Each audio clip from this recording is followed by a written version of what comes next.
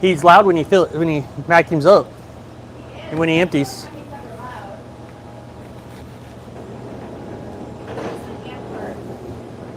Oh, it's still in the box truck. The hand cart? Yeah, the hand cart's still in the box truck. It's all right. You can just put it all on the put it all on the wheel carts. Yeah.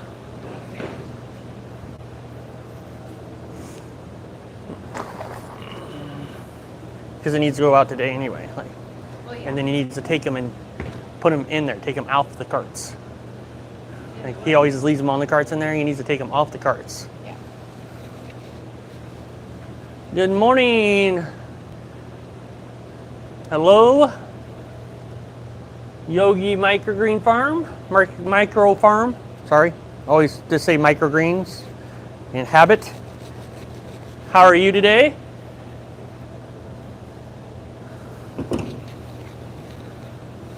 Right now we're just starting to get in our harvest. Doing peas for mixes for our blends right now. So just go ahead and box them up, bend them up, whatever you want to call them, to put them in later on after we get the other stuff cut.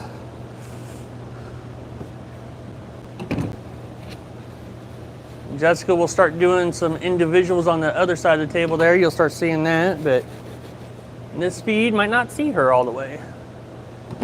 Maybe you can hear her at some point. Darn. Hey guys. If you don't have your mic on. It's right there. I am updating Robot's map so he can clean the planting zone and not under my feet. Yes. Don't need the robot vacuum under my feet right now.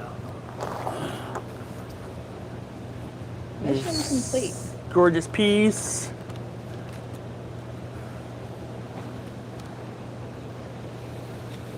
All right. Now that we have employee number 1 on track.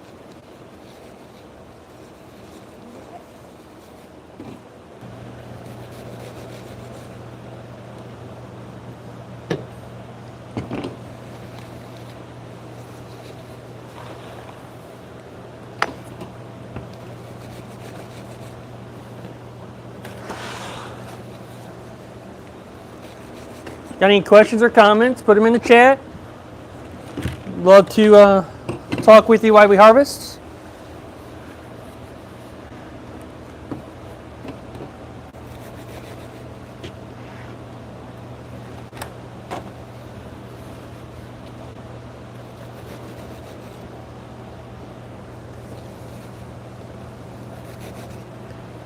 Let's see, out of 3 trays, I got 4 pounds. Woohoo! So 64 ounces.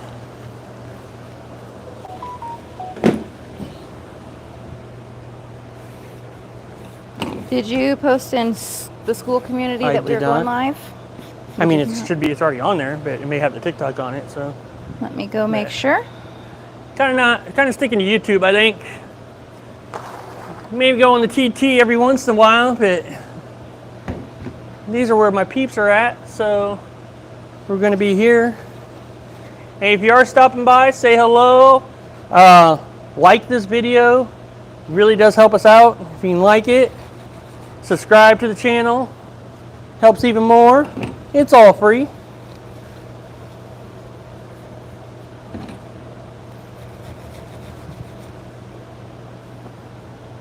Maybe teach you a few things along the way and help you out. That's the plan. We're always learning.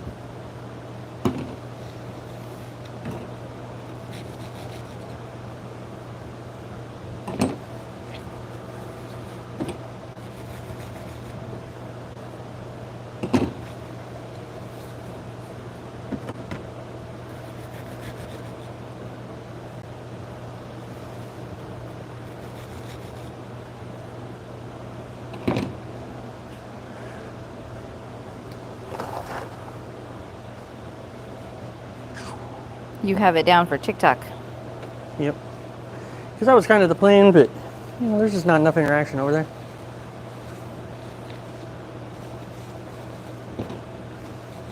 So I will share that link to our students over from the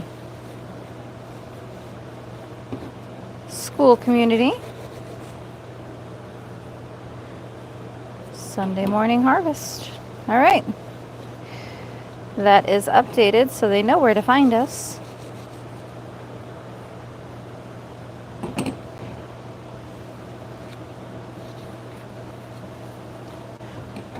What greens are they?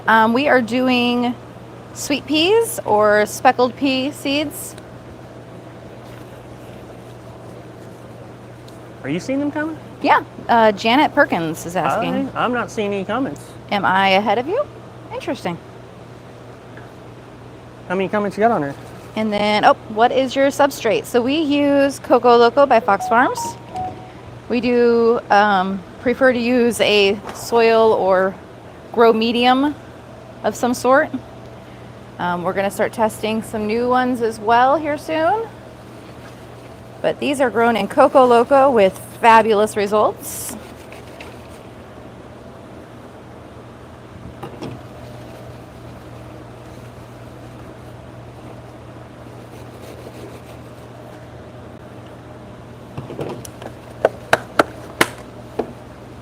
Yeah, I'm not seeing any comments. That's interesting. New challenge.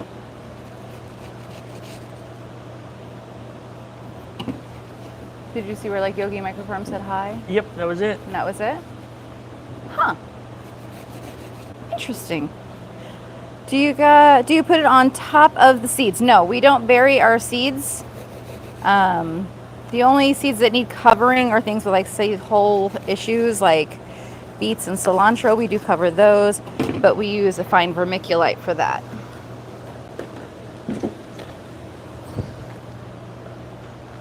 Yep, fine vermiculite.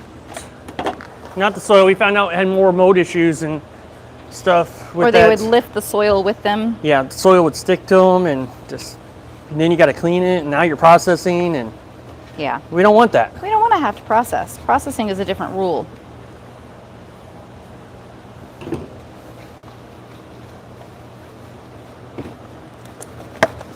So I'm over here making individual ones. Packing these up as individuals. Mike is getting ready to do mixed stuff, so definitely. They are fabulous. Thank you. Thank you. Appreciate that.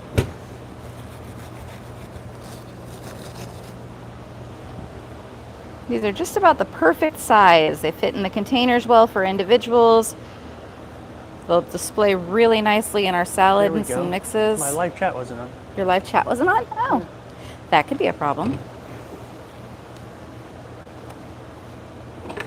So this is about the perfect size that we want for our sweet peas. You can kind of see they're right at the height of our packaging. And they look great. We can fill the packages nicely. And Mike will be able to layer them later. Love what you do. Just started my first crop. Awesome. With Awesome. broccoli. Good one to start with. And it's doing very well just practicing at this moment. Awesome. Sounds like some delicious practice. This is speckled peas is what this crop is. And it was 10 days. 10 days, yep. 10 days.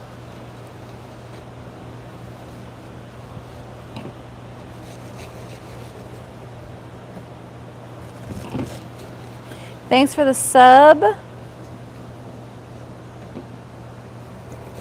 Irfanhiyadat-shak. Okay, that's a mouthful. Mouthful.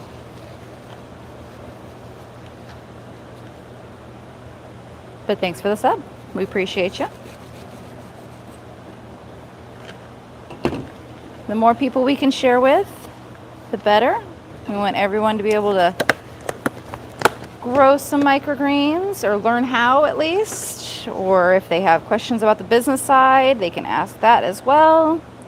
We do have a free community in school. Your robot is over there stuck. He's doing spins right now. You're not going to get him unstuck with the phone. I was going to post a school group. Oh.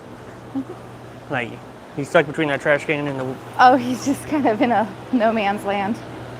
Sorry, robot. Oh, he unstuck himself. This robot's smarter.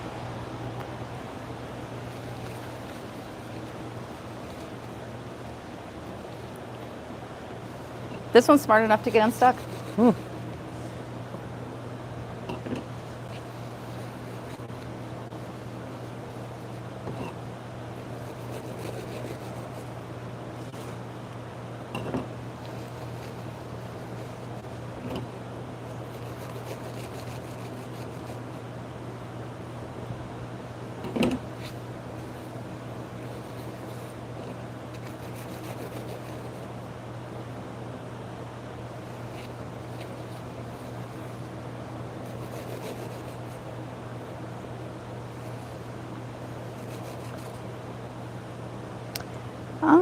How do you identify mold versus root hairs? So mold is going to be something that emanates from seeds, but it also spreads across the soil surface. So you'll see it spreading. It looks kind of more like a cottony spider web. When you look at root hairs are just fuzzies that emanate only from the roots themselves. So they look like little fuzzies around the root, but they don't spread across the soil surface. That's going to be your first indicator. Usually if you spray them with like a little bit of water, like if you go through and you water your seeds in after germination and you think they might have a little mold, you do a little bit of top watering and you'll see that root hairs will go down. And once they've gotten a drink, because all it is the roots seeking water. So once they've gotten some water, they'll go down and look like just regular roots again.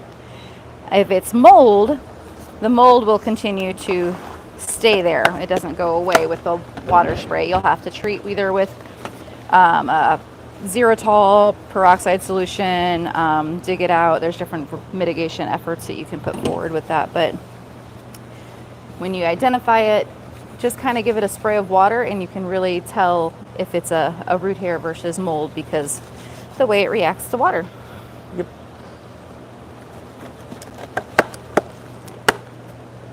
Do you fertilize your greens? No. Seed, soil, light, water. Super, super simple recipe. We found that with the Coco Loco especially, there is quite a bit of nutrition inside this mix. It's got, you know, what is it? Forest materials, bat guano, all sorts of stuff in it already. If you're using like cocoa only, you may need to use like a ocean solution or something to give it like a 444 even NPK just to give it some nutrition. We found that with using a medium like this that has some nutrition in it, we don't need to do that. Not even with our basil, which is like 4 week grow. How do you set up price for microgreens and do you discount on bulk buying? So we price based on the fact that everything costs. We know our costs. We know exactly how much it costs to produce a tray. And we know how much we yield. So we know what we need to charge based off of that in order to get a good profit margin. So the prices can vary, especially if you're looking at like restaurant pricing versus retail pricing. So if we're looking at retail, we try to keep it simple, keep things the same price. But when it comes to like restaurants, the prices are going to vary because the varieties vary so much. And my scale turned off. The plug came out. And for bulk, we do give a slight discount to kind of incentivize them to order, you know, closer to that 8-ounce range versus a 4-ounce. We do offer some incentives with that. Yep. That's pretty typical in the produce industry. Yep. And you want to price your microgreens where you can make the profit that you want, which in our coaching course, we have a whole list of a whole spreadsheet that we give you If you're part of that course, or that classroom, or that group, or whatever you want to call it, and you get that in there, and it can show you how to price your microgreens and make money. A lot of people don't know how to price them and stuff, so we want to be able to help you out with that. Yeah. For sure. If you overprice them, you might run yourself out of business. If you underprice them, you might run yourself out of business because you're not making enough money. Yep. So it goes both ways. What type of health code requirements do you have, and how many different, I don't think we finished typing there, but health code regulations. So we are governed by the USDA, not health department where we are. It kind of depends on where you're at, what city, state, county. Everywhere is a little different as to what regulations you have. We are regulated by the USDA. We actually just finished our GAP certification last week, officially certified as good agricultural practices. So that helps us get into like larger distributors and at a larger scale. But you don't have to have a GAP certification in most cases for home deliveries, customers, things like even grocery customers haven't asked for that. Nope. So there's a lot of avenues without having to get certifications. Certifications can get very, very expensive very quickly. But regulation-wise, really microgreens are so much safer than sprouting. And we're trying to keep it that way. That's why we teach so much. Our goal is to make sure people grow these right and grow these without getting someone sick, because if someone gets sick, then regulations happen. Thank you for all your help. You're welcome. And thanks for subscribing, Gilbert D. Appreciate it. Appreciate it. Remember to turn on notifications. We do go live quite often. Podcast coming up on Thursday. Yeah, podcast relaunch, new version of the podcast. Thursday night at 6 p.m. Central Standard Time. Super excited about that. Get back into that routine.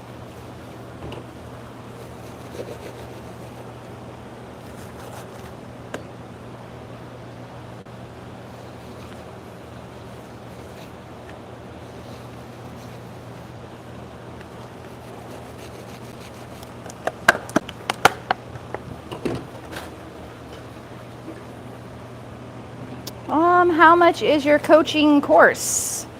Right now it's $47.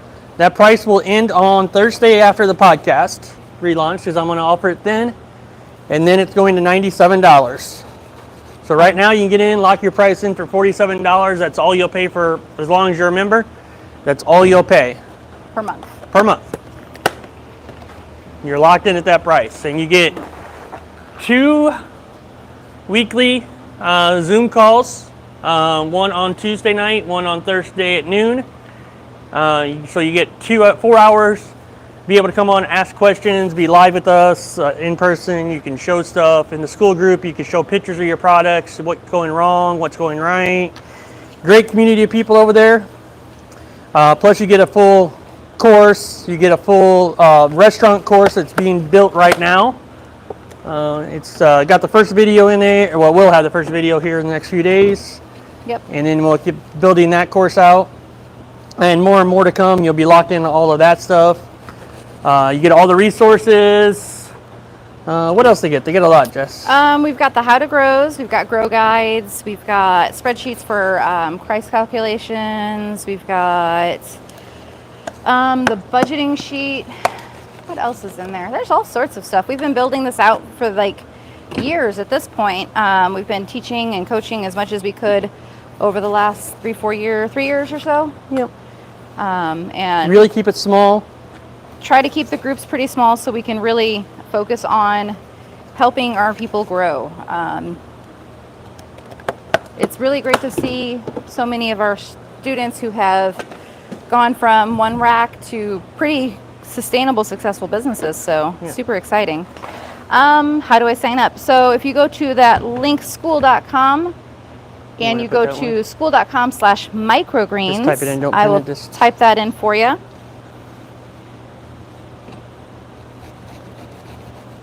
Yep, it's school, SKOOL.com/microgreens.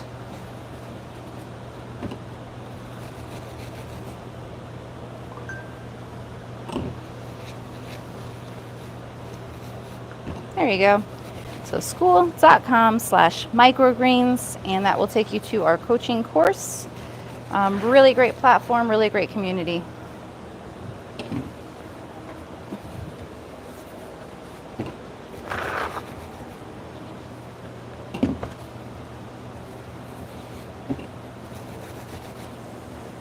If you join, you'll get a message from me. So just click on that message. That'll come up.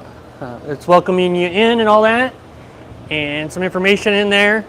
And then go in and introduce yourself in the group and say you're new, and people will get on there and welcome you and all that fun stuff, everything else, so everybody can know who the new member is.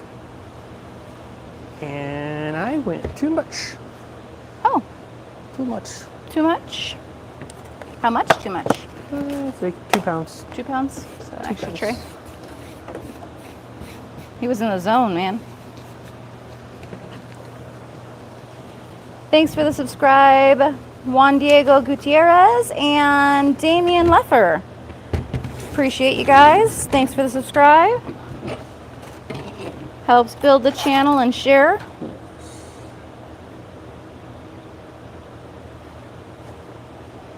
All right, I'm gonna start making some individuals now myself and take out of this bin because I went overboard. Was just in a zone, just going, talking, cutting. That's what we do.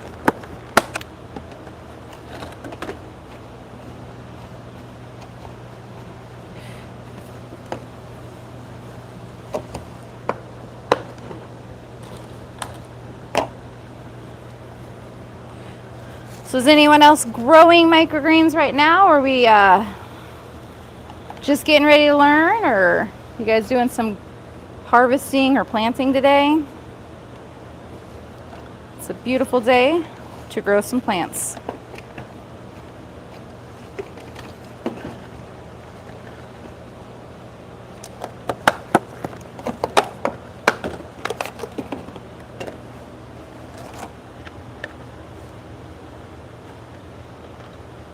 Where are you? We're in Central Illinois. So right in the middle of America.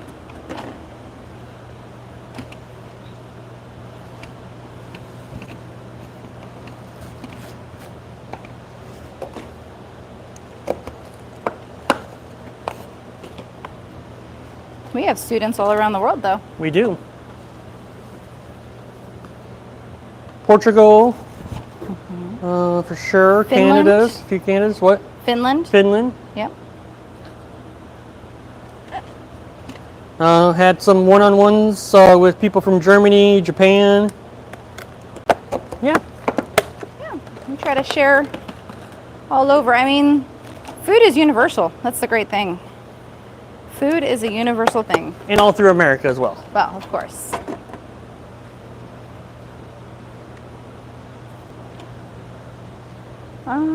I'm planting cilantro and dill today. Yum. Fun. Do you soak any seeds? The only seeds that we soak are our sweet peas, the speckled peas, and Sunflowers. sunflowers and wheatgrass. Yep. Oh, and popcorn. Popcorn. Yeah. So Popcorn counts too. So we soak those larger seeds that need that little extra kick. We don't soak our cilantro anymore. We used to, but we have gone to a no-soak method with cilantro.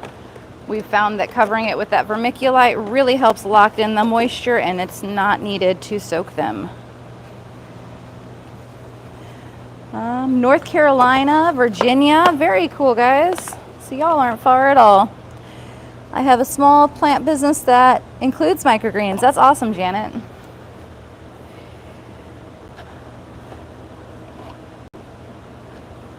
Well, we are the itty bitty micro farm, so we do deal with a lot of small plants.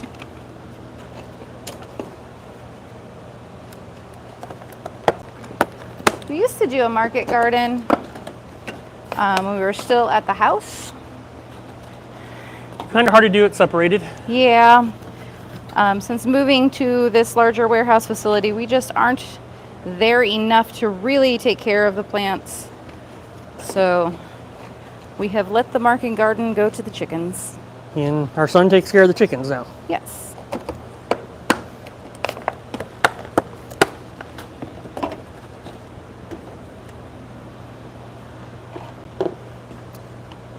What is your sweet spot for popcorn grow time? Right at 7-8 days. Yeah. I try to get them right at like overall 6 inches tall, like a 6-inch dome to hit in the top. Because then whenever you cut it down, it fits into a 5-inch wide package very nicely.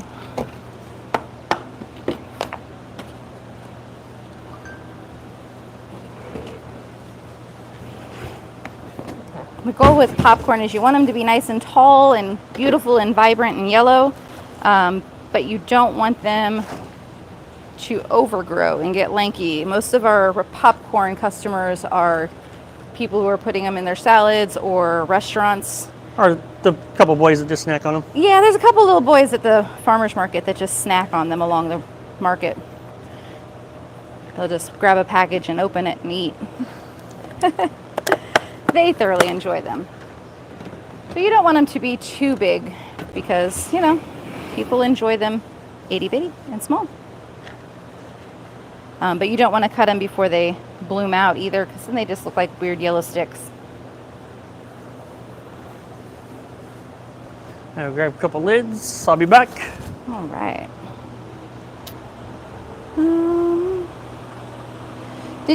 Do you buy your Coco Loco from Amazon or directly from Fox Farms, and what size bag do you buy? So we are fortunate enough now that we're in this commercial space that we can order from a distributor. Fox Farms doesn't ship directly. They do use distributors, so even if you called them, they would point you into a direction of a distributor to get your Coco Loco from. They don't do direct ship, but we do work with a company called BFG. They're pretty much nationwide.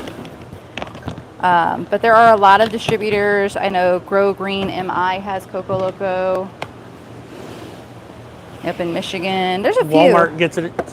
Walmart apparently. Yeah, we had a student that ordered some from Walmart's website.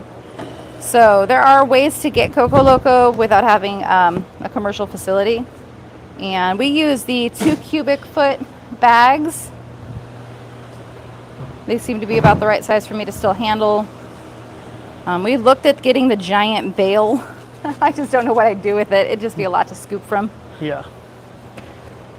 Sounds interesting and cheaper, but it's just not practical. It's not practical.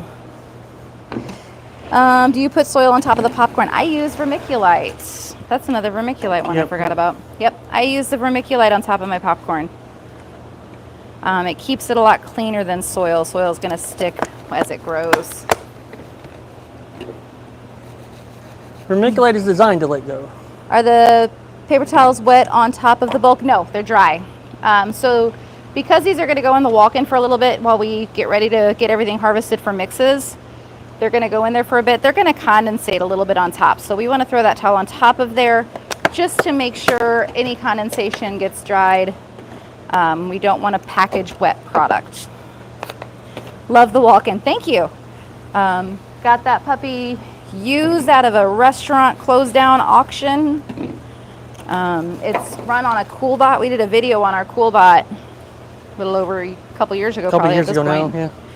On how we installed the CoolBot for it instead of using like the commercial grade equipment that we would have to have gone on the roof of this old restaurant that was being condemned to go get the equipment piece for that. So we just got a air conditioner and a CoolBot, and it runs on that. Works beautifully.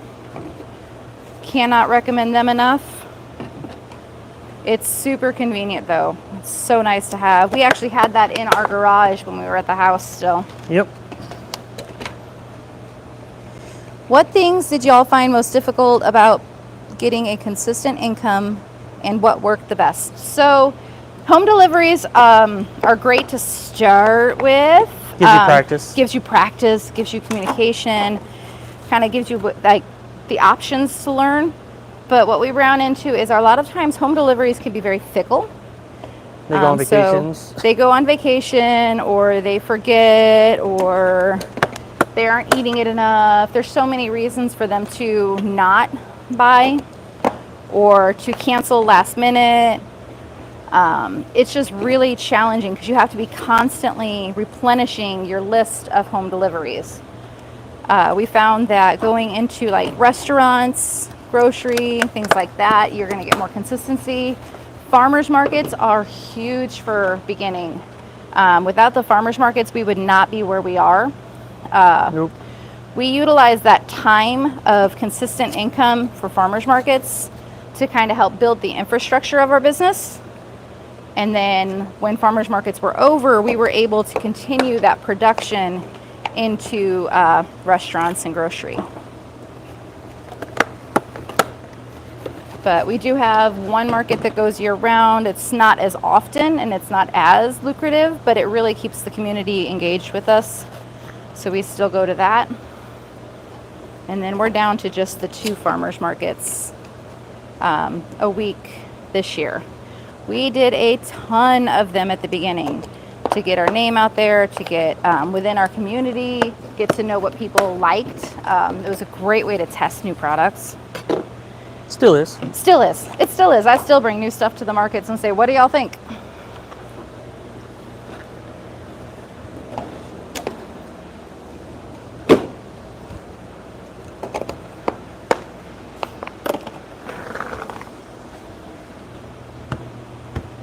So cool. Thank you.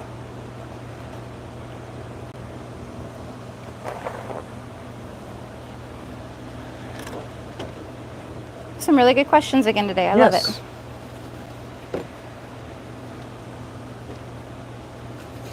If you guys haven't joined the free school community, at least, stop by that pinned comment sometime. It is school.com/growth bites.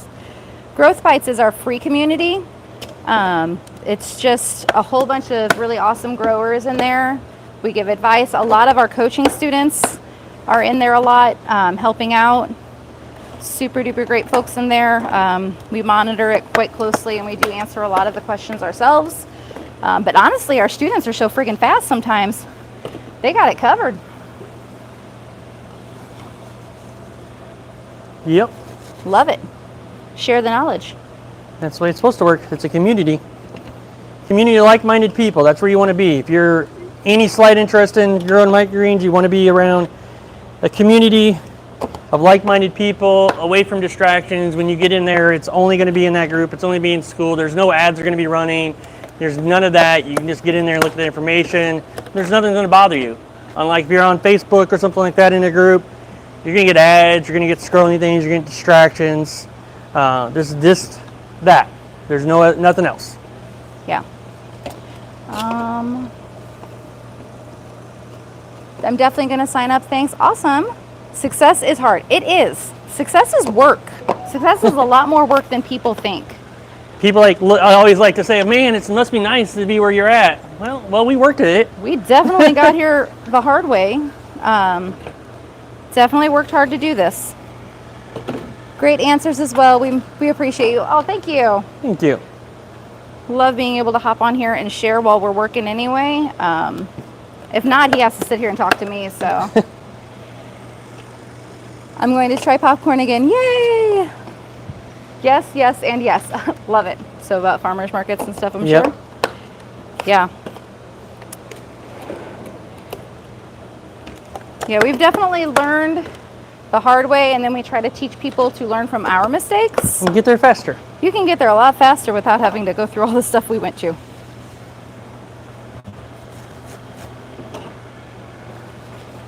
Hey, I found the tile line for the robot vacuum. He is stopping at the tile now and not running my feet over. We got a new robot vacuum. Old robot vacuum is still here. He still lives. He's just in the office only. He lives in the office now. He doesn't have, I got this one on sale for like super cheap because I always, I don't buy things unless they're on sale, I think.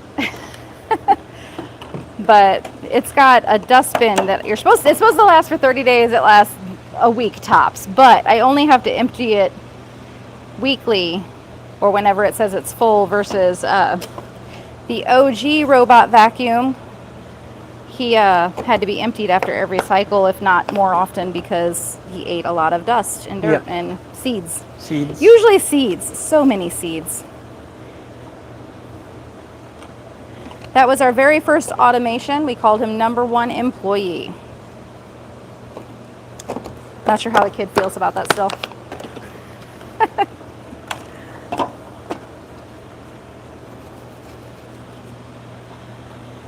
Thanks for the subscribe, Travis McNamara.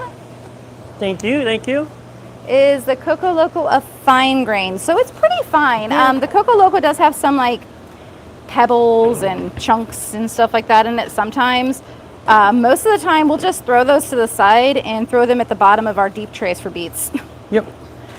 They just become the bottom of the beet trays because the beets prefer a nice deep soil medium.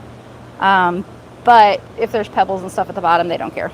So we'll still utilize the product just so there's not any waste.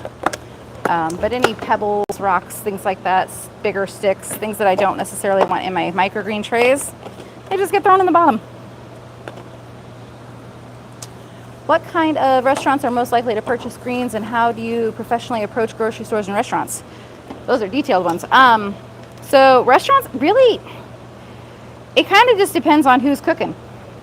If a chef understands the value of microgreens, it doesn't matter if it's high-end, mid-range, doesn't really matter. You're looking more towards less chain, more local or minor chain, like a few locations. Just because large chains are harder to get into, just because you're dealing more with like a corporate side. But really, if a chef has an appreciation for what microgreens can do for their menu, that's massive. Instagram's my go-to for my chef contacts. And then grocery stores, there's a whole section on that. Persistence and consistency with grocery stores.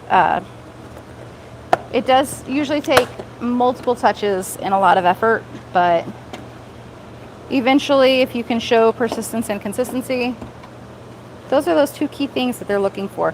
A lot of these places, what you have to keep in mind is there's been so many, not really fly by night intentionally, but microgreen growers who just don't quite make it.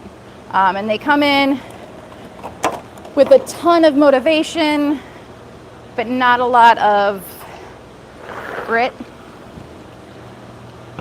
And if you don't have that, you don't last. And so if they brought microgreens in the past and that grower went under and just didn't even tell them, we've actually had that happen around here. Yep. The grower just stopped showing up. They went under, they didn't notify any clients. They just quit. So they've been burned. So you have to really repair that bridge in the process of building your own.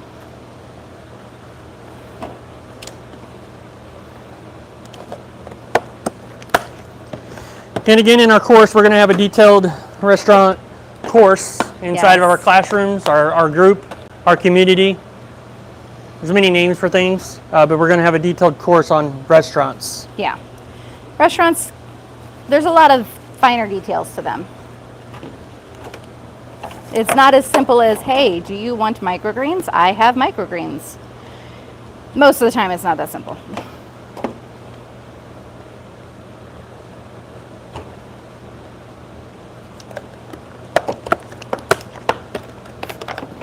Super excited. We just had a student that really just started focusing towards restaurants and has gotten the courage up to really approach and really start engaging in that process. Yep. Super exciting to see, kind of overcoming fears, especially if you've never worked in restaurants. It can be very intimidating. So we love working with our students, helping them get through those fears, those concerns, kind of overcome those obstacles that, you know, for some people it's no big deal, but for others, walking into the back of a kitchen, it's kind of intimidating. I guess if you've never been in a restaurant kitchen, it can be a lot. Invaluable information. Thank you.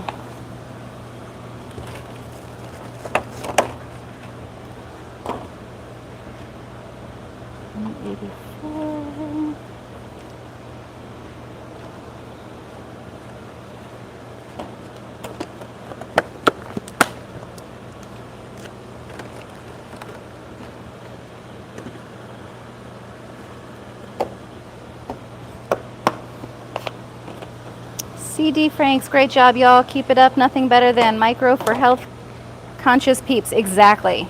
Microgreens. Everyone needs to be having some microgreens for sure. Everyone needs a little bit in their lives. We eat a lot of microgreens ourselves. I wouldn't sell something that I wouldn't eat. We actually started eating them before we started selling them. Yep. They will and can save your life. Yep.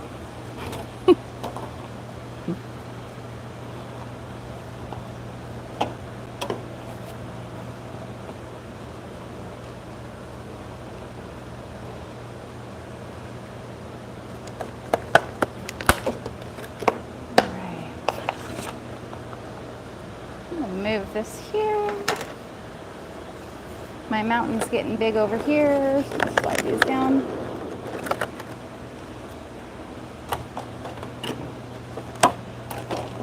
What's your favorite? Ooh. Broccoli. Broccoli. Always broccoli. Broccoli is a powerhouse. It is super high in sulforaphane, which is your anti-cancer agent that you find in broccoli. About 100 times more sulforaphane. That's one of those statistic numbers that you can find. A lot of people reference it. I actually found a study for it and put it in, I think, did I put it in Growth Bites or did I put it in the coaching course? I can't remember. But definitely, I do a lot of digging and research on microgreens as much as I can and try to find the source of the information because you see so many claims out there. I just want to make sure what we say is truth. We know it's truth personally, but finding the study to say, yeah, other people say so too.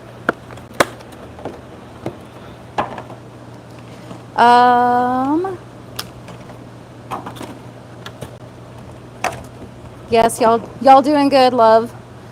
Last question. Laugh out loud, sorry. No, you're fine. Ask as many as you like. Is variety as important as volume? Yes. I can grow a ton of fava beans, but I don't like fava beans. I mean, they're okay, but most people don't. They're hard to sell. They just think Hannibal Lecter. Yeah, they make a lot of Hannibal Lecter jokes, but they don't often buy them. Fava has amazing bulk. You know, you can make a ton of favas, but it's not going to sell as well as broccoli, as radish, things that are more familiar, and things that are really high nutrient density. So every micro, you think about vegetables are, you know, all variable. These guys are going to have concentrated levels of those nutrition levels. So if you're growing a variety of microgreens, that's more nutritious than the larger counterpart, but it's going to be different from a different variety. So it does matter. Thanks for the subscribe, Cat Curl. Gilbert, how do you refrigerate or keep cool your microgreens when you have to sell them at the farmer's market? So on the other side of those, where's my finger at? Over here? You can't even see me still. Back here. Oh, okay. Those black bins, there are six, right? Six big coolers for our farmers markets. So we do have large coolers and flat ice packs. We have an equipment guide in the course of all the equipment that we use. So we kind of go through everything that we use for farmers markets, packaging, ice packs, things like that. All of that equipment and supplies list. I'm always adding more to it as we do add things to our processes. And then we share if we run into any challenges with a certain thing, and then I'll take it off the list if I need to. Because I'm not going to recommend things I don't use or love. Yeah, keeping your microgreens cool and safe during markets is a challenge, especially in the summertime. But we've really found some nice thin ice packs that we use that work beautifully and rotate our products out on display. Lots of different ways. Yes, you want to rotate your products. You don't want to set them all out and just let people pick them up. I know there's one grower that does that, and it's just a terrible product. It's just out in that heat. Even if it's not hot, it's still warm. It's still warm. It's still warm. It's above 42, it's warm. So definitely recommend having a cooler on base and changing them out and then giving them a cold one out of the cooler. Not letting them just take one off the counter, off the rack, because they're going to walk around the farmer's market a little bit more, and before they get home and everything else, it might be an hour or so. So you want to make sure that it's going to stay cool and good before they get home, and it's not getting home and it's a bad product by the time they get home. Yeah. Because that's a customer that's not going to come back.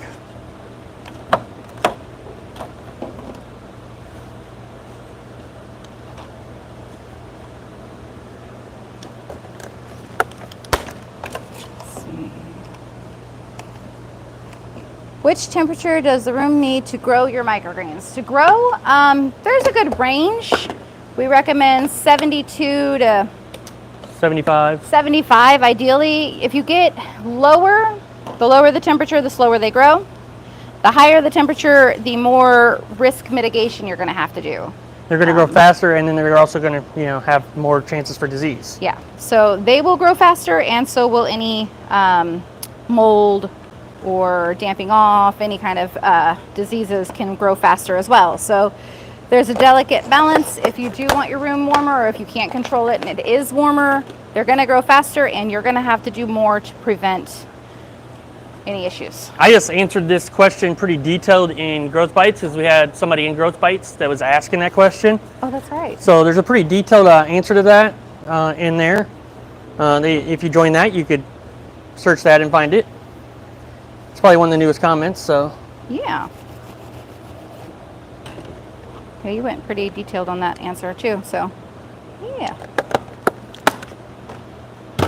And I could have went even more detailed, but I didn't want to overload the information, so.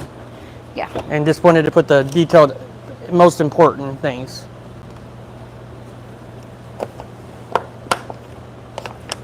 If that person or anybody else wants more detailed, then I will go into it.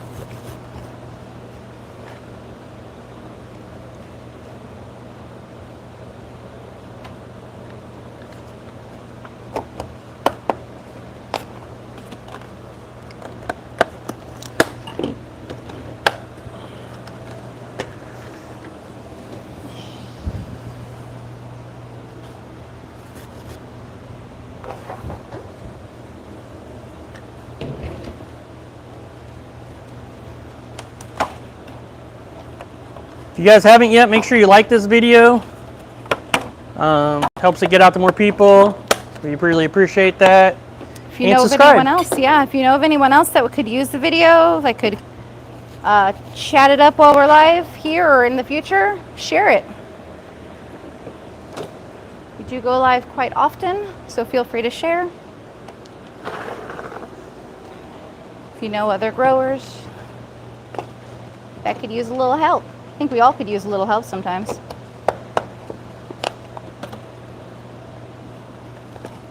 I'm sorry, I'm new to this channel. What is Growth Bites, and where can I see the more detailed answer? So Growth Bites is that pinned comment. So if you go to that school.com/growthbites, it's a free community that we host on School. The community is completely free. You can hop on there, ask questions. Some of our really awesome Microgreens business coaching students are in there as well, so they're really great about answering questions. We get on there and answer questions as well. It's a really great way to be able to be in a community of people who you know are actually growing microgreens and actually giving quality answers. And then without distractions, you know. Social media can be very distracting. We wanted to provide a space where you're not overwhelmed with information. CD Franks, how many cuts / harvests can you get, or do y'all just do a one and done? Also, what do you do with the leftover soil and roots? So we do one and done. You could technically regrow, especially peas, 2 and 3 times. It's not the same quality product. Your nutrition is not going to be the same. Your nutrition comes from that first cut. Definitely not the same look. They're not going to have the same consistent look and feel. They're going to be woody. So we only do a one and done. I know growers who do multi-cut, and I now have their restaurant clients. Yeah. I'll be honest. It's just not the same quality, and they get woody, and they just don't have the right texture or nutrition, if they're eating them for nutrition especially. We do know some that will regrow them for chicken fodder. Okay, chickens like everything, right? My chickens don't like peas, so I can't do that. They're picky girls. We do as much as we can. We can compost. We have people that We have pick it up. And people who pick up and use it for their chickens and animals. Anything that we can't give away or utilize for our chickens and our compost, we do put in the trash, unfortunately. But fortunately for the seagulls, because any critters over in the landfill really appreciate what we do. It'll just help the environment there. There might be a happy bird out there somewhere.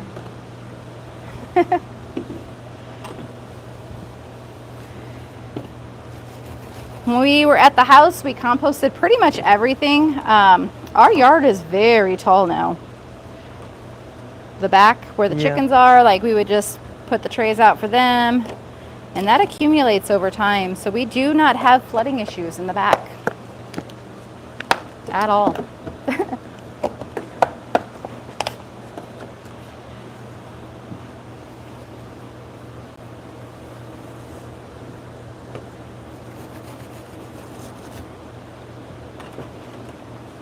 I'm just saying that if you start growing microgreens, it's a good excuse to get chickens. Our chickens came first. But if you don't have them yet, chickens who eat microgreens make beautiful eggs.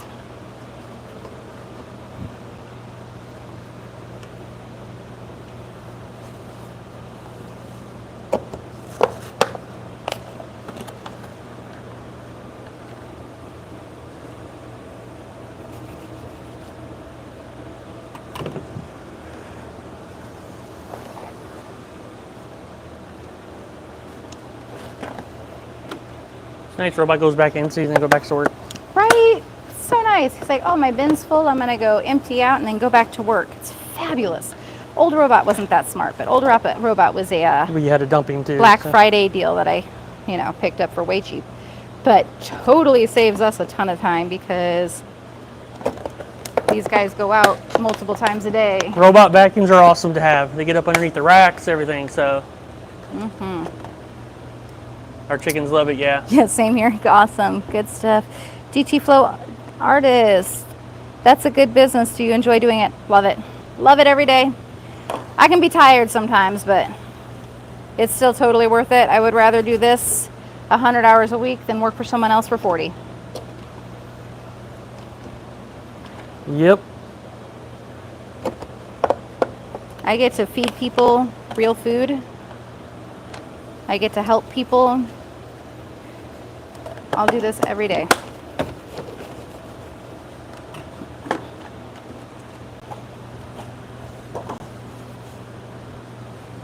I'd love to do the same. Awesome. Good to hear. Well, if you're interested in learning more, definitely hop on that Growth Bites linked at the top or on the pinned comments there. Hop on there. Get to learning. Microgreens can be a great way to help your community and build a business. You can support your family with them. Takes some work, but it's worth it. It is not a side business with passive income. We have seen people say that online, and it is just... I made $60,000 this year, passive income, microgreens. No, you didn't. No, you didn't. No, you didn't. Passive is nothing. No, no, no, no. These babies need attention and love. And obviously you can see we're here harvesting. I mean, if you have your wife doing everything, I guess it's passive. Shh, you be nice. Spicy. Depend on who's it passive for.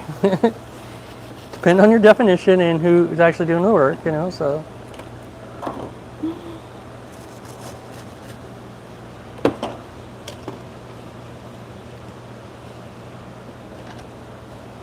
But no, we love doing this. Definitely encourage anybody who wants to learn more to check it out, see if it's for them. That's why we got a free community. Yep. That's what the free community's for.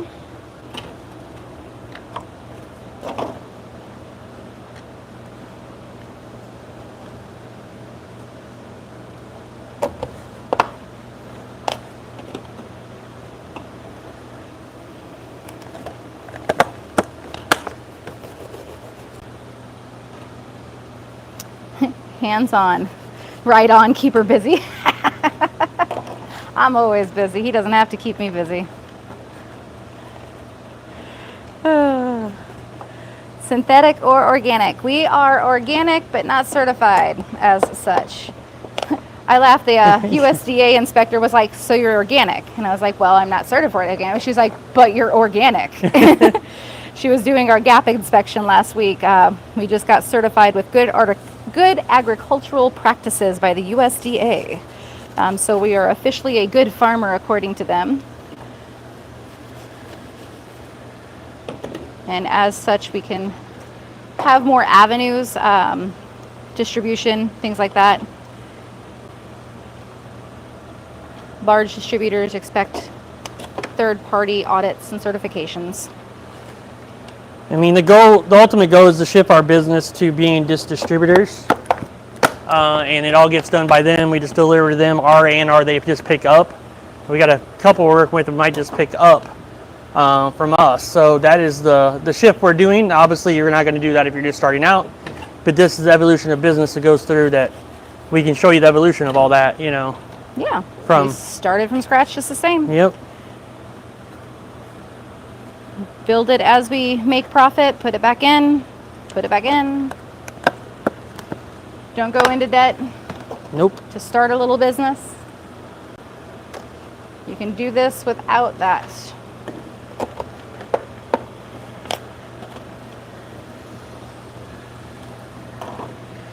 Is the Coco Loco organic? It is not certified organic.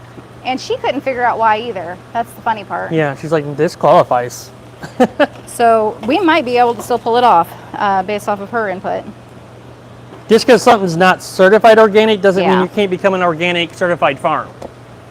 There's ways to do that. You can prove things, you can argue things, and why this is better because of the yield and everything else, but it's all organic, but they don't pay for it, but you can get organic. Get it. There's so many exemptions and rules that are weird. We are also going to be testing Coast of Maine. They are organic certified, so they're OMRI listed. So we might make a shift, who knows? So depends on how well it yields. We're going to do some experiments with those over the next couple weeks. They came in with our latest shipment this week of Coco Loco. Is today the end of the week or the beginning of the week? I don't know. It was the beginning or the end. They came in the end is where we begin. They came in on Monday last week, I guess. Yeah. So I guess we've had them a week. So yeah. Have you already been in the agricultural economic space, or how do you start selling microgreens to customers? We were restaurant people, transportation people.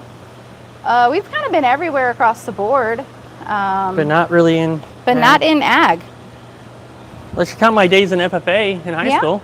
High school FFA, if you count that. but not really, no. No. You don't have to be a generational farmer to learn how to grow. It's the great thing. It's a low barrier to entry. You don't have to buy a bunch of land. You don't have to have a ton of space. There are very few barriers to the entry into the microgreens business. It's awesome.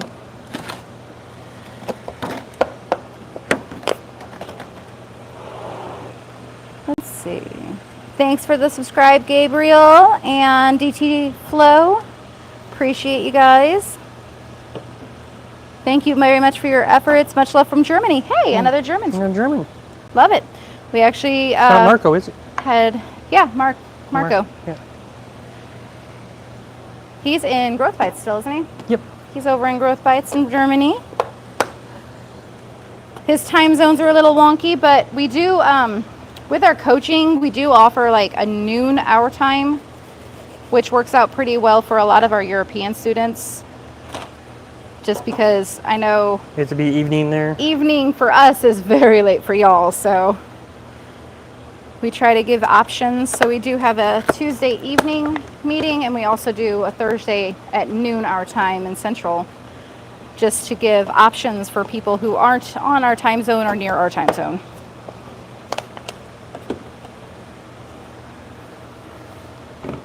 He's loud. Robot Falcon. I got him on He's right high. there. Yeah. Let's see. I'd love to create a business in the horticultural field as well, but it's all about time. Time is the biggest thing we have to make. We have to make time. We can't take time. Time is what it is. We have to figure out how to adjust and make the time. It was very, very hard to do, especially at first when you're trying to have income also and you don't have income from the microgreens yet. We also canceled all We TV, movie subscriptions, all that stuff, all we the canceled distractions. all the distractions. Every distraction that we paid for, we canceled. And then you did gig work, side work. I think Yep. when we did our taxes at the first year, it was insane how many independent contractor forms we had, the 1099s. Because I needed the freedom to be able to do what I wanted to do when I needed to do it. Yep. So if we were short that week and we needed to make a little bit, he would go out and do gig work, and I would stay and keep working the microgreens business. And we kind of made it work. It was going to work or it wasn't. We had to figure it out. It was going to work. It was going to work. There was no ifs, ands, or anything. It was going to work. It's going to work. I like that. You got it. You get the right mindset. It's not if, it's when. It's not if, it's when. Have you used other sources of media for growing? Yes. So we have gone through a gamut of ProMix and peat-based things. We've tried hemp mats. I have some bamboo mats that I actually was sent. So I'm going to try those this week just to see. I really, really, really wanted so badly for the mats to work because we were at our house. So like the idea of mats sounds amazing, but the yield was literally 25% of what we were getting out of soil. Yeah, we get like 2-3 ounces out of something. We get 10 ounces out of. 2 or 3 ounces of broccoli is not worth growing. And then it took longer. So like peas were 14 days instead of 10. So you're looking at a time factor too. And we get 10 ounces out of peas instead of what, 20. 20 plus. So we'll see how these bamboo mats work, if they do any better than the hemp fiber and the cocoa mats. We'll see. We've tried all sorts of stuff. I'm always up for trying something new. As long as we have the space. We've been doing less experimentation lately just because we don't have space, but I will have a little lull just for a couple weeks. So in that lull time, I'm going to get a couple experiments in and kind of nail down some new processes and some efficiencies that we could work on. Always working on efficiencies. Thanks for Robin Holster for the subscribe. I heard about school from Trinity Van Aker. Vanden Aker. Vandenacre. Trinity Vandenacre. It sounds familiar, and I'm trying to figure it out. Might just because our daughter's name's Trinity, but We do have like 140 members over in Growth Bites, so yeah, we do have a solid And little growing. Growth Bites community. we have like 35 in our paid course, but we purposely keep it small. We're only looking to get probably 30 more people in that group. Yeah. Just because we want to be able to teach you. When we get to the certain level where 30 more or so, we're probably shutting it off, you know, where nobody else can join. So we want to keep it where we can teach a small groups and really be able to work on your business. It's not necessarily about making money for us. We obviously need to be paid for our time, but it's not about making the money. We don't make our money in coaching. We make our money on this business, the Microgreens. So we just want to help other people be successful as well. Yeah. So there will be a limit. Yeah. Let's see. Do you compost your waste? We compost what we can, and then we give away to other farmers, chicken farmers, people who just have yard chickens. They come and pick up, or we take it to the market and trade out bins. And then whatever else goes to the dumpster, and we have a landfill full of very happy animals, I'm sure.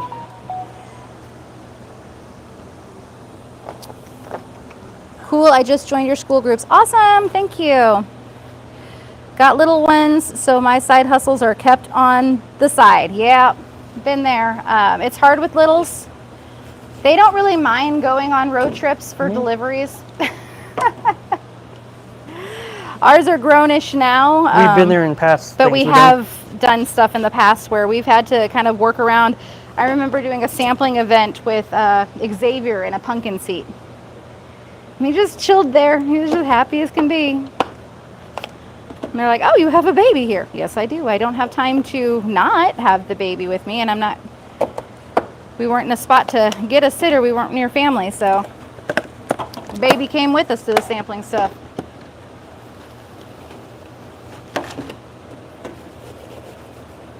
Been there with littles. Makes life interesting. Lots of fun. They love it. Like, our kids still remember, like, when we had restaurants, we would do like fairs, and like our daughter was barely tall enough to see over the counter, but she was our cashier. And she'd be like, that's $5. She knew how to count money. She could do it. I heard about school from Trinity. ProMix for the win. Yeah, ProMix can definitely be a really great option. We did it for a long time. We actually got about 20% increase in yield on average. Like, some of them are even more switching to Coco Loco. So I use ProMix if I can't get my Coco Loco. Yep. But Coco Loco has definitely been huge for our yields. And the more you can yield out of a tray, the fewer trays you have to grow, which means the less space you need. And the less you spend on it. Coco Loco might be a little bit more expensive, but if you grow less trays, because of that, it actually comes out to being cheaper. Yeah. So my yield for, like, say peas, we were at 16, 18 ounces. And now we're 22. 20 That's what to 22. I'm averaging today is 20 on the low end. 20 to 22. And so I don't have to use as much space to grow. And space is the biggest challenge of a micro farmer. Most of the time. Yes. Every crop is different compared to soil medium. You know, for the most part, we're able to kind of universalize it. Like, peas will literally grow in anything. They will. Just how long? And how long and what your yields are is going to be the variable. Our wheatgrass, we could technically do our wheatgrass in a lesser quality soil medium type thing. We just found it was easier to stock one thing. Because we kept wheatgrass in ProMix for a long time, even after we switched. Had 2 bins going. Had 2 bins of ProMix just chilling for all the wheatgrass every week. So it's an aquaponics setup. Nope. We hand water everything. Soil 2-tray method. If you hop on our channel, you can kind of see on our how to grows how we grow. Most of our videos were ProMix based because when we did all of our How to Grow series, for the most part, we were using ProMix. Plan on updating that at some point. But Yeah, that's a time thing. We haven't made that time quite yet. But at some point, I would like to update all of our videos based on Coco Loco or even just some trials. YouTuber rancher in Montana, Trinity. Interesting. I will have to look her up. I didn't know she had a school group. I might have to find out. School's a great platform. Love it. Yeah, we used to actually do our coaching on a different platform, and when we found out about school, we switched everything over. It has been awesome because the communication level that you can have is huge. That community makes all the difference. I love being able to communicate with my students more easily, and letting them chat amongst each other really makes a huge difference. Love school.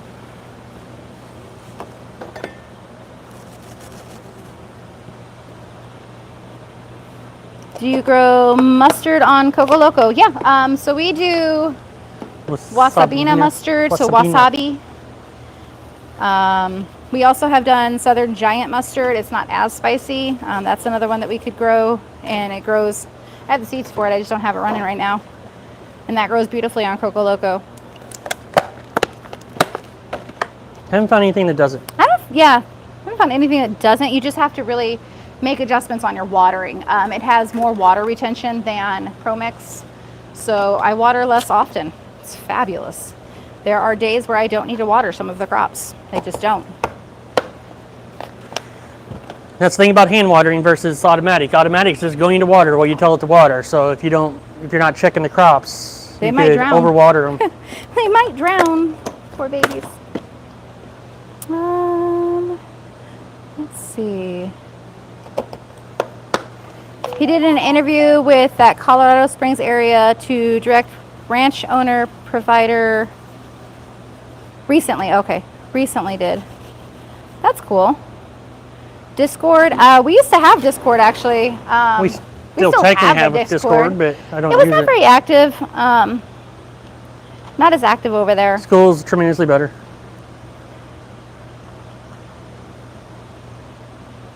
So selling art and reading's done when I have time. Yeah.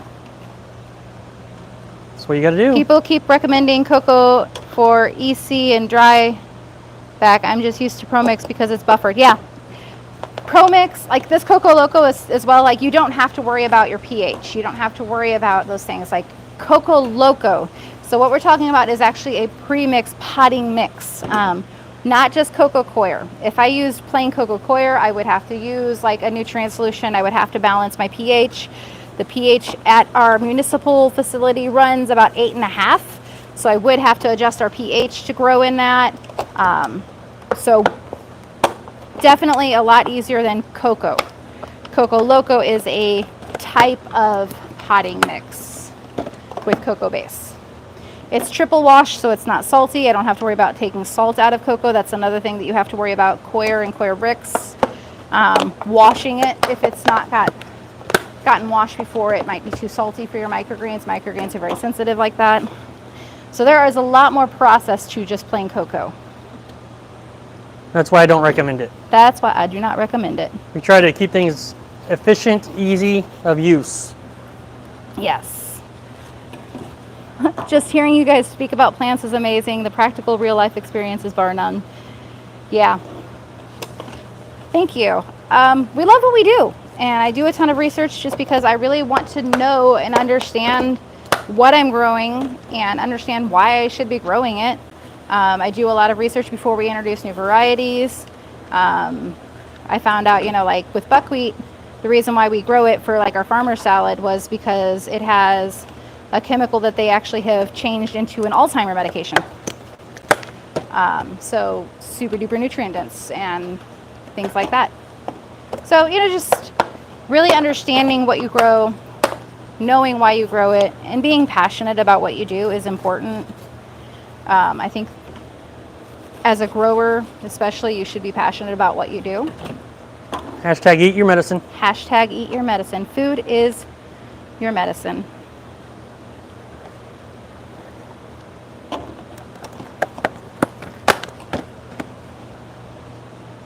It's buffered pH for pH. Yeah. Yep. Yep. So we don't have to worry about pH. We don't have to do all of the extra steps. I water with a hose, man. I do not want to have to hand water again. Yeah. We did that when we were at the house. Bucket? Up until about 100 trays, I had a bucket and a cup. And I'd make my way through about, what, at that time, probably 6 racks or so. Well, and 4 or 5.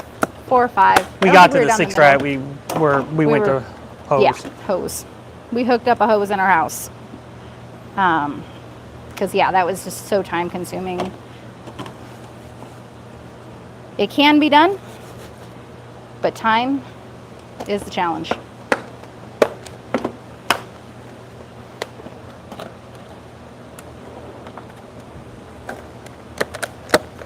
Thanks for the sub, Freddie. Freddie, yeah. I legally grow cannabis. It's different but similar in working on a breeding program. Yeah. Cannabis, with it being legalized, I think here they think they're allowing like 3 plants per person or something like that. Something silly. They still regulate the heck out of it, but they don't, hunt you down for it now. And for us to grow it commercially, we'd have to be multimillionaires or slash minorities. Yeah, I'd have to be either a minority or a multimillionaire in order to grow commercially here. And unfortunately, I'm not either one of them. I am not. So we don't have grants available for us, and the barrier to entry into that industry is insane. Just the fees and the legal fees and application fees and all of the money that the government still makes off of it. That's why it's legal here. Once the government found out how to make money off of it, Yeah, once we found out we could make money off of it. Yeah. Gotta love it. They'll still get theirs. Always.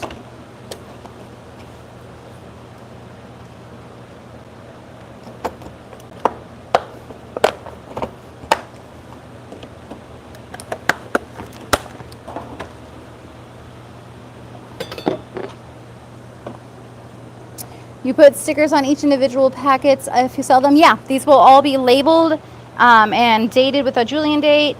And a lot of these are going to be case step for distribution.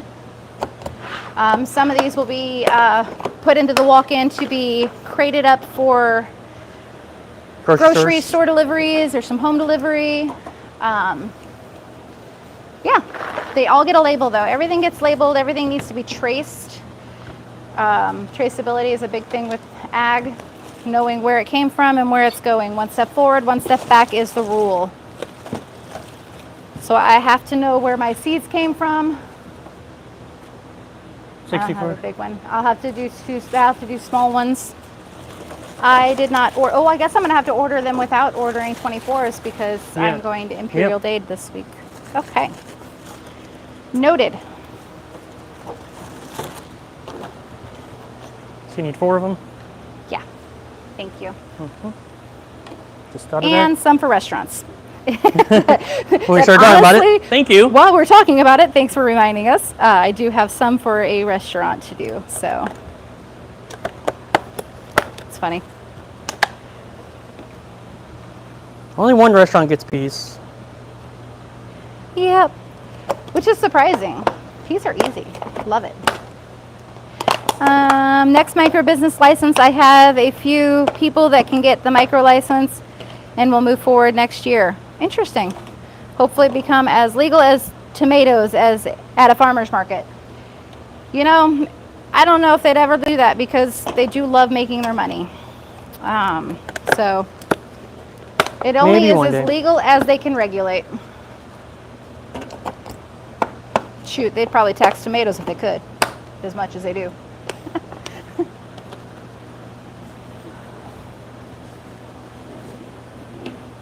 Well, we have a grocery tax here. We do have grocery taxes here, so we do pay to eat.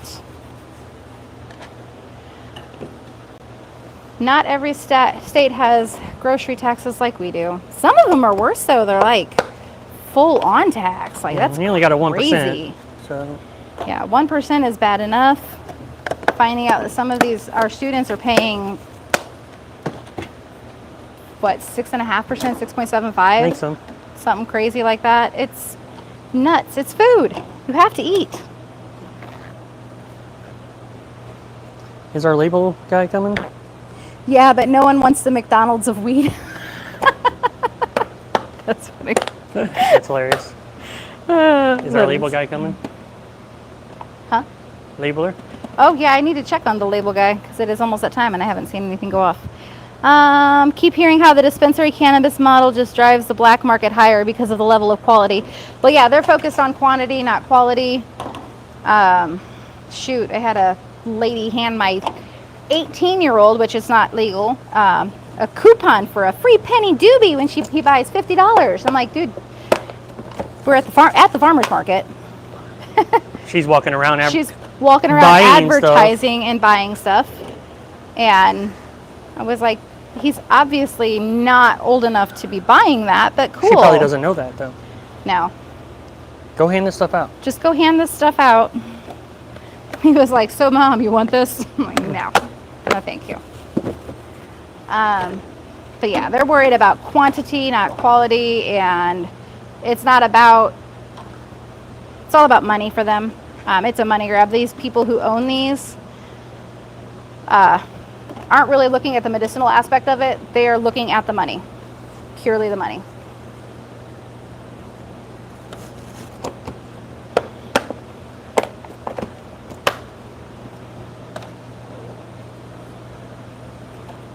I sell to a couple of restaurants. That's awesome, Janet. Nice. We love our restaurants. I love working with chefs because they utilize the microgreens in ways that normal people don't. And they get really creative a lot of times. They'll think of really fun ways to put them in there. So I enjoy working with them. Find new ways to use microgreens or dress up a simple menu. Even a simple dish is really fancy with microgreens.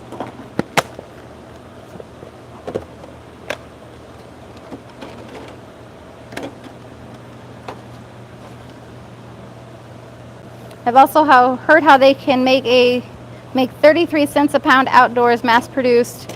Same with CBD isolate, made in the same process as beer is made. Really?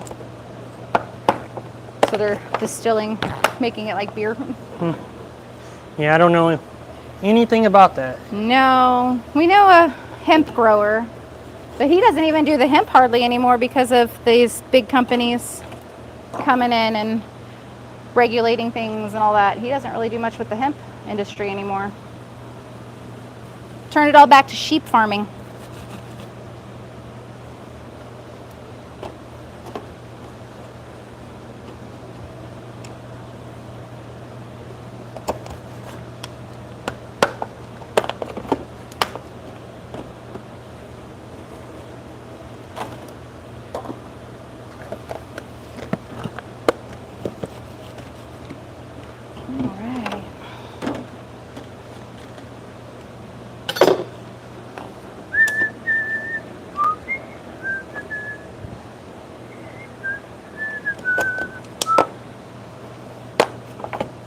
Thanks for the subscribe, Ethan. Appreciate ya.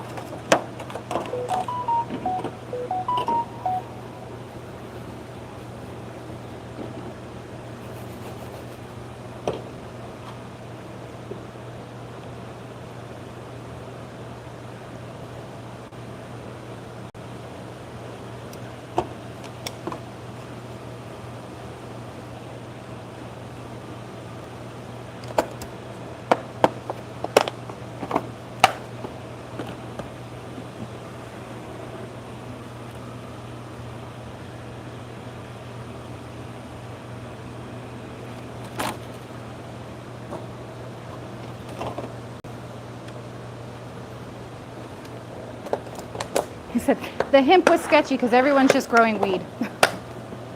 They're lying about what they're growing. Yeah. People. People are fun. People will do anything they can get away with. Your mic is turning red, my dear. Oh boy. So I think your microphone might be dying. Got it? That makes it easy.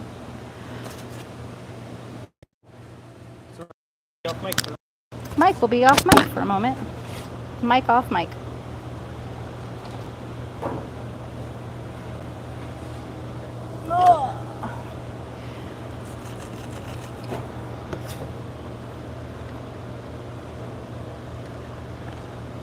Sent a message to the labeler. He has 2 minutes to respond, or I start messaging his brothers.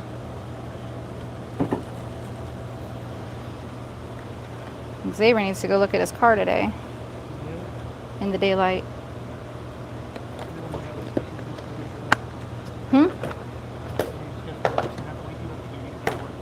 Yes.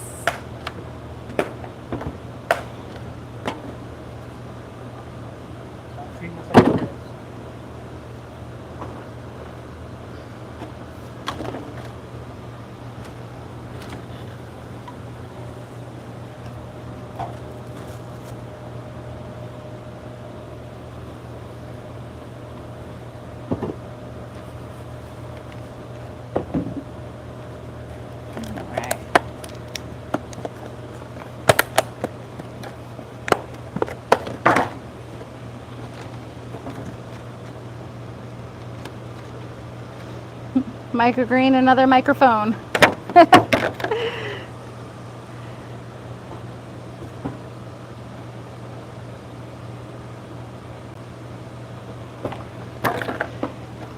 Said I should get Microgreen Mike another microphone.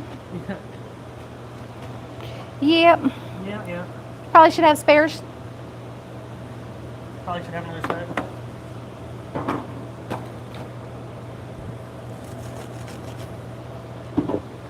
Getting a whole lesson. I didn't know that stuff about isolates and the science behind it all. I love it. Everything can be grown with a purpose.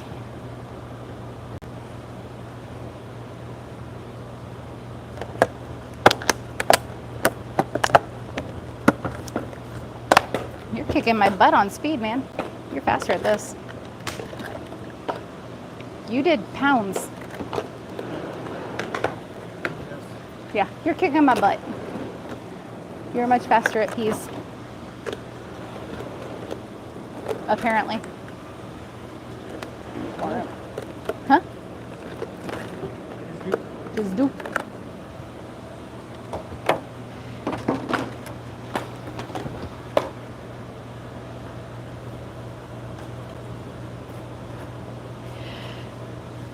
Do you work with breeding or crop steering? No, we just buy our seeds. That's just a lot of time and effort and energy I just do not have. So we are very particular with who we buy our seeds from, but we just buy seeds.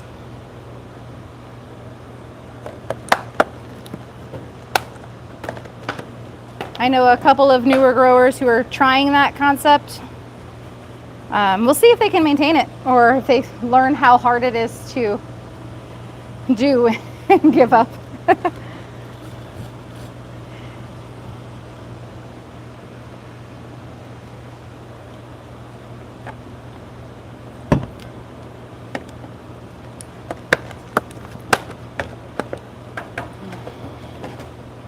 I had a few acres, I might.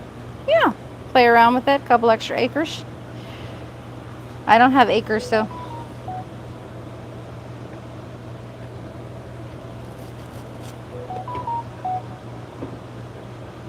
Mendel's law of inheritance, yep.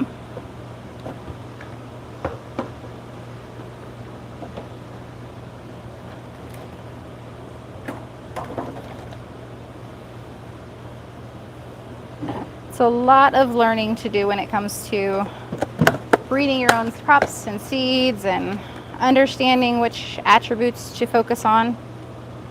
It's a lot, and tracking a lot.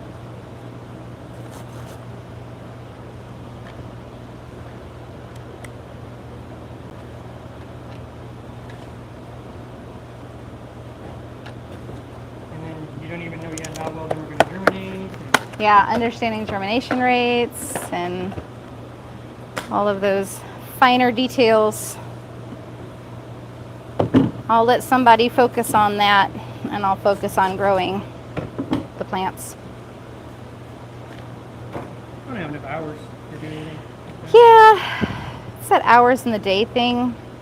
Unfortunately, we are all limited to the same number of hours each day.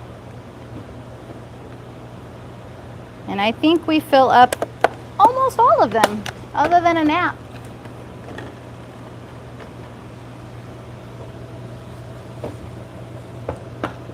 Do you use hydrogen peroxide to aid in germination? No. Our goal is to find seeds that do not need that. But you can do that if you do run into a poor seed lot, a poor germinating seed lot. It is an option. Especially like if you run into a bad sunflower seed lot, that can really help. But again, it's buying quality seeds and understanding who you're getting them from and having them tested by them ahead of time.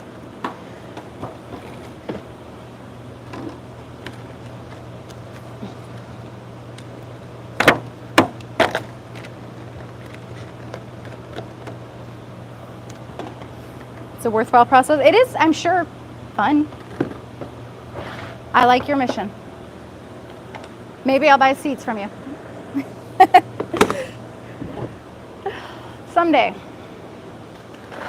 Oh.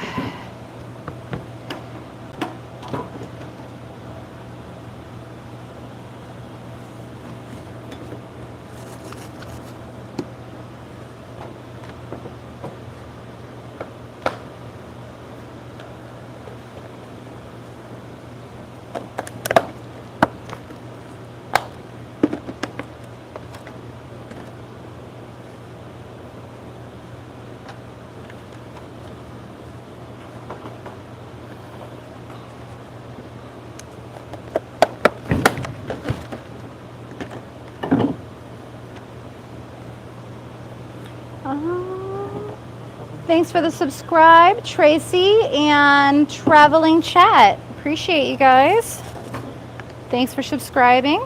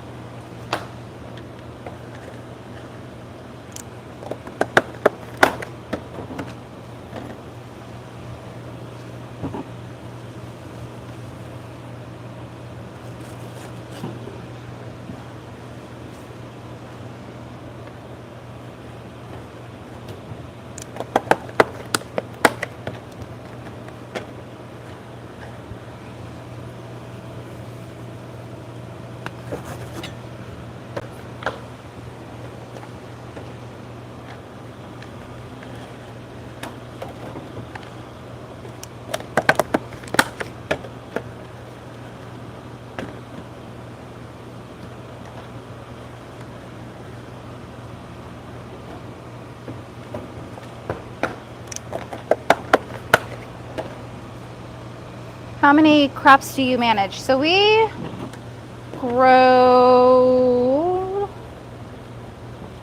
around 15. He's like, I'm gonna math that. What we're growing right now, we got a little more seeds. Yeah, we've got a lot more seeds than that. We're currently growing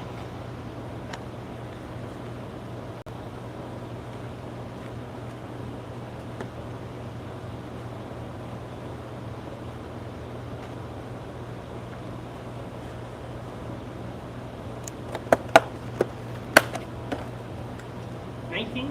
19? Okay. 19 that we have growing right now. Okay. Yeah, 19 growing right now, and I probably have half a dozen or so varieties that I'm not currently growing. Probably a dozen or so, honestly.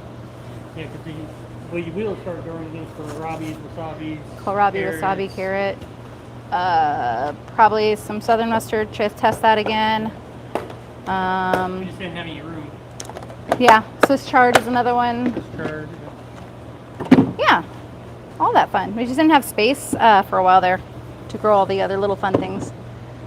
What volume of space do you work with for cultivation? So the grow space, growing, this room that we're in is about 3,000 square feet, and that's for planting, germinating, growing, harvesting. So it's about 3,000 square feet, and then we have 500 square foot dish room area. Yeah, 500 square foot dish room. Then we have our office and all that. It's about 4,000 or so square feet all together that we work within. You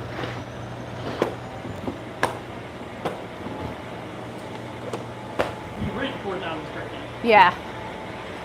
It's a lease. If we get these two distributors, we probably are going to go next door and take over that space. Yeah.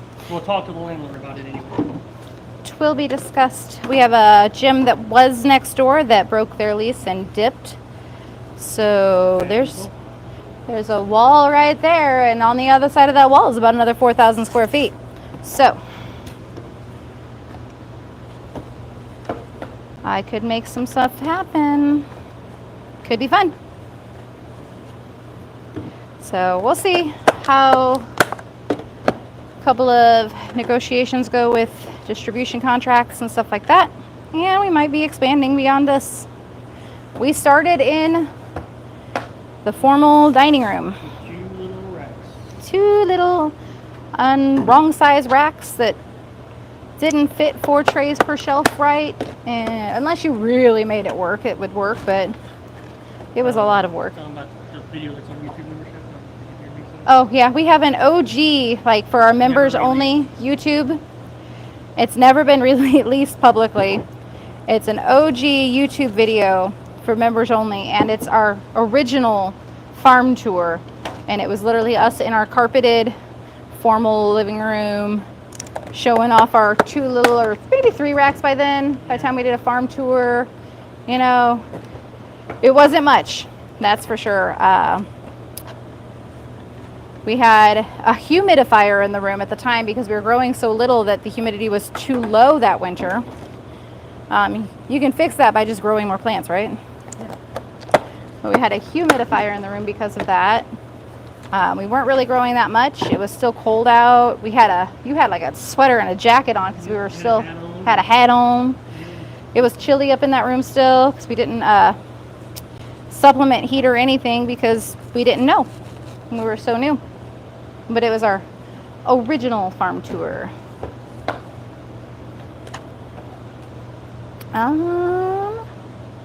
Side thought, could you collect waste from the grocery stores when you bring home and then bring them the microgreens organic produce waste? So any waste that comes from the grocery stores we could bring back for the chickens. Things like that. We try not to bring too much back. Most of the grocery stores don't have a lot of waste because it gets to expiration times, they give it to the food bank. Yeah. Our grocery stores are amazing like that. So if they get close to expiration, they'll donate produce. So they don't really run into a lot of food waste. So we've got Operation Food Search, Food Rescue, I think it's called, Food Rescue. And what they do is they go through anything that's like short dated or will be expiring quite soon. They'll collect from the grocery stores and distribute out very quickly to make sure it's still used and able to be consumed. So it's a really great program that a lot of our grocery stores that we work with them. So super cool.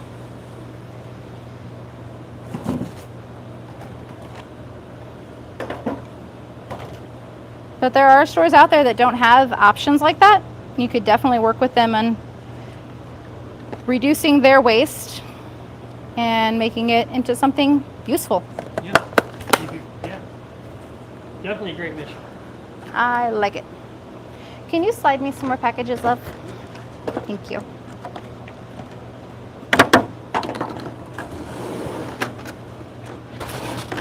Much thanks. Yep. I'm gonna harass him for a second. Whether it's restaurants or any place you deliver, I was thinking easy compost material and recycling nutrients back into your system. Yep.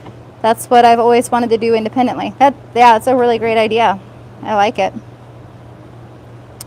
Even if you're not delivering to them, you probably can ask them. Yeah, even if you're not delivering to them, you might be able to stop by and ask them.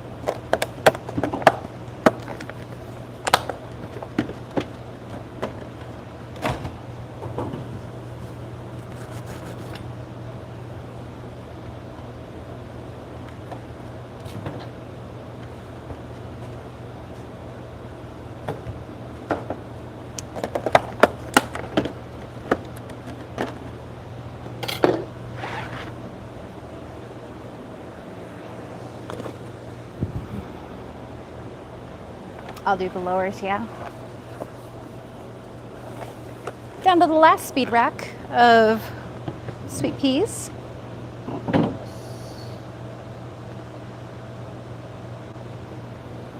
Yeah, the more we can keep out of the landfill, the better. Yeah. Definitely love the idea of minimizing food waste because we definitely, as a country, as a worldwide issue, it's everywhere. Food waste is a bad, bad thing. Wasting perfectly good food because no one ate it or no one bought it or it wasn't even distributed in time. We see that a lot with the grocery stores. It just wasn't distributed to them in time and they're short dated.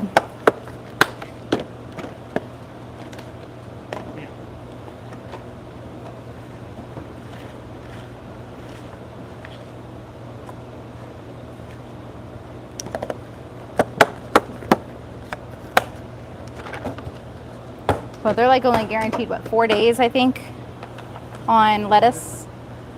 Their contract with like a lot of these lettuce companies, they're only guaranteed to be good for 4 days in the store. By the time it gets to the store through all the distribution channels, by the time it gets to these stores for sale, they only have 4 days to sell it.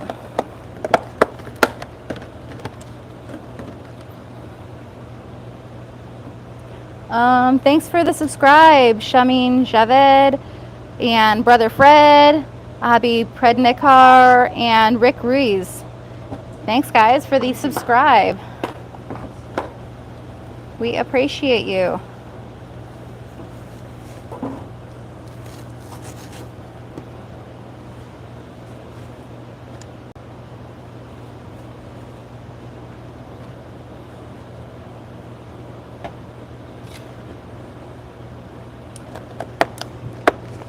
Got 17 people watching. Is anyone else harvesting today?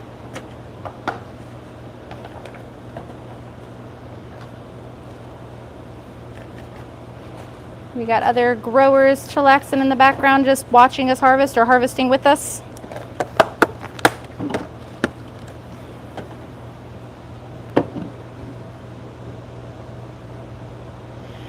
I saw it when I was a teenager. I never could understand why we didn't have community gardens in every community and have a system funded to not lose resources in the organic waste. Mike's mic is low because Mike's mic is charging because Mike's mic died. So Mike is without mic. So I'm kind of talking over here and sure Mike's picking me up a little bit. Sorry. He's got to yell for a little bit.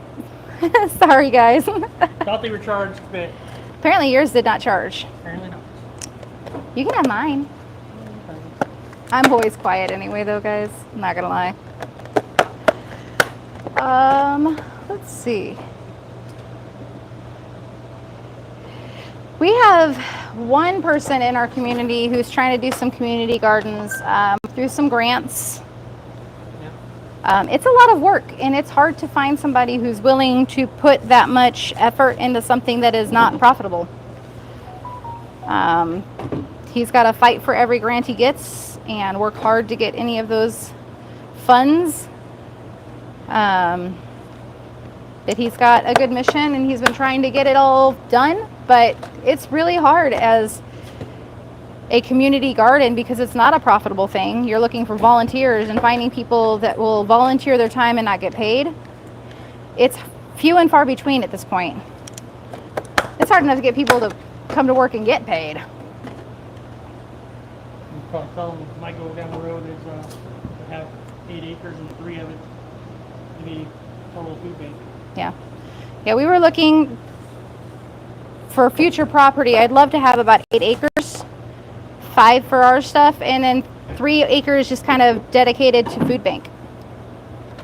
Have that about 3 acres is amazing amount of production you can do within a reasonable amount of work, and we could do that completely for a food bank. It's really important to not forget why we do what we do. Produce that is thrown away has the potential to germinate in a landfill. Yeah. Things can grow on. We throw these in a landfill and they probably grow beautifully out there. I know arugula grows really great in my driveway cracks. It doesn't like to always grow inside the trays, but if it gets in the driveway crack, you can guarantee it's growing.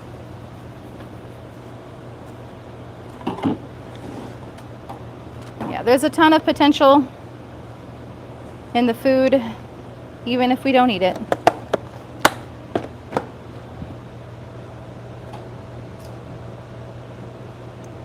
Very true. I spoke to a farmer years ago, and it was very clear it was a misallocated resource, not a lack of production. Yeah.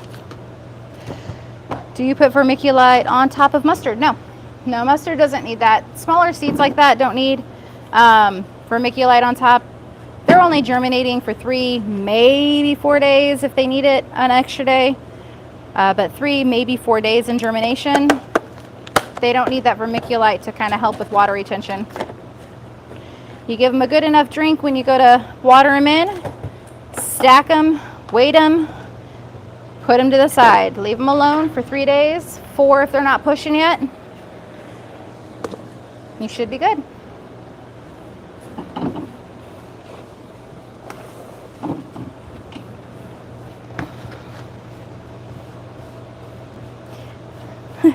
It's not ideal. When you throw it away, it has the likelihood to cause issues. Bugs eat the infected plants, birds eat the infected bugs, and the cycle extends. Yeah. Not an ideal situation. I would love to find more farmers and chicken people to come get the stuff. That would be amazing. Working on it. We're working on it. We're trying to connect with as much of the community as we can. Farmers market's a great resource for that as well, connecting with others. Like I said, we used to do it all composted at our house, but we did not have enough space for that. And commercial composting facilities are not available here either. We used to have a commercial composting facility we used to be able to take stuff to, but the city mismanaged it and couldn't handle it, and then they let it go to a company, and then they said they wanted it back because they got tired of paying the company, and now there's nothing. Yeah, city at its finest. Oh, that was weird. Did reconnect for a moment. That was weird. It's like just reconnected. It might be. It's not plugged in, but it should be all right. It should be fine. You're there now. Oh, you like jumped for a second. That's all. I don't feel like this. Why is it still blinking red? That's strange. Hit connect. Hit the yellow button on it. Did it like disconnect from its base? Put him in his base. I was in the 90s. I was a horticulturalist, but with the hemp now, I went to try microgreens here in Tijuana, Mexico. Microgreens could be huge there. Your weather is amazing down there. Climate control would not be as much of an issue if you could do greenhouse growing. Yeah. Where are you located? Colorado? No, we are in Illinois.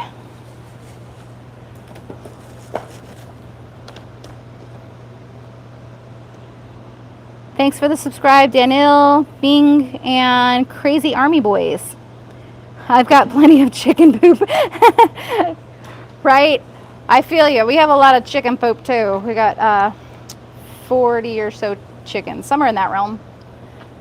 We lost count after a while. Chickens do that. Chicken math is a real thing, guys. When someone tells you that chicken math is a thing, believe them. I'm going to buy 6 chickens. I bought 15 chickens. I lost a chicken. I don't know where it is. I bought 10 more. None of these chickens count as pets because they're all workers. Central West Virginia, very cool. Beautiful out there.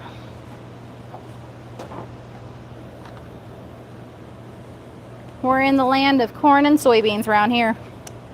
Lots of row crops. Agriculture is our economic driver here, but it's not the agriculture we do. We do not do row crops, unless you count the tiny little rows we plant our tiny little seeds in. Sometimes millions of little row crops.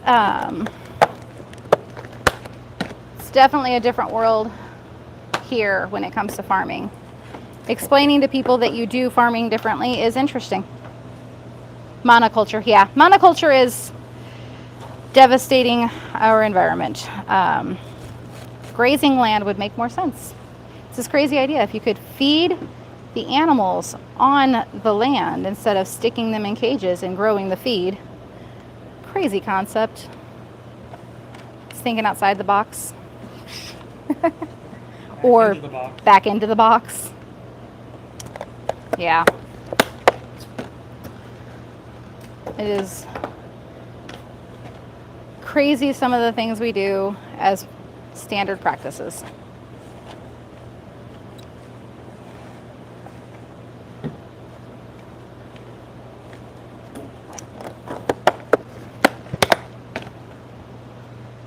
I do permaculture. Awesome.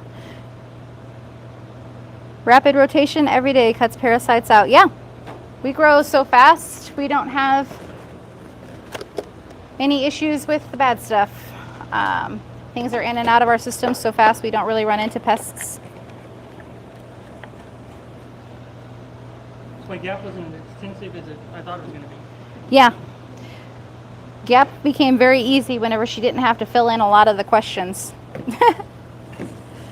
No-till, crop rotation, native. I love it.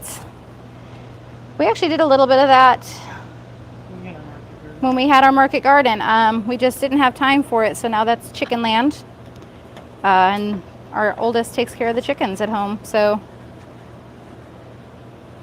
we did a little bit of that. Loved really it. Old video. I think we put it on our channel too. Yeah. With PBS. Mark. Oh yeah. And we were growing lettuce in the winter in low tunnels. Low tunnels in the backyard, in the little backyard market garden. We did low tunnels. It was January when he filmed that. And we still had lettuce in production in Illinois for the winter markets. Yep. We were the only one with lettuce. Yep. It was easy to sell lettuce. And Yeah. you're the only one who can have it. Not can have it. The only one that puts the effort into doing it.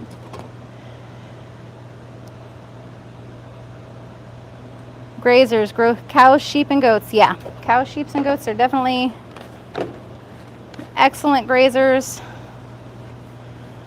They put nutrients back into the land as they go, instead of stripping the land and adding chemicals.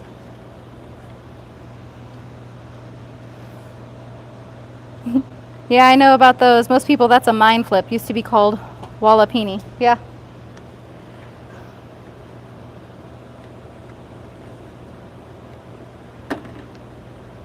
It's funny how people forget over time so quickly, and it's not been that long.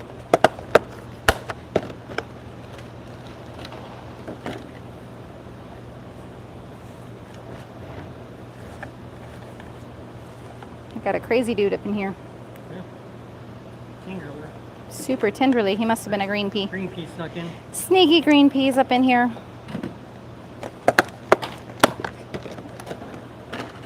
If you guys ever try to grow green peas, don't let them get too tenderly because they love each other very much and you can't get them apart. Less than 20 years. Yeah, it doesn't take long. It's like one generation and people start forgetting so fast. Just a single generation. So many important pieces lost.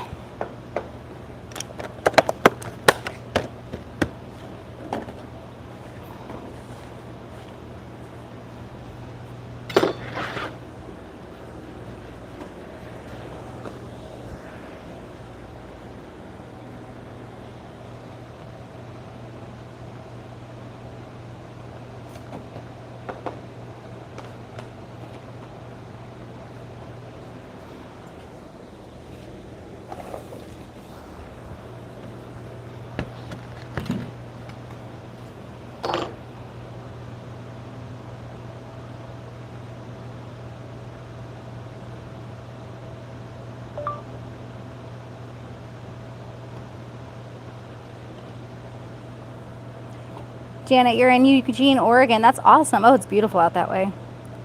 What's your opinion on genetically modifications to plants using the different methods now available? No. No, I think we jack with nature way too much. Selective breeding is one thing because you can choose the traits that you like, you know, good germination, things like that. But when you run into genetically modifying, you're jacking with things that nature did not intend. Not a fan of the GMO crops. They claim that it's because they need to feed the world, but at the same time they're trying to reduce the population. So that's a whole other, that is a rabbit hole, guys. You don't need to go down. That is a whole rabbit hole.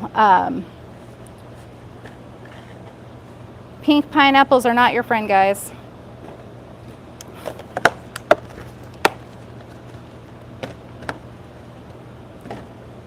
Or the salmon, that's allowed now too.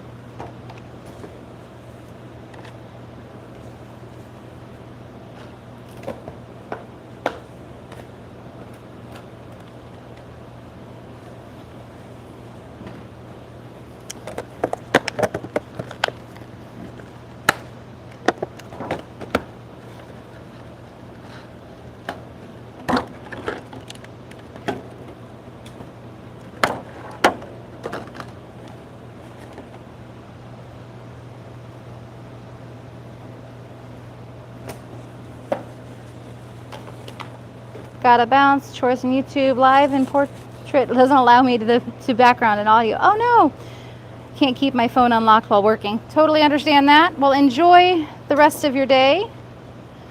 Thanks for stopping by.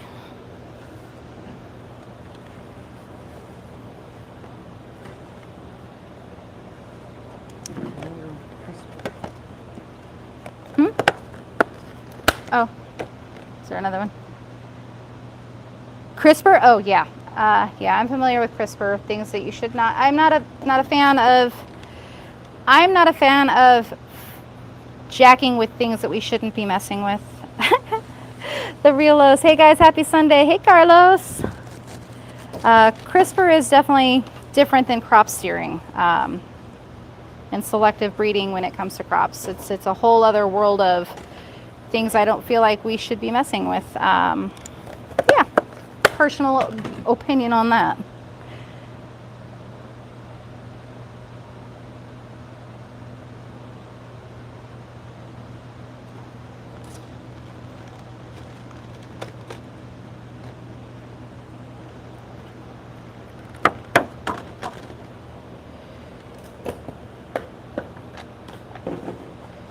There are lines I feel like we just shouldn't cross.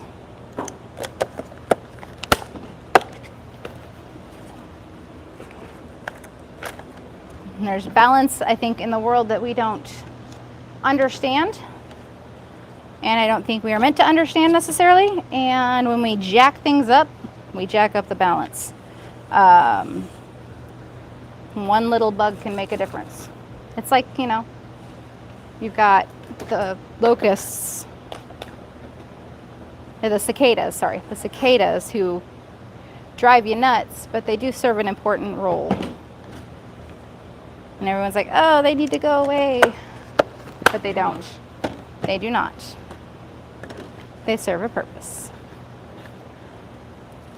So when we start taking pieces out of the puzzle, you run into problems.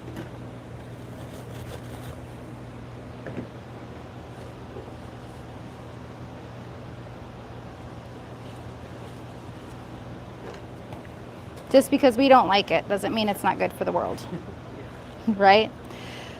It's like broad spectrum herbicides. When they introduced those, prior to their introduction, lawn mixes, like growing grass in your yard, grass seeds, included clover, because clover is a nitrogen fixer and it's really great for the world. But then they found out that Roundup also kills clover. So then they were like, clover is so bad for your yard. I mean, it's really not, but because their herbicide also killed it, they wanted to say it was bad. And then, you know, everybody starts coming up with gluten issues that are really glyphosate issues, but rabbit holes. You're getting down rabbit holes here. I am. I need to stop going down the rabbit holes before YouTube gets me in trouble. They're leading you down the rabbit hole. Come back out. Come back out. Let's talk about microgreens. Yes. Farming. Yes, let's stay out of that because I don't want to get in trouble on YouTube. I get in enough trouble by myself.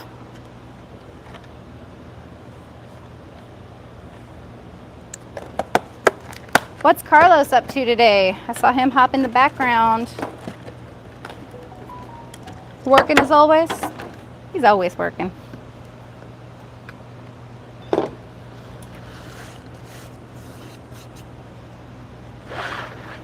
Wow.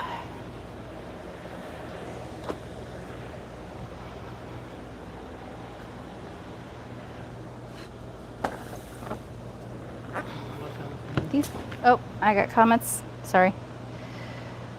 We have so many organic farms here, and my daughter and her husband have a restaurant. Her standards are local source, house-made, and organic. I love it. Need more of those. We have a few really great farm-to-table style restaurants here. Got a few. Need more. Less McDonald's.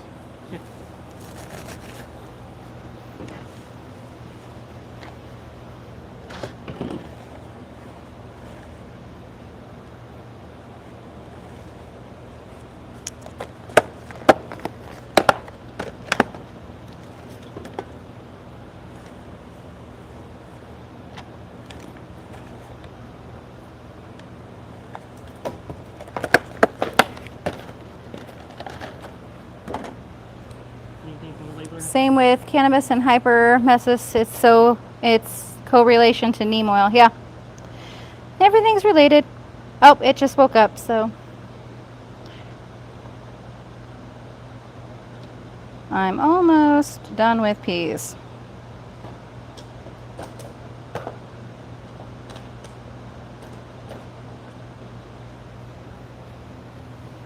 Apparently we wore the kid out over the weekend because he was definitely asleep before we got home. Probably working from home Saturday, yeah. We will definitely need to evaluate that schedule. More peoples. More human power.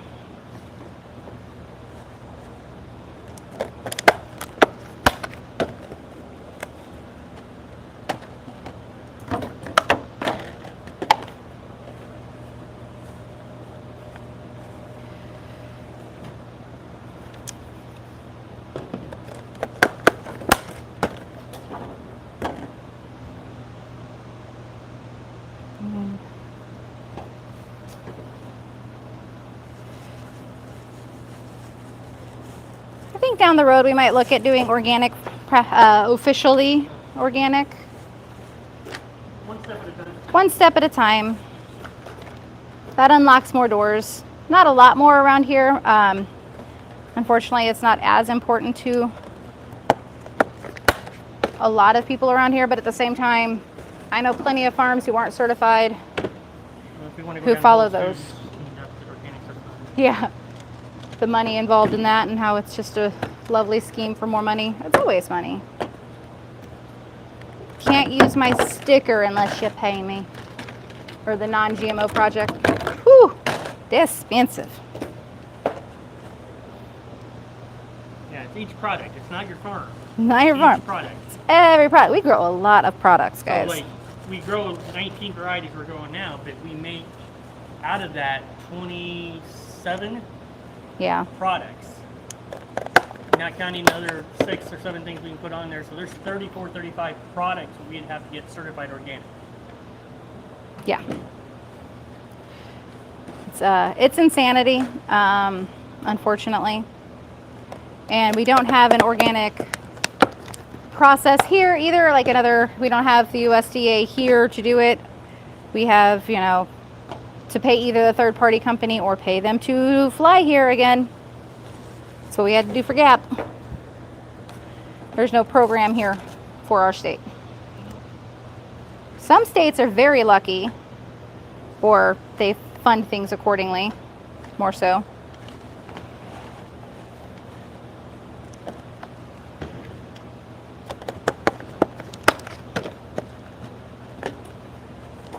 It's like up in Montana, it's like $600. Yeah. Shh. Must be nice.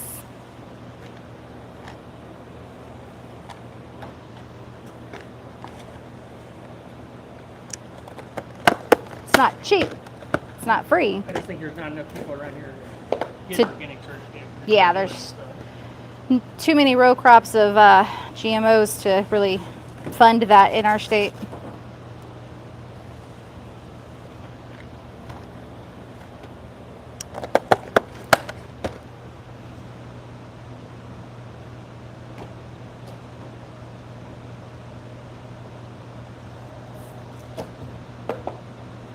If you guys want to talk plants, you would enjoy our Seed to Stone Discord I'm a part of. Oh yeah. I don't really do Discord a lot. Just I got enough stuff. time. We have a Discord channel. We just never really are in. Just a matter of time. I try to minimize distractions as much as I can. And I don't mind talking while I work because I can do harvesting and chat. But it's definitely a balance of maximizing every minute I got.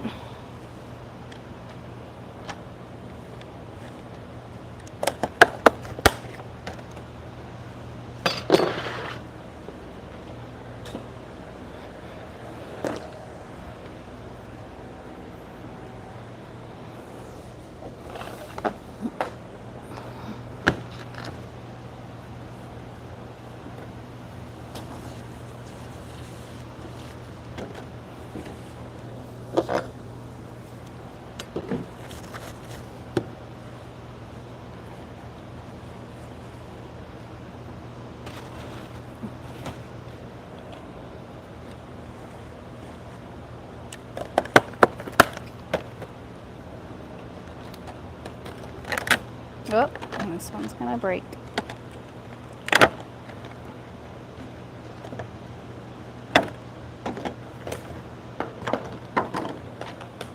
The downside of using tamper-resistant packaging is sometimes it resists you, and you break the seal when you try to take them apart from each other. Bummer. So we do have a little bit more waste because of that.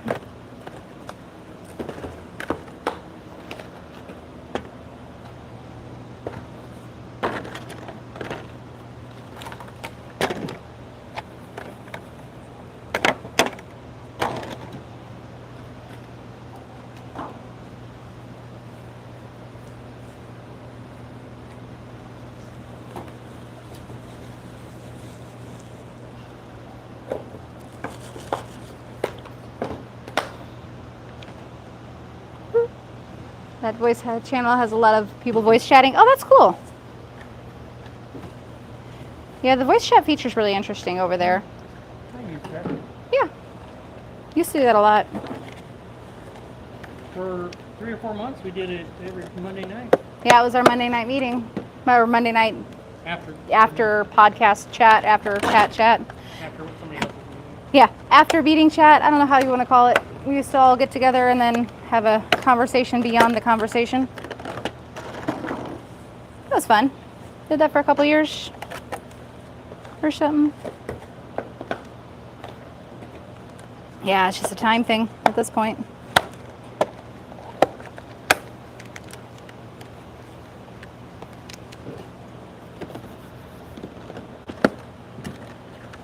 Usually if I'm on any kind of social-ish media, it's either marketing for the business or in our school group with our students. Try to use my time to help others. Let's see. I've been enjoying it. It lets you meet really interesting people and learn things you would have never hear outside of casual conversation. Yeah, that's awesome. Oh, thanks for the subscribe, Giorgio. Appreciate it.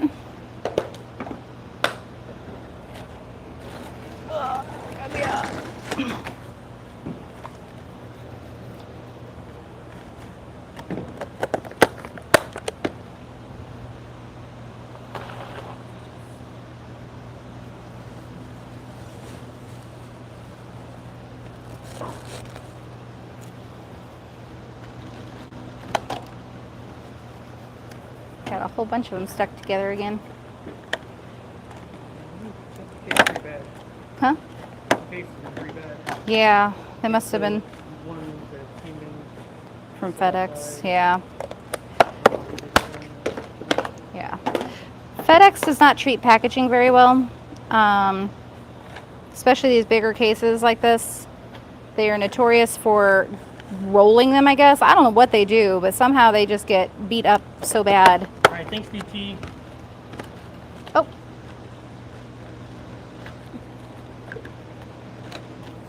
Well, have an awesome day. Enjoy your Sunday. Oh, dang it. I broke him.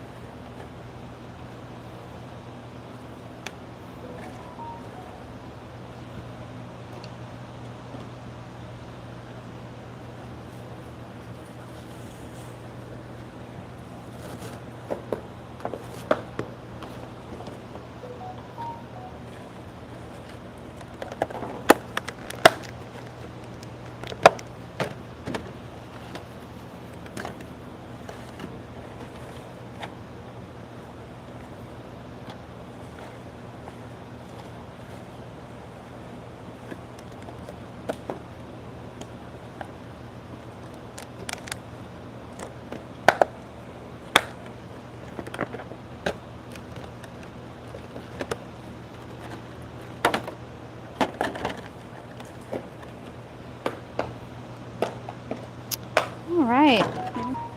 Anybody else harvesting today? Growing anything today? We got 15 people talking, or not talking. Watching, not talking. Feel free to ask questions. We're here Or keep watching. working, yeah, or keep watching. We can answer questions while we're working. Otherwise, he gets to talk to me. Or we just Wahaha. start talking about random stuff. Or we just start talking about random stuff, yeah. All the randomness of it all.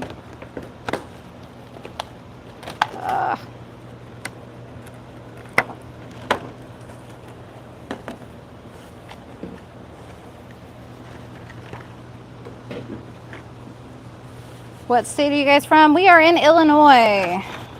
Where are you from? Yeah, check in with everybody. Where's everybody Check from? in. Where's everybody from? I know we got some from Florida. Florida. Someone was from West Virginia. We had Oregon. Let's see, who else? We had one from Germany earlier. I don't know if they're still watching. Yeah. People from everywhere. I love it. Where are you guys from?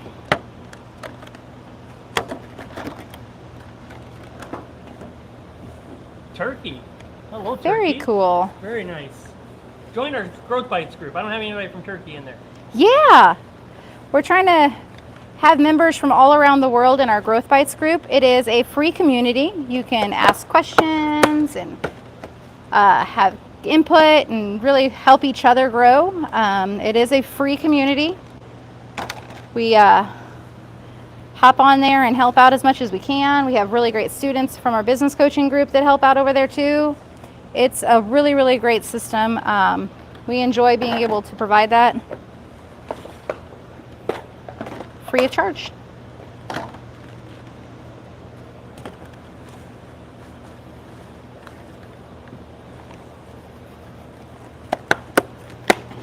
California, Northern California, Kentucky, awesome.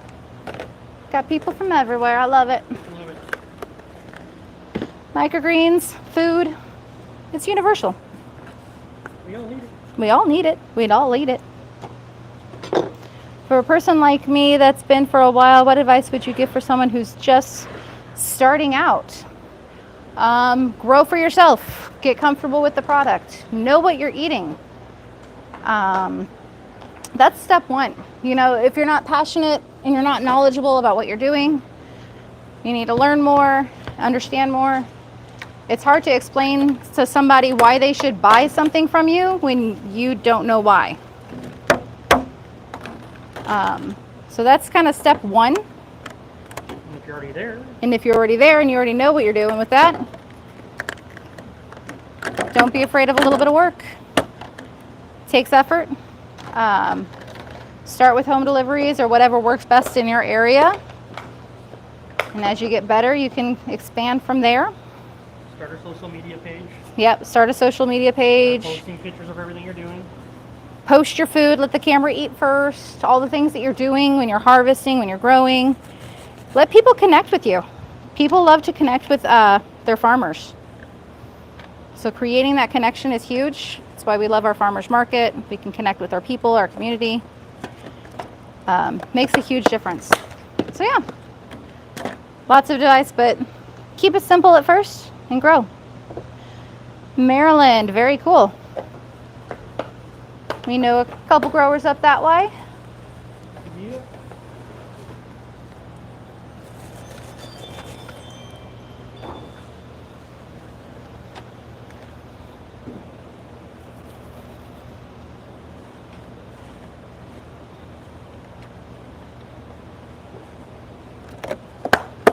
It's so crazy. Like Maryland is such a tiny state, but there's so much population density up there.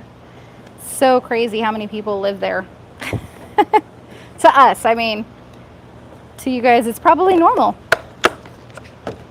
For us, we grew up in towns where you had to drive 20 minutes to do anything.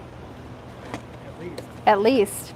Now it's just a grocery shop or basics.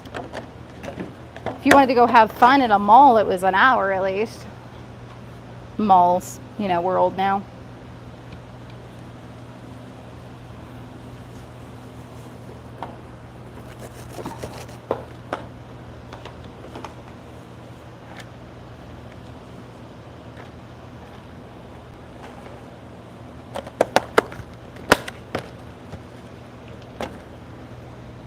How long have you guys been in business? Commercially, we've been growing for over 4 years. Yep. At a commercial scale, personally, I've been growing for a lot longer than that. But for actually growing and selling, over 4 years. We've been in our commercial space here at the warehouse for about 9 months, almost 10 months. 10 months. Oh, 10 months, okay. In a larger scale commercial space. We grew at our house until we ran out of space. Bursting at the seams level, growing on top of racks basically. Hit the point where we couldn't get any more business until we moved out. And that's the point where we moved.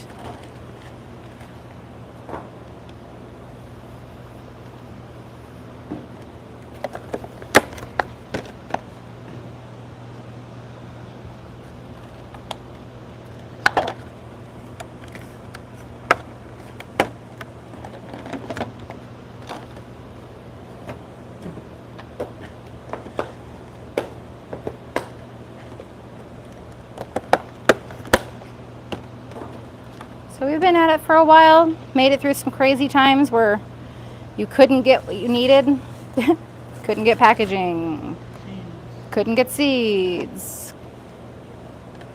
Yeah, all that fun, crazy times. But I think it helped us learn how to be very adaptable very quickly. We learned how to overcome a lot of those challenges because we had to.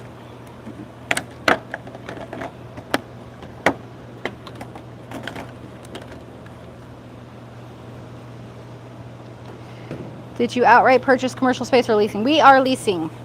So we are leasing about 4,000 square feet. We operate our business debt free, so purchasing a building is not in the cards quite yet. Yet. We did have a neighbor move out next door, so that wall right there on the other side of that is about another 4,000 square feet that looks very, very tempting. 4,074 square feet, yes. Looks very, very tempting to kind of hop over there too. Maybe we'll see how these distributors start working, but I know that space is open now. So it is tempting to build our own space, but at the same time, that is not a cheap endeavor as we do heat and cool this entire space. So that's a lot of HVAC, a lot of electrical. We've got 4 more years on our lease, guys. 4 more years. That sounds like a dangerous thing to say right now. 4 more years. No. No. Not that. Good times. What are some things to look for when looking for a commercial building? So, 1, zoning. Number 1, zoning. Have a realtor who's looking for you, who understands what you need. They don't charge you to look, okay? So you can look as long as you need to. They don't charge you at all. They make their commission on the other side. But zoning is the biggest thing. Understanding what zone you need for what you're doing in your city, depending on what the rules are where you are. Making sure it's a space that you can use. That was our biggest challenge. And it's something that some growers don't realize is the challenge until after they've signed their lease. Understanding the needs of ceiling tiles, covering your light fixtures, no glass exposed. That food safety side of it, understanding the food safety side of the space. Heating and air conditioning, having HVAC is important as well. A lot of our spaces that we looked at were heated, not cooled. Be picky. I mean, take your time. Take your time. Make sure you really can utilize that space. The worst thing is like these spaces are 5-year leases a lot of times. 4, 5, 6, 10-year leases. You never know. So you start talking to a company or a realtor what leases they're looking at. But some of these are long term. So if you're looking at going here, you better be willing to make it work and have the business to pay for it for at least that time frame. You can't just walk away from these.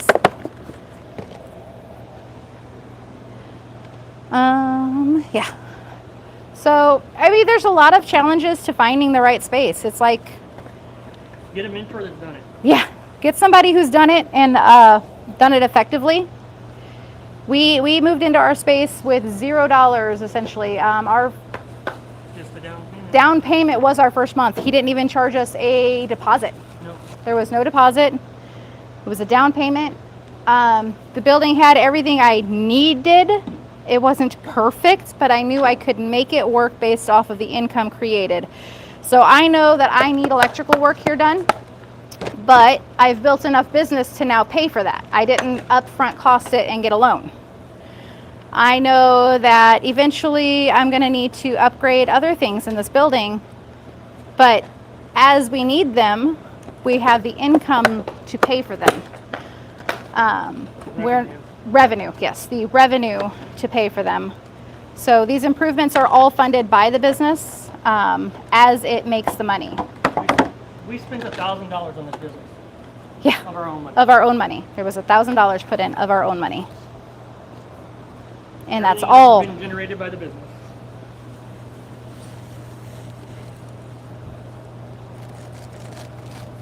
So there's definitely key pieces to look for. And that's definitely something we could like really dive into in detail with like within our community on growth bites. Or if you're looking at major business, you can do the business coaching. We do Half price right now, over half off. Yeah, it's over half off right now, but we do the Q&As twice a week. And you can ask all sorts of questions. It's on Zoom. We record them. You can review them. If there's property you're looking at, you can show it to us. We can Yeah, we tell can you the good and the bad of it. really dive into it in detail with you.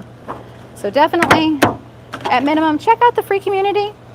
Get to know us if you need. But if you're like really looking at the heavy business side of it, for sure, look into the coaching. Thursday, the podcast starts back up. We'll finish offering that $47 a month at that point. Then it goes back to $97. Our goal is to keep that group pretty small. We want to be able to give the attention that is needed. We do not make money on coaching. Mike likes to buy cameras, not gonna lie, and new commuter stuff and new microphones. That's what his business coaching funds, his love of having really nice equipment to give better content. So I pick on him for it, not really. But it's not our source of income.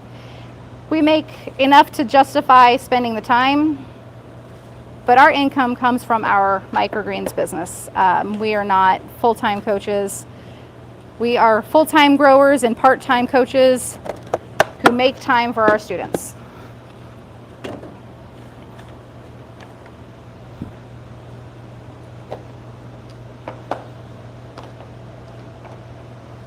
All right, back to this. How and where can I sell microgreens? Everywhere. I mean, people eat everywhere. So home deliveries, farmers markets, restaurants, grocery stores, CSAs. There's so many outlets to sell on, even online farmers markets. There are so many ways that you can sell microgreens. It's a huge market potential. You just have to know what the rules are in the community you are in for like business licenses if you need them, or insurance qualifications for some markets. Just knowing the rules and working within those, you're fine. Very informative. Thank you. Where do you get the clear microgreen packaging containers? So these ones are Dart brand. We get these ones currently, you can get them from Webstaurant. We're getting it from someplace else. We are now getting them from a larger supplier, but I go pick them up on our route. We found a warehouse actually 2 minutes from one of our deliveries. So we are able to pick up pallets while we have the box truck literally 2 minutes away. So super nice. But there are sources. We do link those. I don't remember if it's in the growth bites for our supplies list.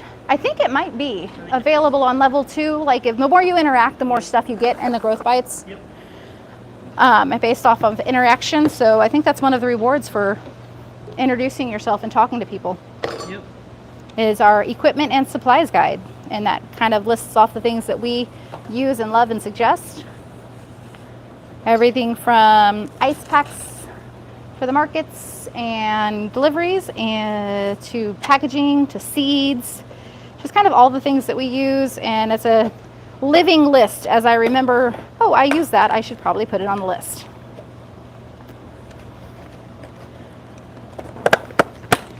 So it is a living document that continues to change and grow over time and eliminate things that just aren't working too.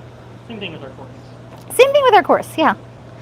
Thanks for the subscribe, Kenny and Jerida. Thanks, guys. We appreciate you. What temperature is the room now while he's packaging? This is a universal room, so we are growing, germinating, and harvesting in the same room. We are at 74. 74 degrees. So warm enough to grow, not so hot. And then We'll get these packed up, we'll get them labeled here in a bit and put into the walk-in cooler.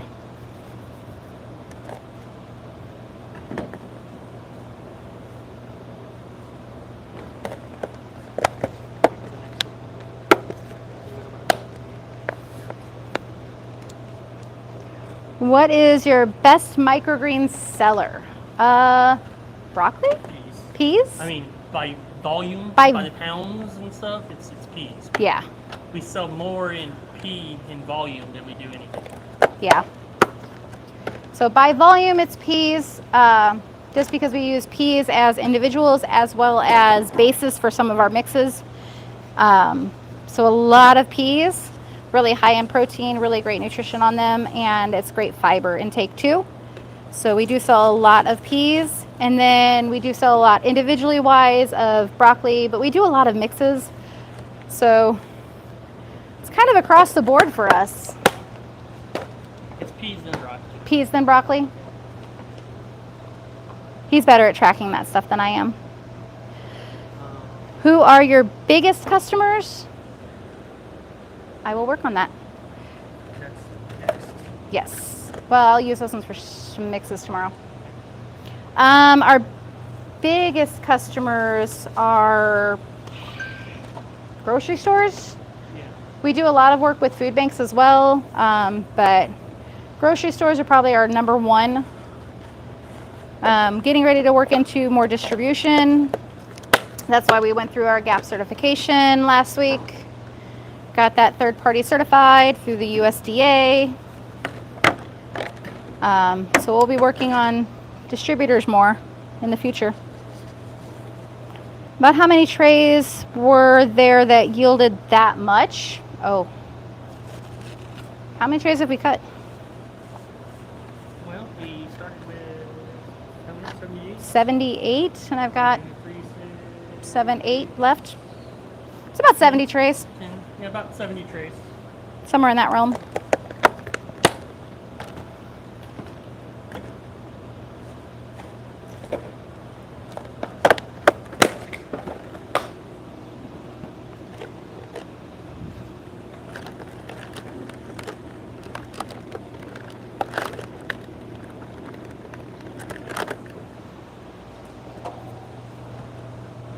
Oh wow, nice. Thank you. We got almost 600 trays that are coming off the shelf this week. So Yeah. We will be harvesting about 600 trays this week. Every week, really, but this week especially, you know, normal.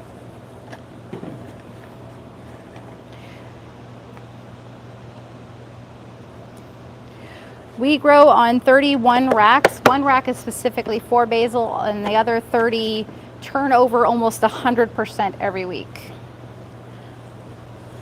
98%. We got some beets. Well, beets are down to 10 days. Leeks, cilantro. So three trays. So Yeah. 597 of the 600 come up every week. Yes. We maximize our space. You'll hear a lot of growers go like, we grow like 30 racks. We have 30 racks. Okay. But how many trays do you grow a week? How many trays do you harvest a week? Yeah, Not just how many are growing, because I have a lot more if you count all the basils and stuff, because they just chill there for 4 weeks. So Just be careful when you listen to people on the internet. there's a lot of strategic wording I've found. I could have 100 racks, doesn't mean I use them all. Yeah. So the verbiage is a tricky one when it comes to a lot of larger scale growers and farmers in general. Some people are really trying to sell you on stuff. I mean, I want you guys all to be in our coaching program, but I'm going to tell you the reality of everything too. Yeah. Yeah. I am not going to tell you any sugar-coated lies. This is not passive income. I do work a lot. But I love what I do. And I will work this over any job, any day.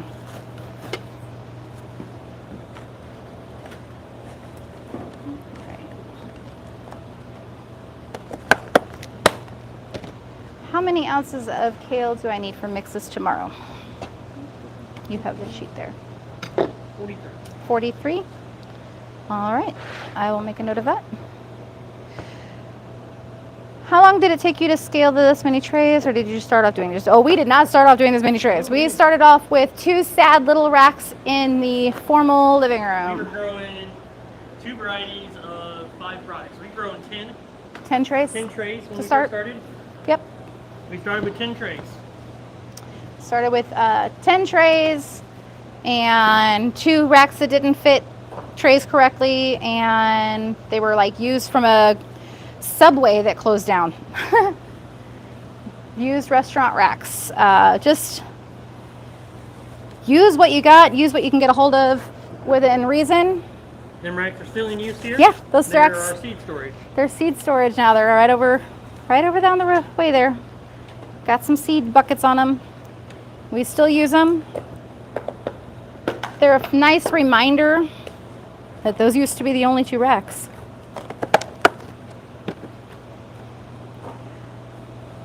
What do you do with the soil after harvesting? So we do give some to a couple chicken tender people. They're not really chicken farmers, they're home people. We do give some to our chickens at home, and the rest, unfortunately, still goes to the dumpster, but it can grow elsewhere. Long term, I'd love to be able to work with more farmers to be able to utilize it a lot more, but that is not in the cards at this moment. We're working on it. Working on it. When we were at home, yeah, it all went to the back to our chickens. We literally dumped it right out of the trays to the chickens. Yep. They loved it. Except peas. They don't eat peas. They stand on the peas. They love to stand. They're really great Doormats. foot cleaners. They stand on them, they wipe their feet. It's like And doormats. Peas do not decompose fast at all. Yeah. Pea mats. If you put them in compost, it's going to take a while. Yeah. Everything else is fast. Peas, not so much. Issa, thank you so much for doing this live stream. Absolutely. I love being able to chat it up while we work. We're here anyway. We may as well have a nice conversation in the process. Otherwise, he gets stuck talking to me the whole time. Poor guy. It's crazy. In the good way, I swear. Do you use coco coir at all, and what's your opinion on it? So coco coir can be used at a smaller scale. It is a pain to rehydrate and mix. You also need to use a nutrient of some sort to help the microgreens grow. So ocean solution, which means you're watering out of a bucket or a sprayer or something like that. So you're looking at a lot more limitations on growth. We use Coco Loco right now. It is a pre-mixed cocoa-based potting mix, but it is it does have some really great beneficial things in it, like bat guano and ocean or forest products and all sorts of stuff. All sorts of fun stuff in it that really help the plants grow. We get amazing yields compared to our Pro Mix days. Most of our videos on our channel, if you ever look at our how to grow videos, we go through a lot of varieties.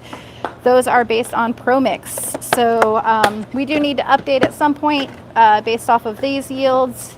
And overall, the process is the same. I just don't have to water as often because this does retain water a little bit better too.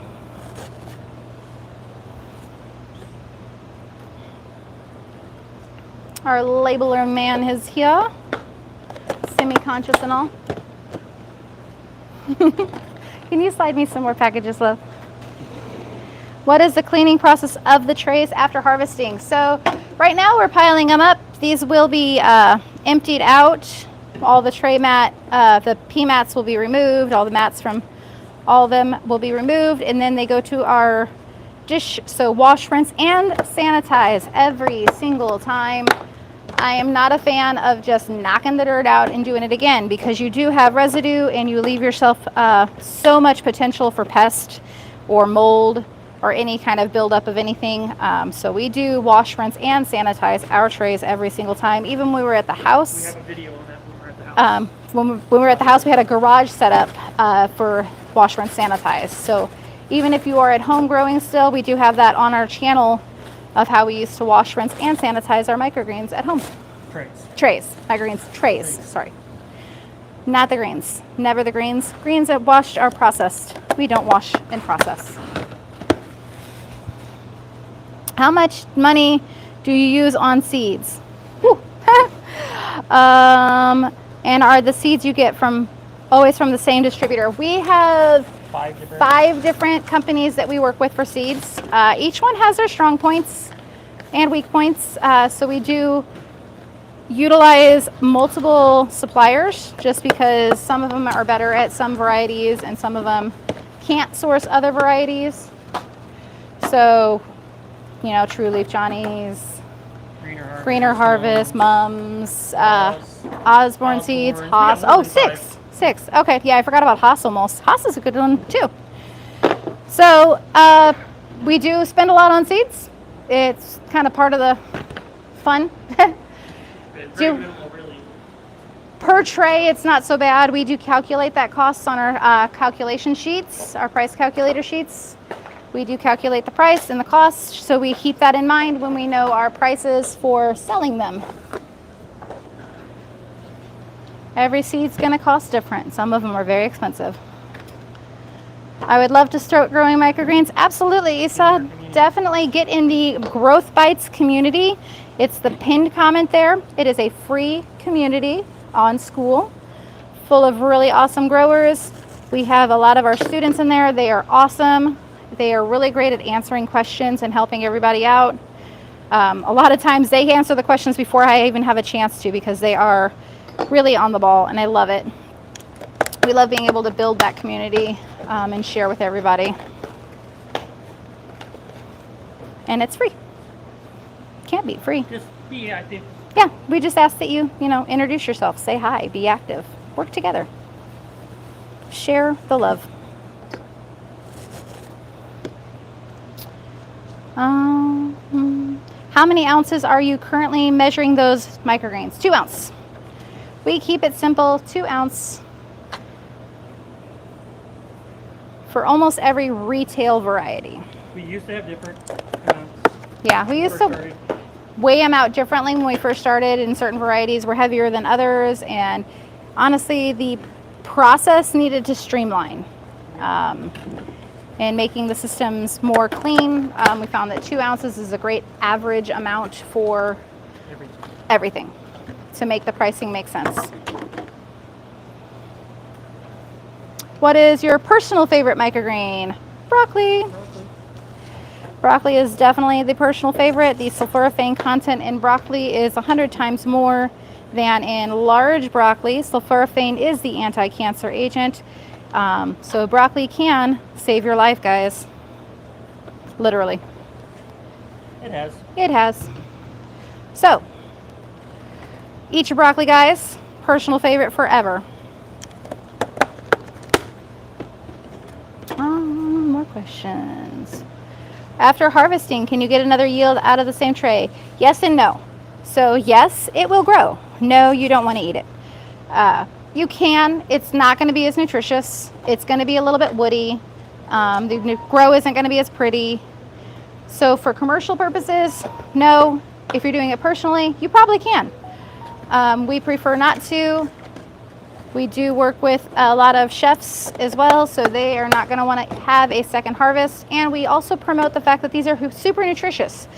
And almost all your nutrition is going to be in that very first grow. So nutritionally not going to be the same. So as a commercial grower, it would not be ethical to sell a second cut. My phone is going crazy. Oh, other farmers liking my Instagram stuff. So if you're growing personally and you're just doing them for you, go for it. You can try it and experiment with it. Because we do grow commercially and we do promote the health side of these, it just wouldn't be ethical.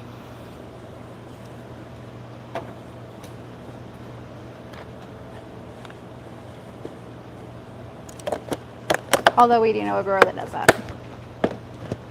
Yeah.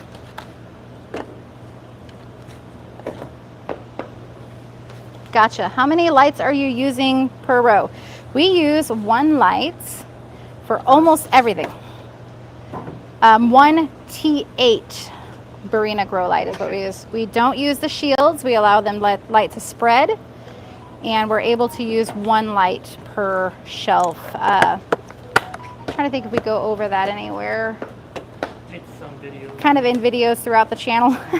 Throughout the channel. It's in the course. It's in the course, Lighting, yeah. So. In the lighting for the course, but publicly, I don't think we specifically go through that. You can just see it in our videos.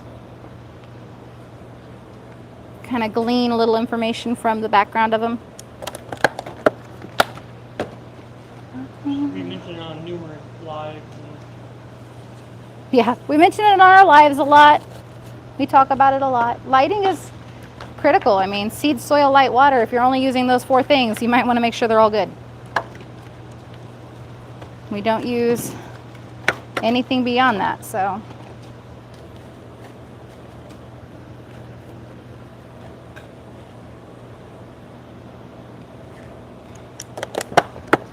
We do say don't use a shop light. Use a grow light, something full spectrum. I like the pinkish. We have a link for that on that equipment guide that's in the growth bites. So you can kind of see exactly which ones we're using. Full disclosure, tell you exactly what I use. Thank you, Itty Bitty. You're most welcome, Vital Fitness. Yeah, thank you so much. It's a lot of help. I've been researching about microgreens because I wanted to start growing them myself and sell them at a local farmer's market. Awesome. Go for it. Definitely get into growth bites. Ask lots of questions. Get in with the community of other growers. That's important. People who understand the work.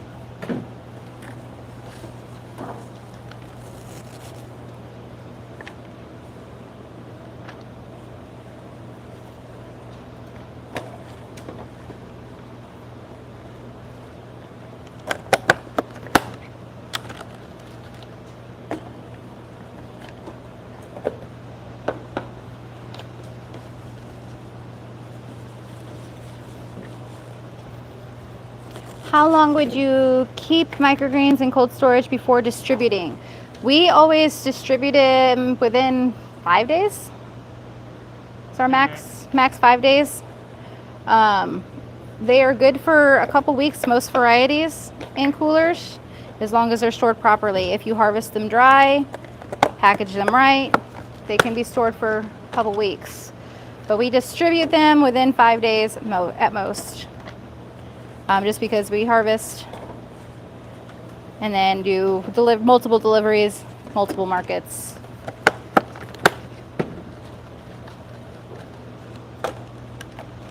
And we're only 3 people. Yeah, and we're not enough humans to do it all the same day or the day before for everything.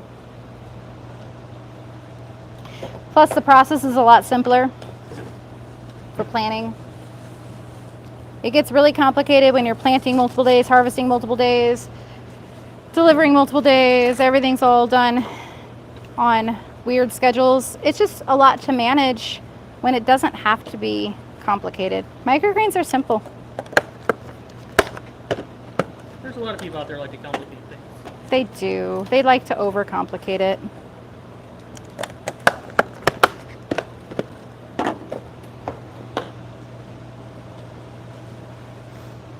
What temperature in the cold storage? Our goal is 38 to 42. If you get them too cold, they will wilt. And if they get frozen, they don't come back. So you want to keep them away from that 32 zone. Once you get into like get below 38. 38 is good. 36 gets kind of tricky. They'll start wilting. It damages them. Think of basil. Basil's at full size, full leaf basil is actually held at what, 50 degrees at most, lowest. It'll start bronzing and dying off if you drop it too cold, it will die. Like die. Fast.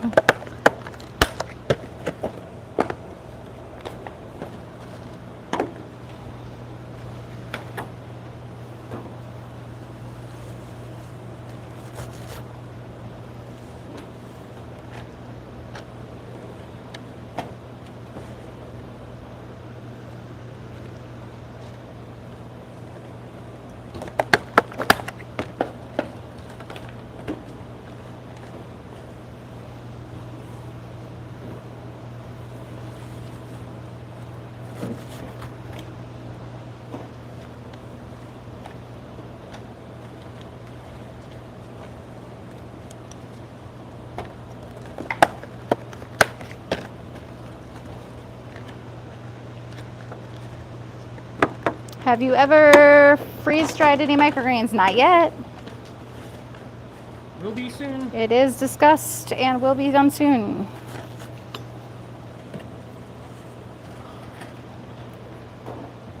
We may or may not need to have some electrical work done before we get a freeze dryer. We're going to have to do some research. We'll probably have some electrical work done and get that put in. And we So, don't have the space to grow and to use them like that right now. yeah, it's that space thing. That darn space thing.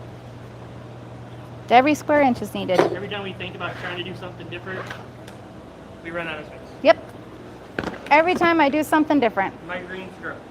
run out of space. I gotta grow more microgreens, and microgreens are our primary product, so they do take priority over any other side products.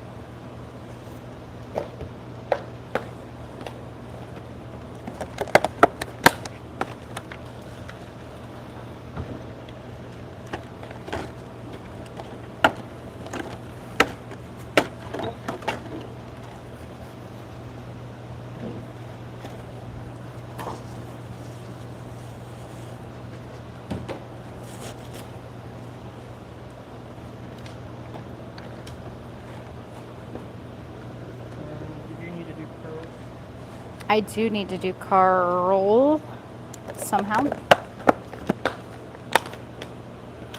Carl is getting 2 smaller packages. I have one. You gave me an extra one. I'll do the sunflowers and peas in that. Do it that way. Sure. Sure. Do you ever go to farmers markets and cut trays for people live, like a live demo or something? No. So to live cut, you also need to have a hand washing station. You have to bring live trays. That's space for storage. Don't have it. You have to do something with those spent trays we're at the market that looks nice and tidy, which I have yet to see a farmer figure that out. Other than when we're doing live demos for like expos, we bring live trays and we'll live cut, and so people can see them, and it's really cool. But it is few and far between, and really more geared towards increasing sales at a commercial level. It's more like expos where there are buyers from companies. Every year we do it at the expo. Every year at the expo. Other than that, no, not at farmers markets. We sell too many mixes. We sell a lot of And that's mixes. hard to make cutting live. Cutting live mixes would be very, very, very hard, because then you're cutting multiple trays and mixing them together, or while layering them like we do. That would be very difficult. Our people don't really have the patience either. I don't know where you are. People around here do not like waiting in line as much. They will lose patience and go to the bakery. So they like the concept of grab and go. It's already packaged. They don't have to worry about it. It looks like what it looks like in a grocery store. Yeah, and it's a familiar package. It's the exact same package that they would find at our grocery stores locally that we sell in. So it's a very familiar product. It has the same feel. It has the same look. It's very consistent across the board. And it's less stuff for me to have to bring to the market because we get crowded real fast in a minivan for the market. We only have a 10-20 space. 10 by 20 space is not. Take up a lot to harvest here. Yeah. I know Joe does it, but But they always have a line. you can never calculate how much sales you're actually losing Yeah. either. How many people walk out of the line? Or walk by and like, eh. I don't want to mess with that. Yeah, they just walk by. I don't want to wait there. And you're limiting yourself. Our first year at the market, there was another mushroom / microgreen grower that tried to bring their microgreens in live cut. One, they were handing them to people in paper bags. Obviously not going to last very long. And I think they did it like 2 weeks in a row, realized that we were doing prepackaged, and then stopped bringing their microgreens and only brought mushrooms. Because people learned that they didn't have to go home and immediately eat microgreens because they were cut and put in paper bags.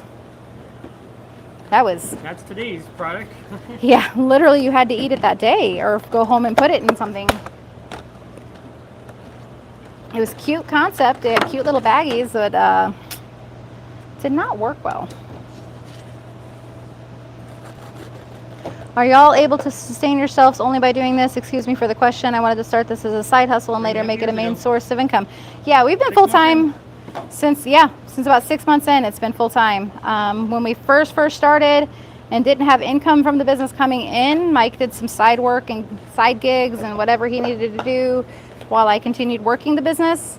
By 6 months in, we were both full-time. This has been sustainable since then. It does take time and effort, and there aren't vacations, we'll be honest. But we knew that. We didn't really get vacations anyway. We were working all the time anyway. May as well work for yourself.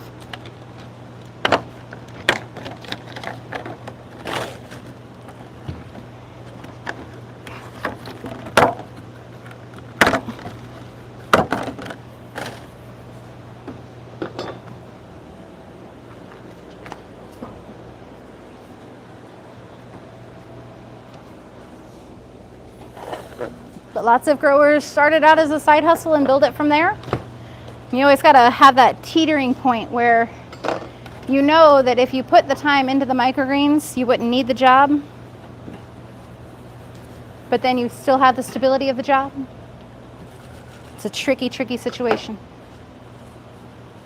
I never steer people in a specific direction, but sometimes you know that you could do more without it.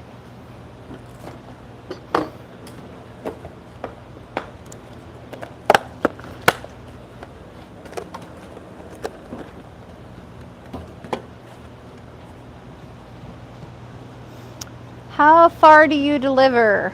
We don't ship. We do ship off, yeah. We don't ship. We deliver pretty wide radius, 150 mile radius. So we do have some large customers, and they are within 150 mile radius. Home delivery wise, it's only within town, really, really close, just for those smaller ones. But for our larger companies, they're pretty wide radius. We are not in a very densely populated area. So there are a lot of towns. Radius, we probably don't have 1.5 million people. Probably yeah. Maybe not even 1 million. I'm thinking there's probably not even 1 million in that radius. So it's a very, very wide radius because we don't have that density. We are surrounded by cornfields no matter where we go. So we do have to drive to get this done. Some growers are in much more densely populated areas, and that potential is much better for them because honestly, there's just more mouths to feed. You will hear one grower out there that says he lives in a small town, which is about 120,000 people. He calls it a small town. He calls it a small town at 120,000. Which he delivers 30 minutes away to his large town, which is Calgary, which is 1.5 million people. So he's not a small town person. Yeah. That's not a small town. That's not a small town. I live in a small town. One, that's not a small town that you live in if it's over 100,000 people, to me. All relative, I guess. I guess it's relative, yeah. If you are from the million plus and then you go to the 100,000, that's probably a small town feel to them. Yeah. So yeah, we have to do some driving here, but it's all matters what population density you have. Yep. What is your next goal are you trying to reach? So we've just finished our GAP certification. Did that last week. Everything's official. We are going to be working with more distributors as our next step. As we progress as a company and continue to grow, distribution is our next goal. And hire people. And hiring people. More humans. So the tired one over there doesn't have to work quite as much. I wore him out yesterday, guys. I did. He's talking about me.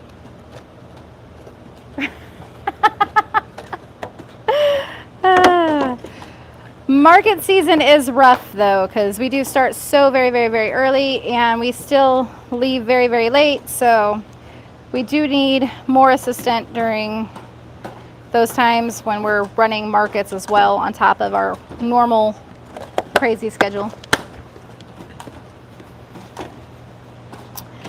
How many employees do you have or plan to hire? So you see the staff. Well, you don't see me. I'm on the other side of the table, but you can see the rest of the staff right now. That is the company. Thanks for the subscribe, 77 SRO and Lavia Supal. Sorry I missed what certification is called. What does it do for you? So it's a GAP, Good Agricultural Practices, through the USDA. So United States Department of Agriculture has certified that I grow safely. That is a requirement for many larger companies, distributors. They require that you have a third-party certification like that, just so they know that you are a safe grower and the product that they bring in from you is safe to send out to their customers. How many? Okay, that's how many employees. Okay, I think that's all of them.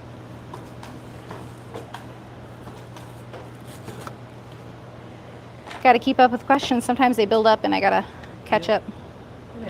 Yep. Got a lot of really great questions today. Considering Mike's mic died. He's a, I don't, yeah, it doesn't make sense why yours is dead and mine's not. So now I get to talk all the time and you get to yell.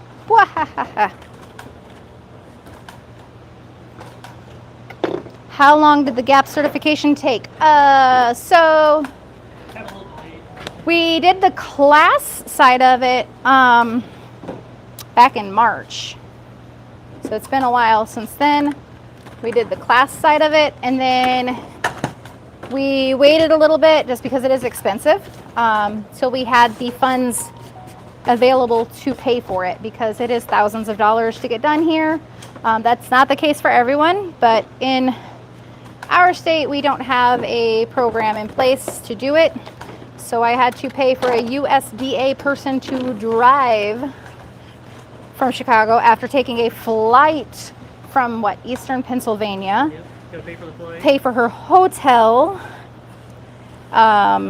All the hours, every hour they spend on the farm and every hour they spend on my paperwork is all their hours of drive time, $165 an hour, something like that. Yeah, it's not cheap.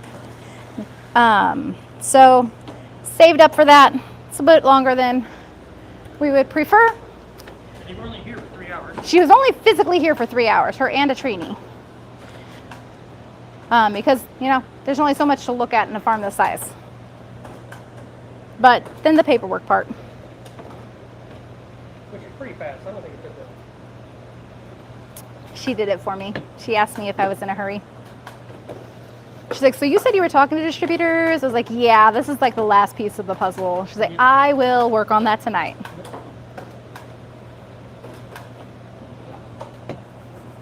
She is very nice.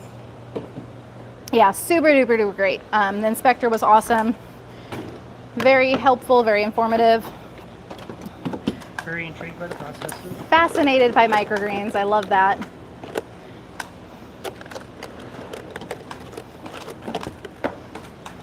She was very interested in microgreens in general. I don't know how familiar she is with the process, but she loved the fact that we didn't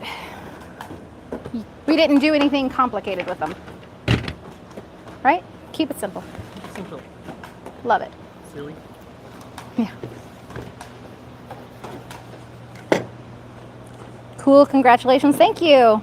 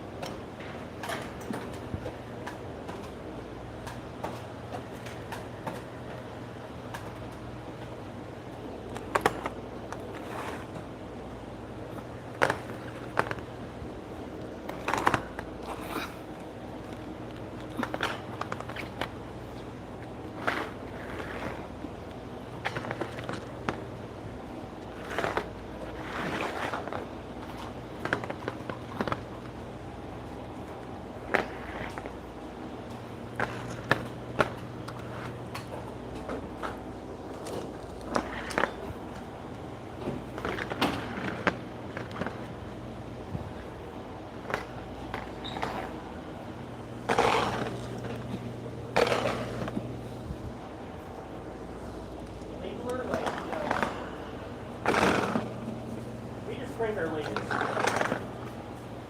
What was it? Labeler. What labeler? We print our labels with a laser jet, also in the equipment guide. So we do print our own labels. So we have the flexibility to change them as needed, modify them as much as we need. So if we add a new variety, it's super simple. Actually much more price efficient too. What? I need more date things? Okay. Got you. And then you'll see Micah on the back side, Julian dating them. That is our lot tracing. So we're able to trace everything that's grown. Is the gap yearly or one time?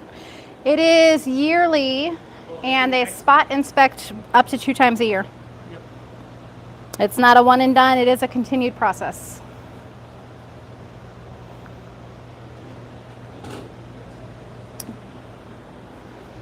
And I'm gathering some kale now. I'm wrapping up on my peas, getting some kale.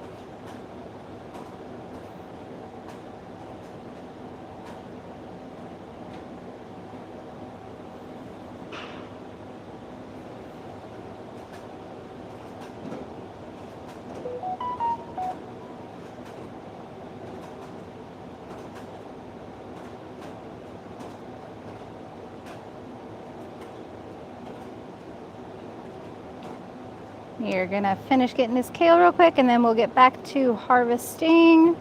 You can see Micah labeling and dating everything, and it'll go into cases and get put away.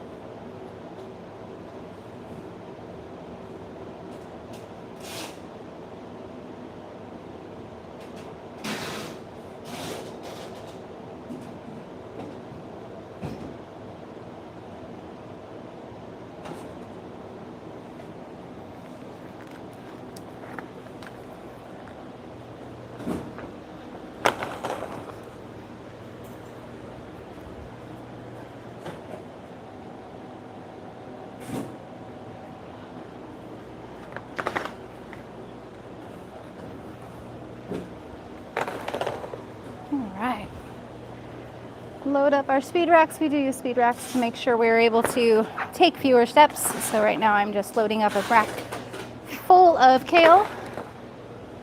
We'll get that all loaded up. I should be able to fit most of today's kale in there.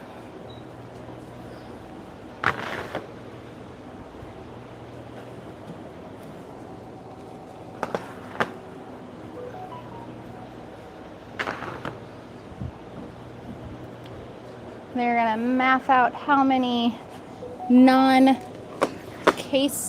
peas we need. Some of them are in cases, not everything though.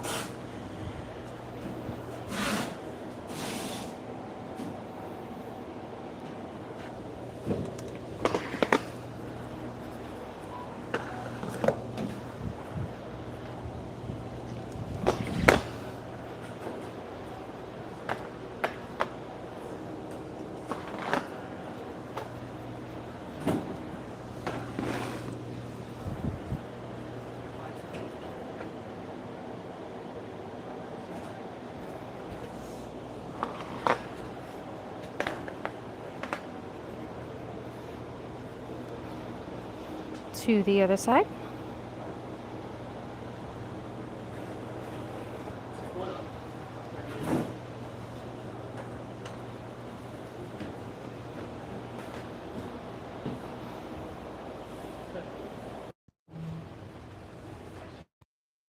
If you guys have questions, feel free to ask.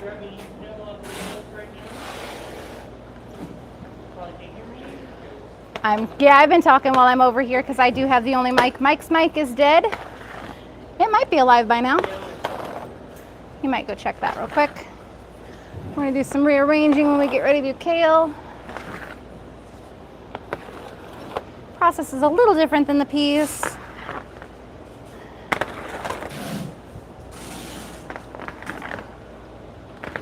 So we'll get these all loaded up and ready to go. These are a little on the moist side, so they're gonna go to the end. Sanitize the table, wipe it down, keep it clean. Always keep your tables clean.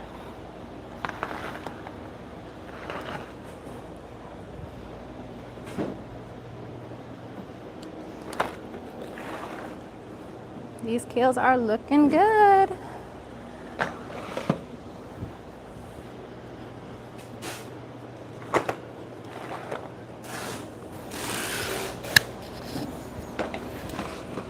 Well, I think the mic is going to work. I got it back on, so hopefully you guys can hear me now. If you can hear me, let me know if you're hearing me loud and clear. Get them boxes all labeled up, Micah will, and get them put away. Let me know if you guys can hear Mike. And then we'll get ready to start kale. Hopefully wipe that out in about an hour and a half. Would be to go. Peas took right about 3 hours, a little bit over, by the time doing little things, putting them away and everything for that. But harvesting wise took 3 hours. You just knocked that rack all jacked up now. Yep, I'm gonna fix that right quick. Bad driver. You shouldn't drive things. There's a reason why you drive, my love. All right, good. You can hear me loud and clear. Thank you. Awesome, good stuff. Thanks for letting me know. All right. It's funny, this is exactly what we needed. We're getting 540, like, so we're over on peas. Did you grab a couple bins to work from? Yes. 3? Yeah. 2, 3 should be good.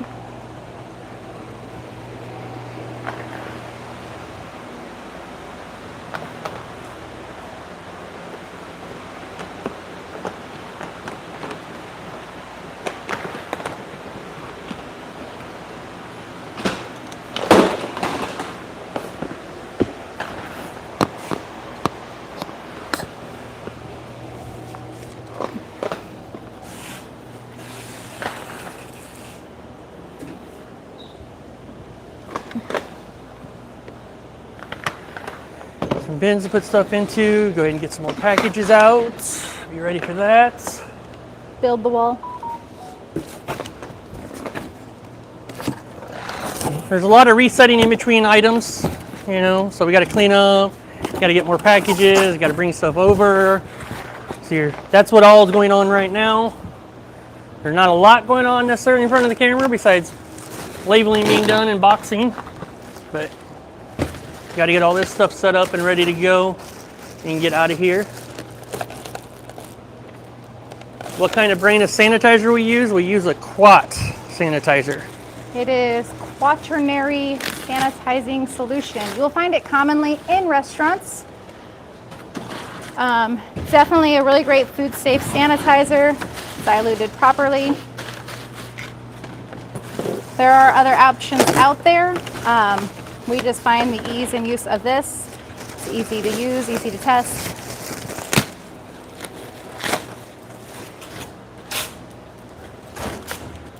Good food safe sanitizer.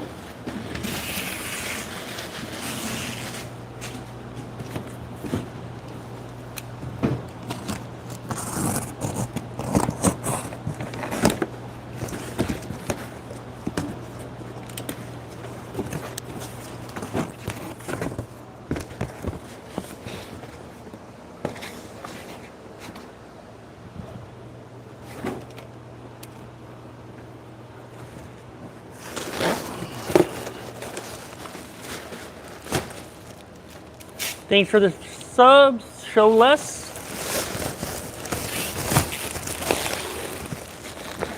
Thank you guys for all the subs. Make sure you're liking this video, sharing it out to anybody you think might find value out of it. We'd appreciate that as well. Join our groups, all that stuff.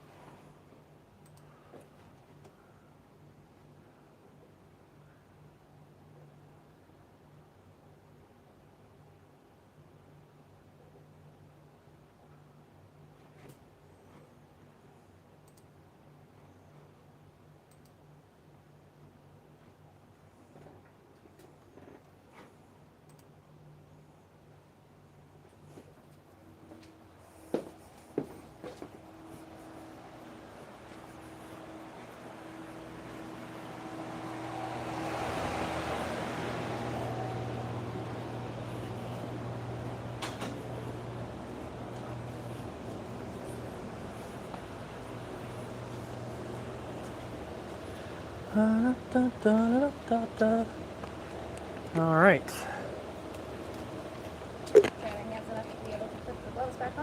Got them all washed up. Wash your hands, change your gloves. That's a constant process. Yes. All right. How are we looking at cases versus non-case? 540 packages, so where'd you leave your phone? I think I left it on a shelf back there while I was loading. Yep.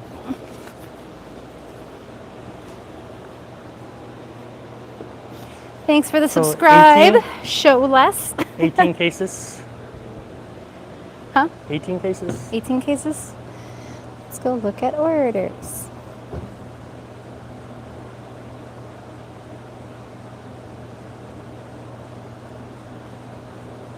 I really should close out some tabs. Or just type it back in. Like a normal person. Open another tab? Just clear them out. Oh, I never clear my tabs. All right, so let's look at the It was orders. 538 total. If that's what you're looking for. I didn't know what you were Oh. looking for. I would have told you. I was going to look at the other one, the order, but yeah. 528? 528? 528. Well, And then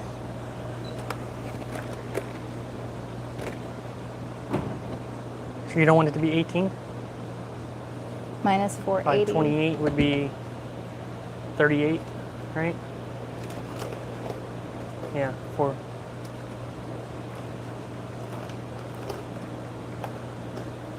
$48 total. We got 18 cases right now, not counting this. So This is all. that's the 48. Yeah, Yeah, that's fine. Do 18 cases and then 48 I on think the it's side. 18 cases. Now I'm confused, but I think it's yeah, not counting that. Yeah. All right, perfect.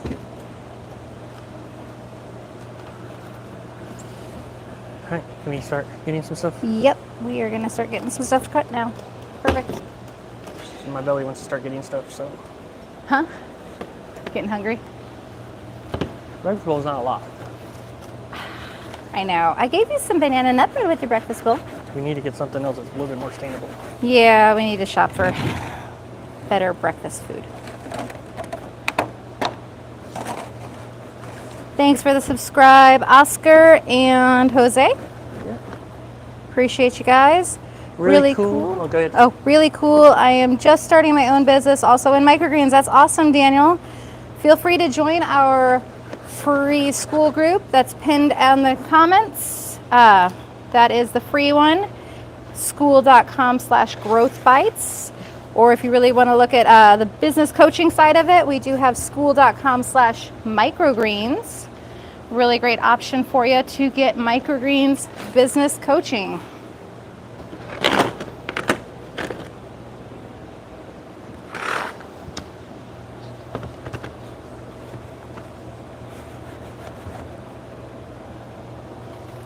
Thank you again for your time. Thank you for watching. Absolutely. Appreciate you watching. Love the questions.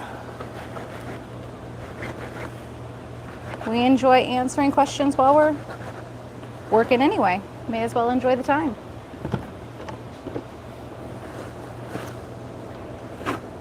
Question is how many kills we're doing. Huh? You know how many kills we're doing? How many kales? That's a Yeah. good question. Thank you. Excellent question, sir. Thank you.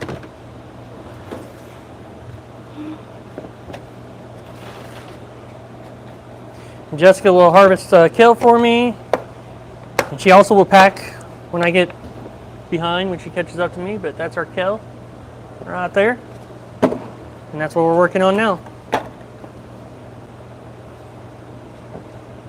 $3.90. And then, Well, kale's whatever we can get extra, so it's $3.90, yeah. right? Like, I was making sure there weren't like crazy amounts of individual ones. I can work around that. $3.96. So yeah, just markets on top of that. So $3.90 is the goal. 12 cases.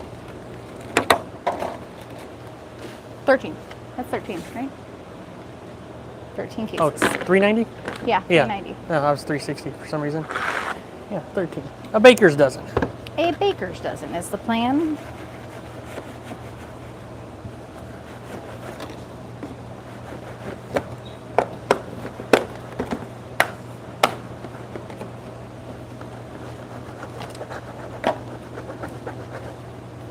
Is that a commercial cooler in the background where you all putting your microgreens into the refrigerator? Yeah, that's a walk-in refrigerator that we got out of a restaurant auction. The restaurant closed down. Yep. So, yeah. So that was the cheapest way you could possibly get a walk-in cooler, I think. Yeah. Aside from free, but good luck with that. But we got that cooler for a very, very low price out of an auction. The building was condemned, so we didn't feel comfortable going and getting the Well, cooling the building, they were equipment. putting a road through it. Yeah, they were demolishing. It wasn't really condemned. Well, I don't know. The roof was falling in. Well, yeah, they just Yeah. didn't fix anything because they were going to They were tearing it closing down. yeah. But that roof was falling in, and I didn't feel comfortable getting all the stuff off the roof for the cooling equipment. So CoolBot is the best option for that. We actually made a video on our CoolBot. We wouldn't have had to put it in our house anyway, so. Yeah, true. Putting it in the garage. We had this thing in our garage. They pop apart pretty easily. Just a lot of manpower, a little effort. Elbow grease. It's like a giant Lego.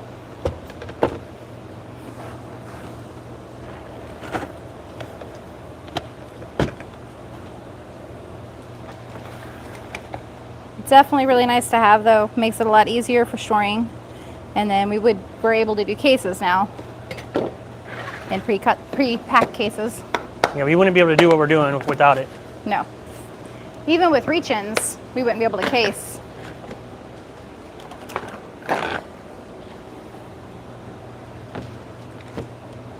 We were lucky. It was such a great buy. I had to buy it. Didn't necessarily 100% need it at the time. Yeah, we didn't need it. It was nice to have. Yeah. But Well, we didn't even get it up and running for months. yeah. We had it put together, assembled, but we didn't even get it up and running with the Well, cool it took bot. us about a month to assemble it. Yeah. It did And then we take had it time. up for a couple months. And yeah. Yeah. But it wasn't a need at the time, so, you know, it was a get there when you get there kind of thing. Really great project. Lots of learning along the way. Thank you, sir.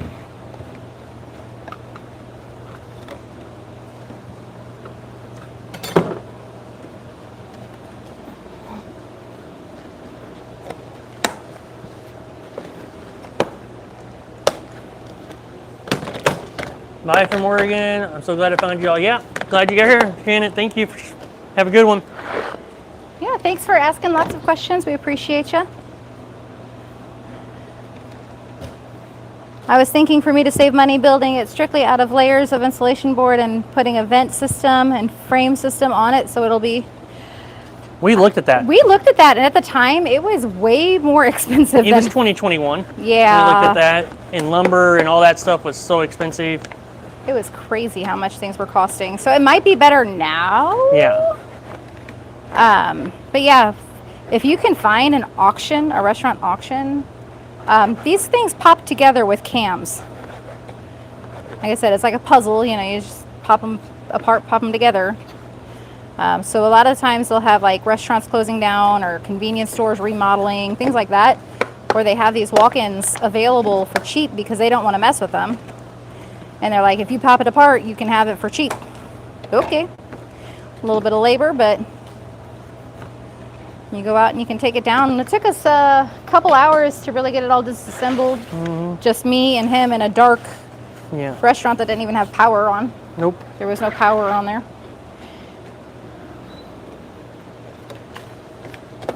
Take it apart, put it in a van. Is a regular refrigerator good to storing when first starting? Oh yeah, you can use a regular refrigerator just fine. I don't know, can they see the reach-in from there? No. No. We have a basic commercial reach-in fridge that we got, again, from a restaurant that closed down. Different restaurant. Yeah. Got that one for a really good deal. It wasn't even that old. It's just that restaurant had closed down, and The reach-in costs more than the walk-in did. yeah, the reach-in costs more than the walk-in. But you can use a standard refrigerator if you need. It's fine for starting out. We do try to suggest that you store them separate from your personal stuff. Yep. Just for good practices. But if you need to put them in your personal fridge, keep them separate. You will find that personal fridges do have temperature variances more than commercial. And you'll have like More you cold open spots. it. The more you open it, it gets warm. You'll have cold spots where like the back of the fridge can freeze your stuff, so be careful with that. Keep in mind the airflow of a residential fridge if you're using one. But I mean, it's completely doable, especially if you're first starting out. You don't need to dump a bunch of money into a business to start.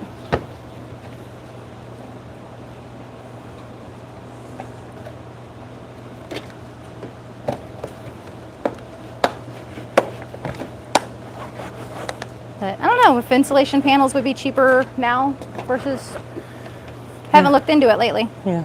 Haven't need to. We know a flower farmer that made a cold room out of a room in their basement. It was a regular room and they lined the walls with insulation and sealed up window. Put a Made cool bot it- in there. Put a cool bot in there. Made it a cold room. Really cool couple. Made their own cold room with the cool bot.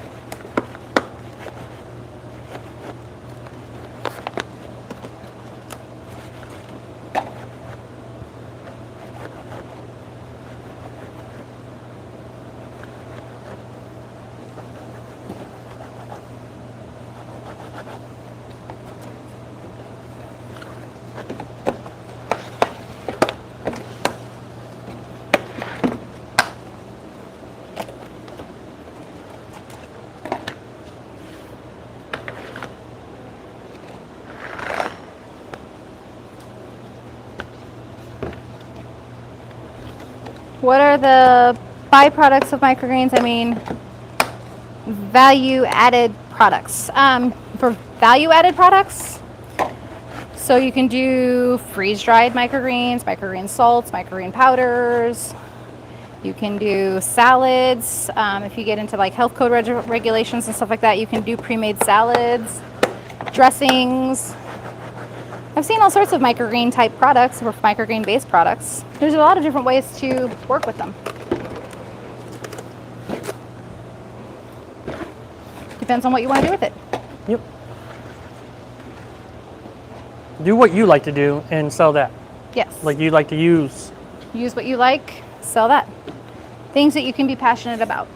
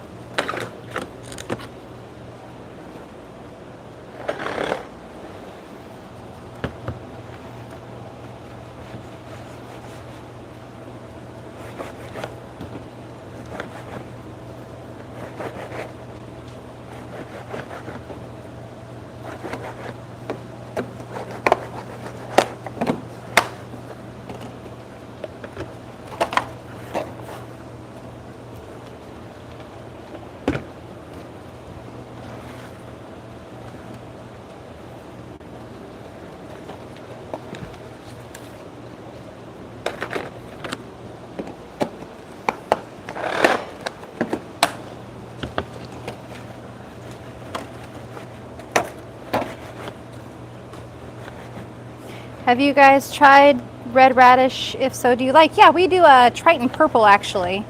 That seems to be the one that we like the most. It's great on omelets in the morning, really great flavor profile. We've grown red arrow, we've grown regular radish, we've grown a couple varieties. We have a purple radish that we do. Yeah, purple radish. Sango and Rambo, both we've done. But for production and for flavor profile, we've chosen the Triton purple as our favorite. Not too spicy, just spicy enough. Don't want to scare people away or burn their faces off, so. Got to keep it relatively neutral, and it's got a really great pinkish stem. It says Triton purple. It's really not purple. And even when they grow to full size, they're not purple. It's kind of like red cabbage. Yeah. It's purple. It's purple. It's purple.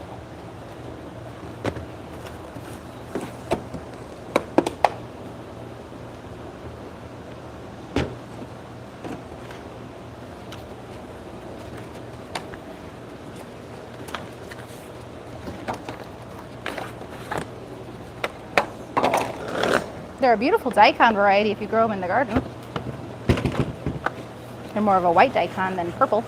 Yeah.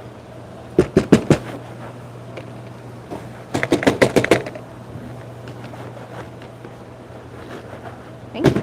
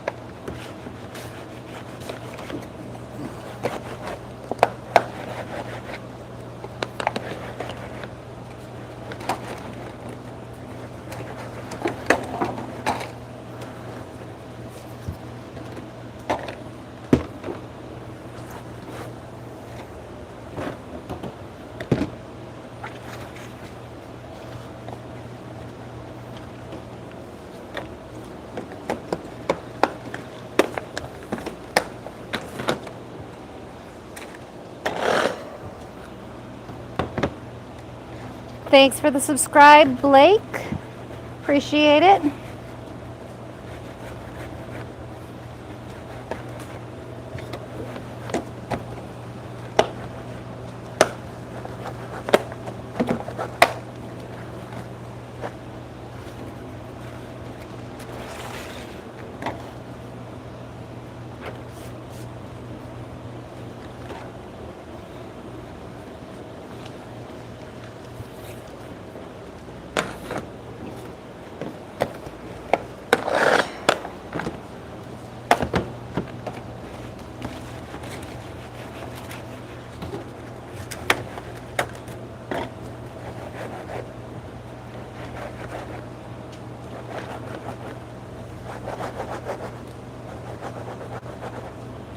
I think everyone's going to lunch. It's getting quiet up in here. They're still here. Still 23 here. 23? See 16. Oh, I see 23. Don't know.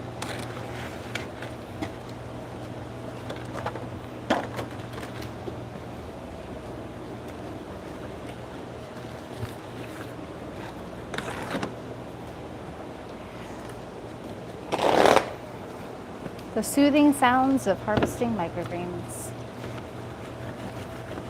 Brought to you by Itty Bitty Micro. Brought to you by Itty Bitty Micro Farm. In cooperation with Microgreens Business Coaching. Dude. In association with In association school.com with slash microgreens. yes, school.com/microgreens. For more information, go to school.com/growthbites.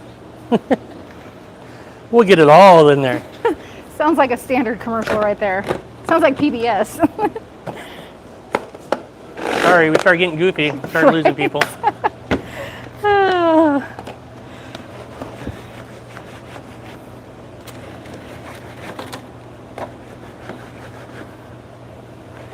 You're like, well, these two weirdos.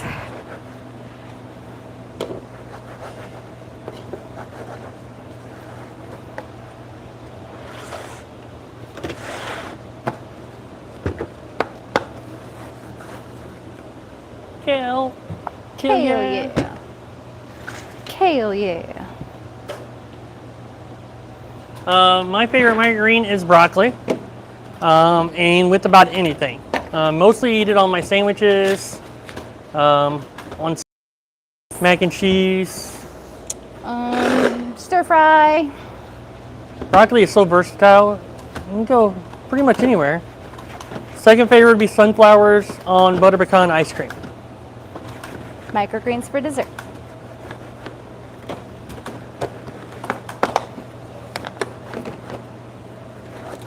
It makes a really good lettuce substitute on a sandwich, though.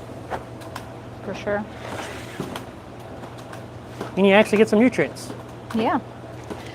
We do a wonderful mix with broccoli, white Russian kale, and red cabbage. Really great trio there.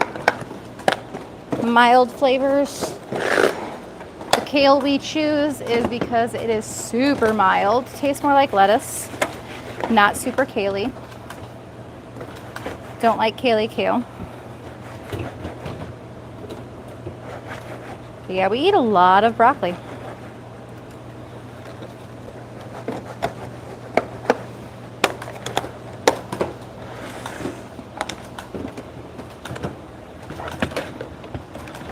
Yeah, you're welcome.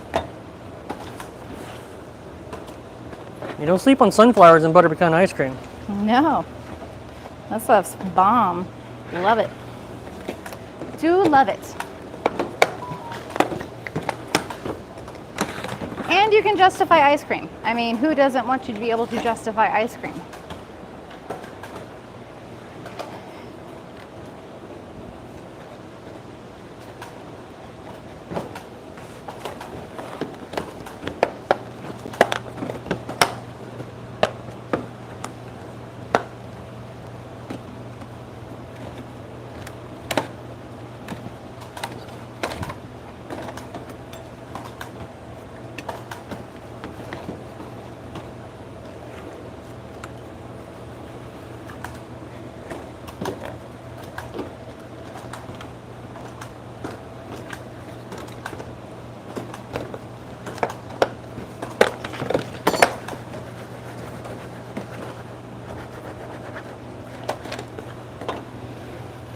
Barina lights, yes, we use the T8s Barina lights for almost everything, and we use T5 Barina lights for basil, just because the shelves are shorter, and we give them 2 lights, and they seem to like it a lot better that way. But everything else is a T8.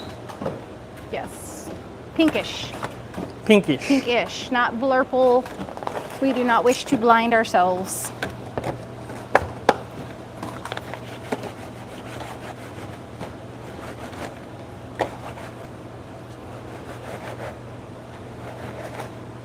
Speaking of that, why are them lights still on? Huh? Why are them lights still on? I don't know. I was just thinking about that same thing. The pea lights. That Another section's rack? still on. I shall turn them off. No reason for those to be on. The lettuce should be on right now. Yeah. They didn't switch.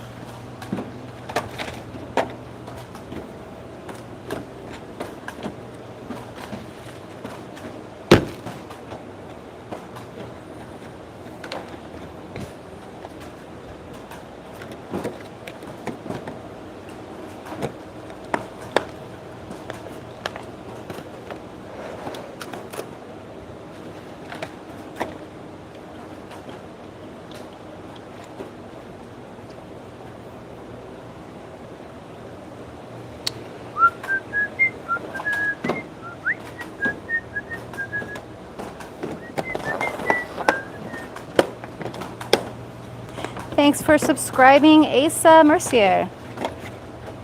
Appreciate it. Got quite a few new subscribers this week. Yes. Love Just in to time see for the podcast relaunch on Thursday. Yeah, so I'm gonna say channel growing just in time for podcast time. Got a relaunch, new format. It's gonna be really cool. New name. New name. Haven't announced that yet either. That will probably hopefully be today or tomorrow. We put that up. Put that up as an announcement.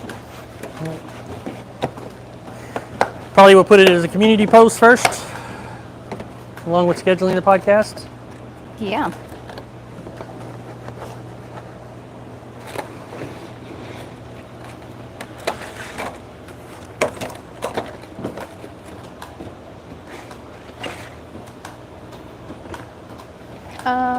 Oh,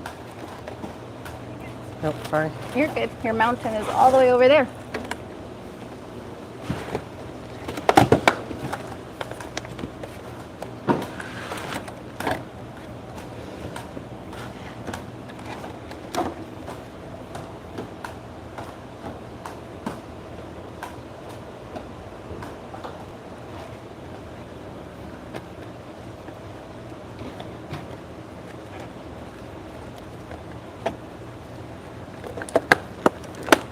If you use Barina lights and you use one light, you can skip the blackout on 99% of your crops. If you use a shop light, like another grower that gets on here and teaches on these platforms, if you use a shop light like he does, the reason why his background looks so beautiful, because it's a shop light, it doesn't make the camera look weird. Yeah. Then you have to black out. So if you want to use cheap lights and go that route, then you just got to buy blackout domes and black everything out and add expense there. And space. I can imagine having to try to black everything out. Oh yeah, try to black out 600 trays. Gosh, that'd be awful. Terrible. Terrible. No. Blackout is not needed if you create an environment that is conducive to growth. Now arugula still needs it. Yeah. For sure. That's the only crop we black out besides popcorn, which is 100% blackout the whole time, but after germination. And they go from germination to wherever on a shelf somewhere they fit. They don't really have to be under lights, so... Yeah, so they usually stay on germination rack. Yep.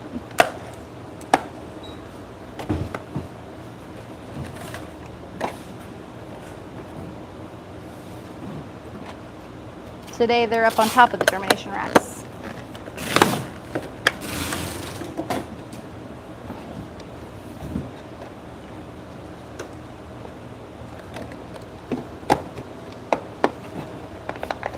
Remember that time we built a whole blackout zone? Yep. We did. We learned you didn't need it. Yep.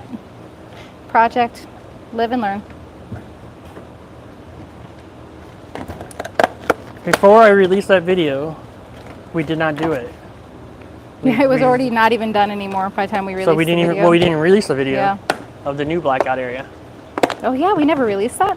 The one that was above the shelves that we built? Yeah. Nope, we never released that one. Oh, I thought we did. No, That's we funny. they had the one that was over like by the germination area, In that little behind corner, the office yeah. area that we did for leaks and stuff. But yeah.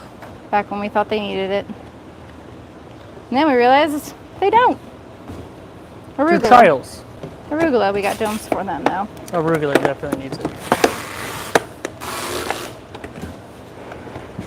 I got a whole bunch of blackout domes I don't need.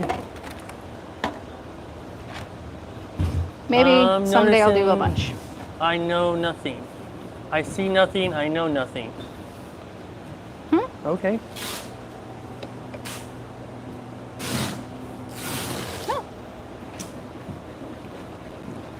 So if you've probably never seen some of the other growers that are on platforms, various platforms they teach, and everyone grows differently. We found method-wise it works best to use grow lights. Others will tell you that you don't need it, which is a great cheap option, but then you're complicating your life later. Because those shop lights are super cheap. But Get what you pay for. Yep. The Barinas are not very expensive at all. They're not. I mean, we looked at, what was it, sun blasters? Those Yeah, are sun blasters are crazy nuts. expensive compared to a Barina that has worked beautifully. So, buy once, cry once, pay a little more. Get what you need, but don't overpay.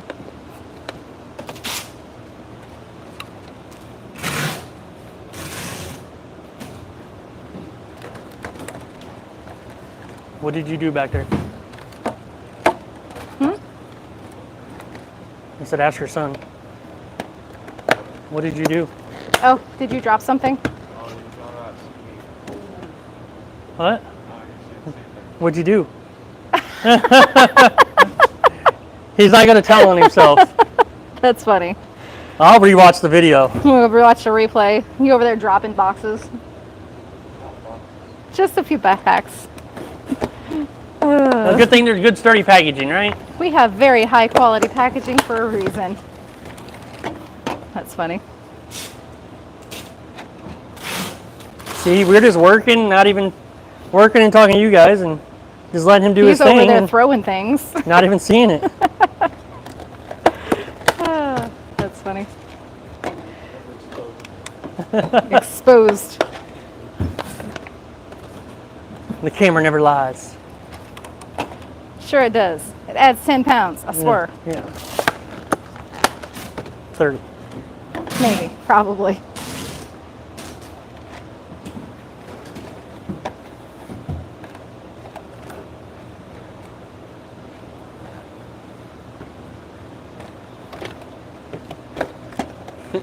Wow. Yeah.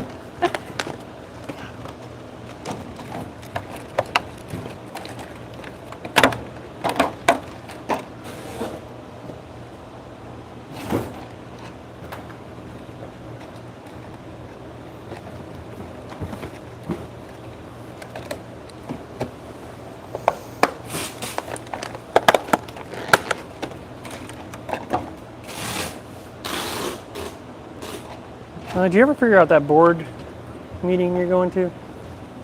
Oh, it's at the end of June. Okay. I think it's like the 28th. That sounds familiar. Yeah. Gonna speak at that board meeting.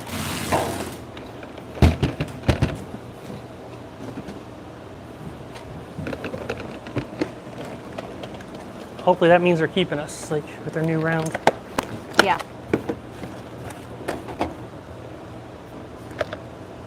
Thank you, sir.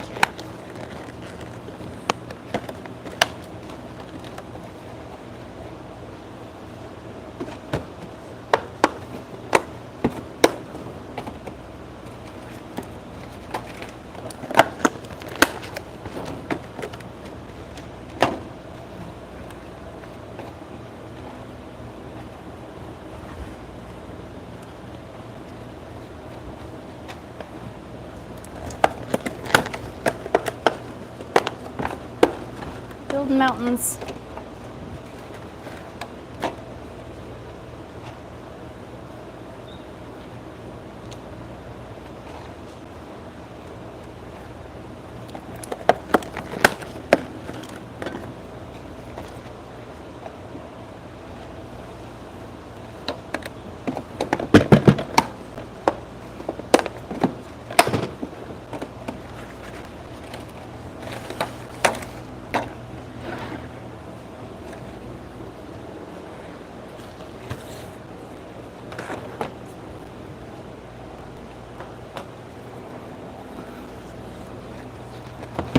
I'm going to leave now. Thank you so much for everything you're doing. This is a great place to come and watch about my microgreens business. I hope to start soon. And thank you so much for being so open. Absolutely. We enjoy having you here. Appreciate all the questions. Enjoy the day. Thanks for the subscribe, TGU3Tube. R2D2? R2D2? Is he your brother? Is that your brother?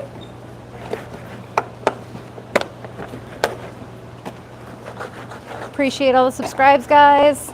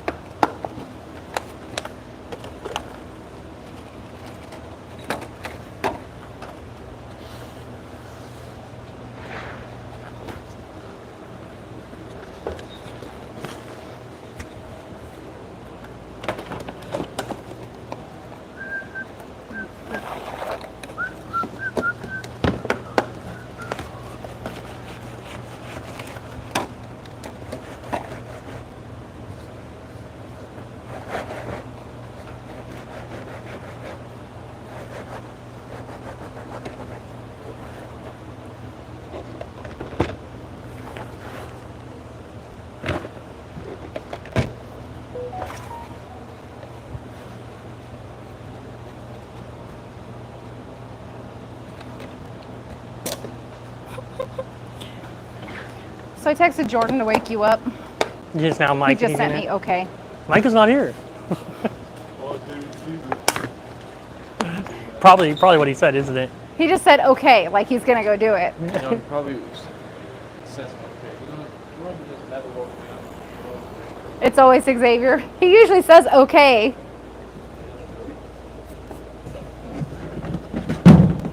He forgets as soon as he hits okay.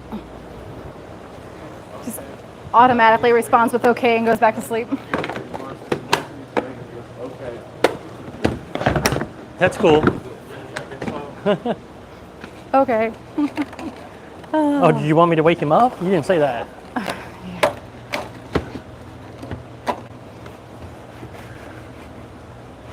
Start getting some write-ups going.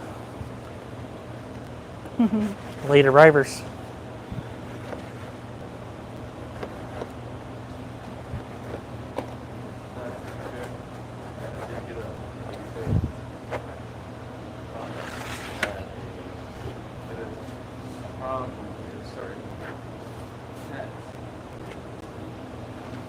Who put you back to sleep?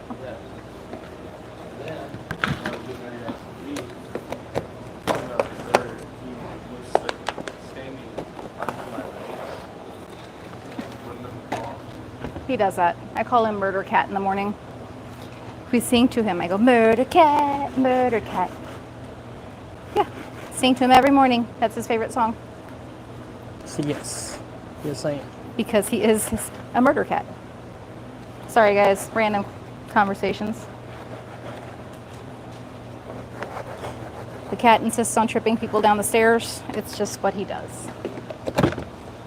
Be aware that if you are walking up or downstairs, there is likely a cat somewhere nearby attempting to murder you.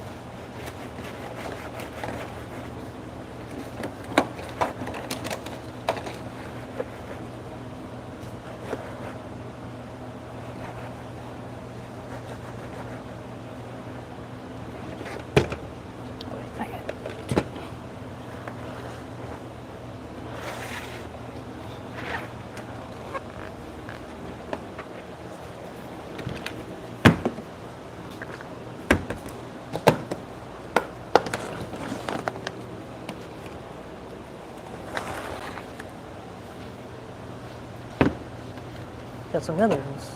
Oh, Thanks for What's this? subscribing, Tech Tights and Grade Checker 1. Thanks for the subs, guys. Appreciate ya.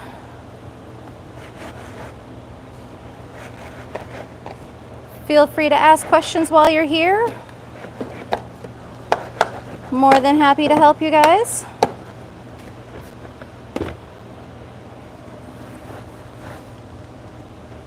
What is that you're harvesting? We are harvesting kale, white Russian kale. White Russian kale today. Well, for right now.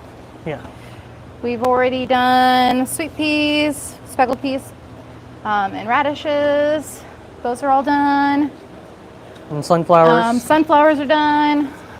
And we're doing about 400 packages of kale. About 400 pails, yeah, somewhere around there. And Just got done with almost 600 peas. Yeah, we're just shy of 600 peas, so that's not too bad. Yeah. So Right what you're on seeing target. today on here is about 1,000 packages. You will see so far when we're done with this. Yeah. For the morning harvesting. For the morning harvest, and then we'll have some lovely lunch and get back at it for the afternoon harvest. Oh, I'm too short. Probably shouldn't have gone 4 high. Can we take that down? Probably. I just realized how tall it was.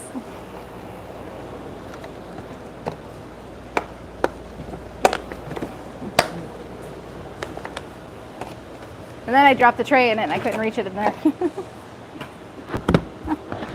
So I will go back down to 3 high for the totes.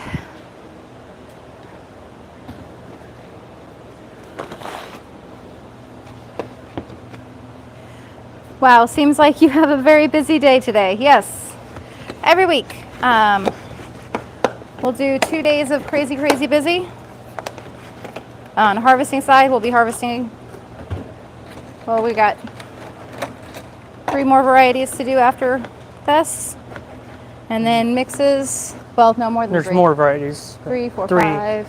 We got Veggie and micro. broccoli, cabbage, micro, veggie, brassica, And then all the restaurants. and then all the restaurant stuff. Yeah. Yeah. 3 more big number harvests, large order harvests.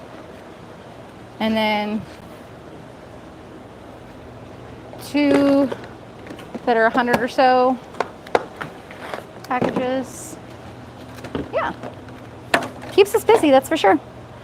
Hello, I've recently been asked to go into another local grocery store in August, already in one inside market and outside farmers market on Saturday, but need to increase variety and consistency. What should I tackle first? Any advice would be appreciated. Currently only growing 1 rack a week. So What are you growing right now? What are you growing right now? That's definitely the first question. What are you comfortable with growing right now? What are you currently growing? And what have you grown in the past that you would be comfortable growing? Mm-hmm. What can you get comfortable growing by August? Yeah. Them are the 3 questions I would ask myself.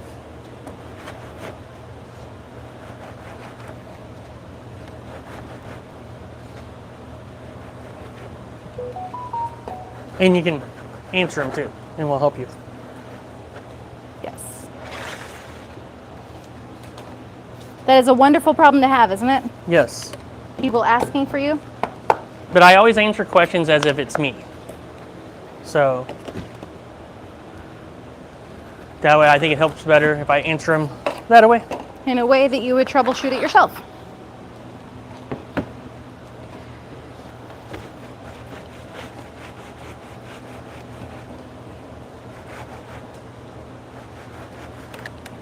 And are you having trouble with consistency or like quality consistency or timing consistency? That's another part of it.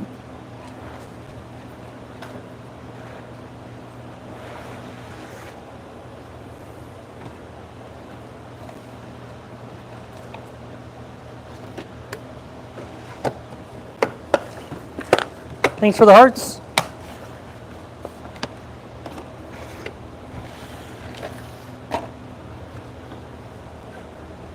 Ooh, one-sided.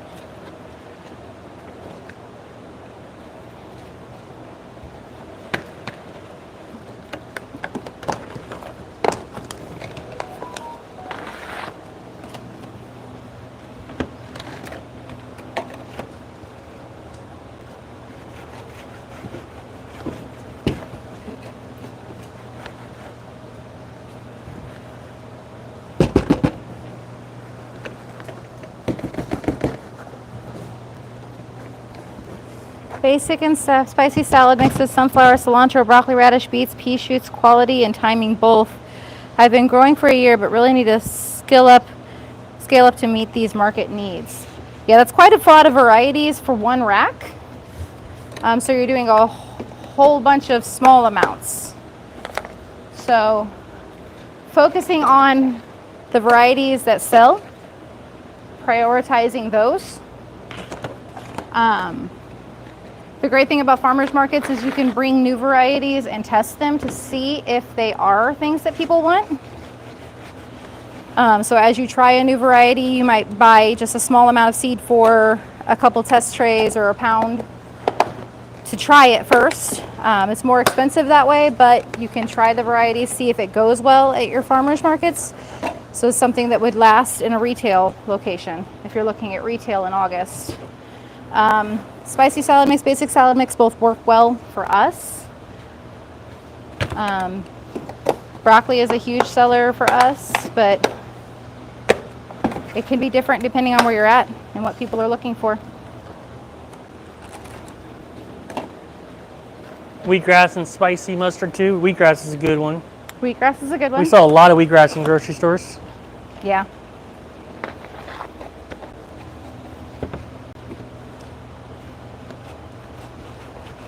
But if you're looking for quality consistency, you really have to focus on getting really good at your grows. That's going to be crucial when it comes to being in retail. You're not the face then. They're just buying something on faith that it's a good product, and you're not there to sell it, explain it, or anything. So you really have to be consistent in quality when you're at retail. Also, they're going to probably make orders, and you're expected to fulfill those orders. So if you're inconsistent in your quality and you can't fulfill your orders, it's not going to be a good look.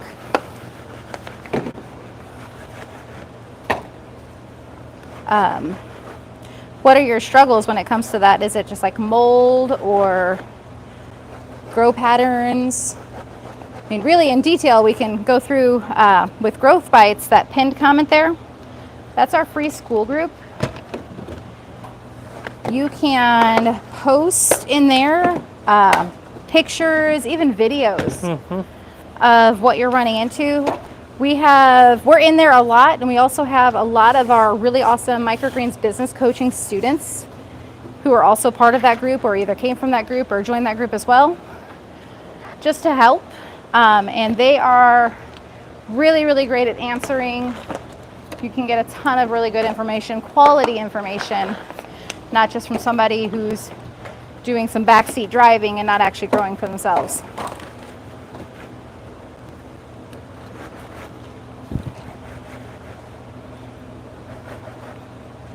So if you visit that school.com/growthbites, we can really troubleshoot in detail. But we can talk through it for sure while we're here though.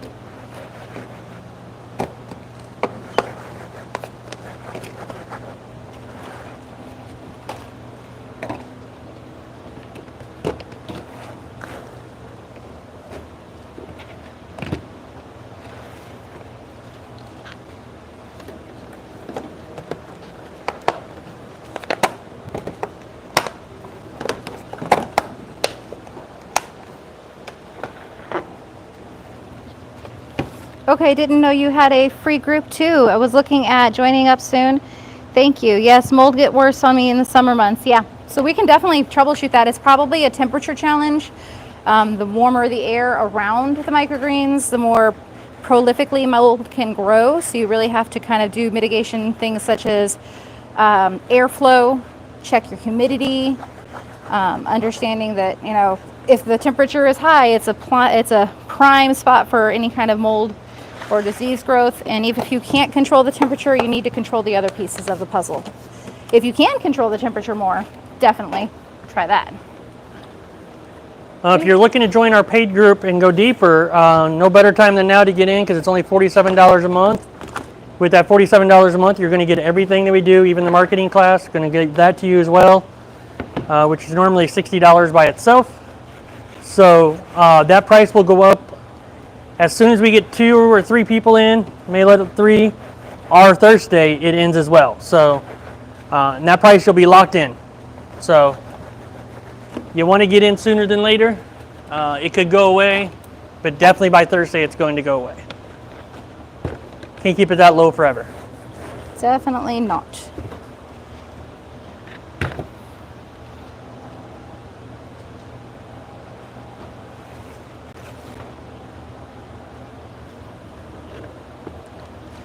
But at minimum, everybody should be in that free group. Yeah. And that's the pinned comment on there, theschool.com/growthbites.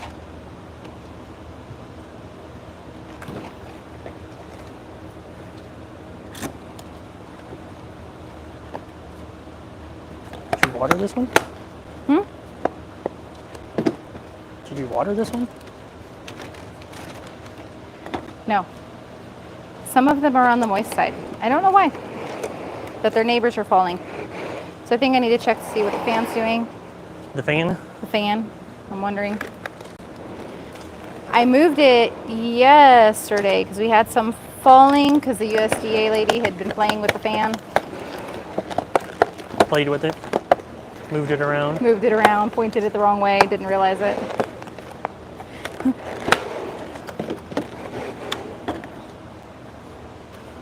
It's like a kid in the candy store. Paid group link. Jessica, can you put a paid group link in there? Yeah, I can. It is school.com/microgreens, but I can type that in there right quick for you.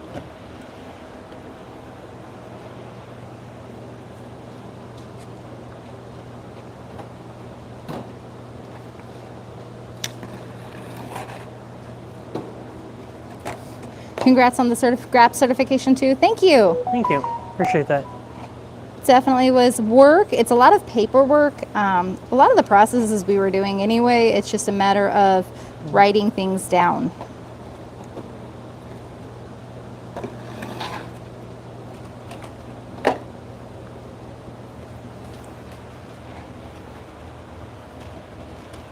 It's like all the things that we're doing anyway, we just need to write down and document. It didn't happen if it's not documented. According to the government. According to the government.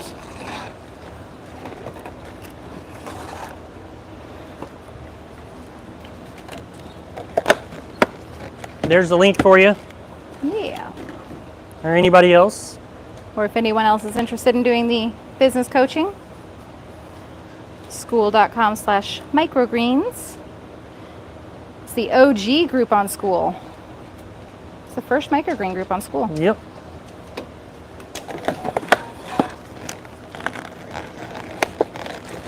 Oh, you're welcome, Nancy.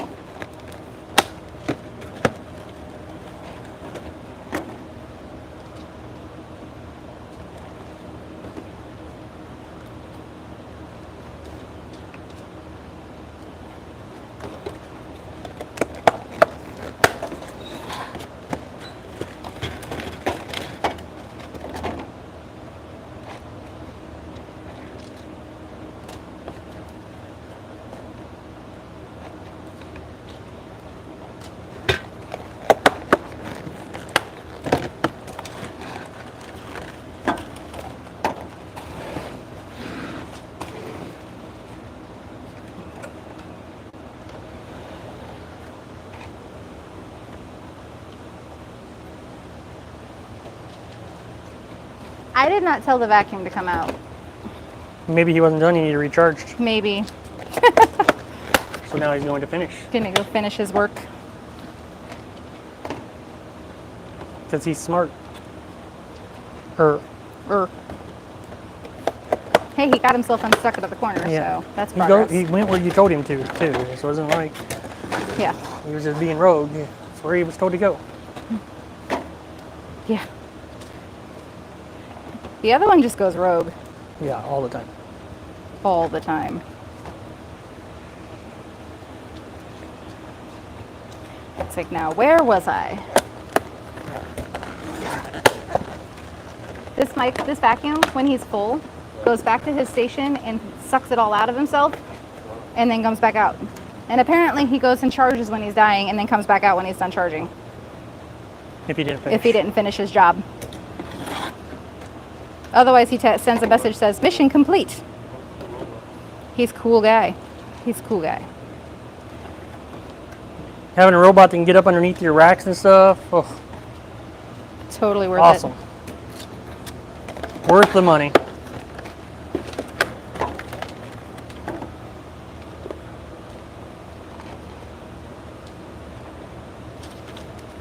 Did you get all the kale off? Yeah. All the kale's off, bust sets there. It feels so small when you have to do peas. Yeah. Compared to the peas, yeah. Got a lot more peas than I thought we were going to get. So let me check the yields based off of the trays. Yeah. What did we get yield-wise? Seemed like they were yielding very well. They seemed like they were doing really good. They were very abundant looking today. Very abundant peas today. I like that. I do like that. Woo.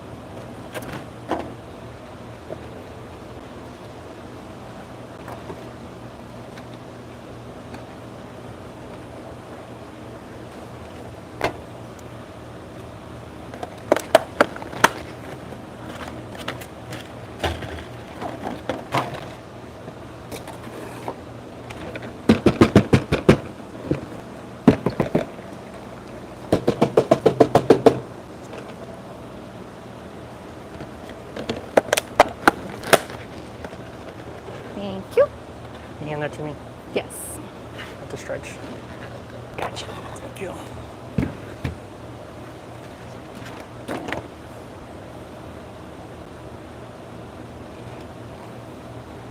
Probably need to hop on school when we go on lunch today. Approve any applications with the free group. We do ask a few questions for precursors just to make sure you're actually a human and then I send you a interested in message growing. too. Yeah. But we want to make sure you're a real person. Try to keep the spammers out of the group. They do exist on that platform too, sadly.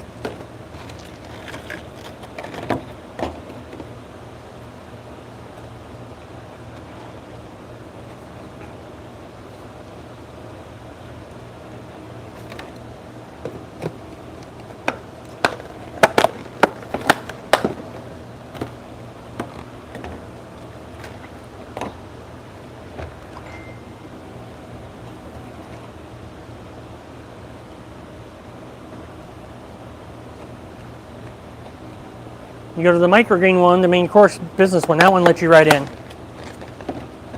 If you do get in, that right now has an auto message goes out to you, and it will prompt you for a marketing course. Don't do that. I'm going to give that to you.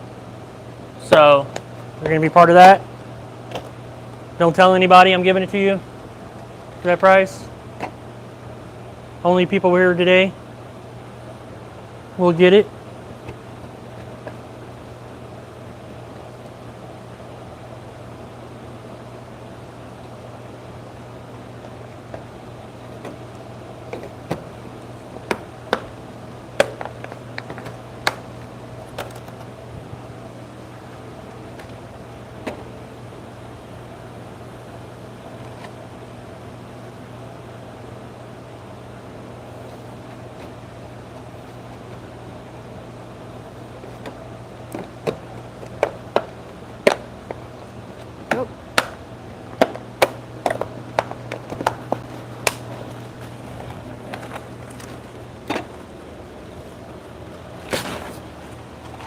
Thought about just thieving yours from the other side. You could. It's a little bit of a reach, though. I'll be nice. I'll be nice. This time. This time. Bwahahaha.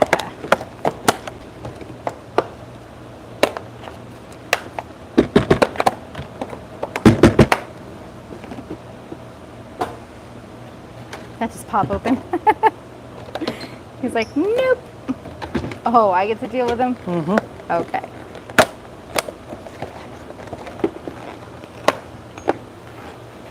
You ran out of labels? Not surprising. Really? Yeah. Oh, yeah, because it's over the number, yeah. Yeah, we were over our projection, so. I was like, I printed like 88 of them things. But that's only like 430 something, 530, yeah.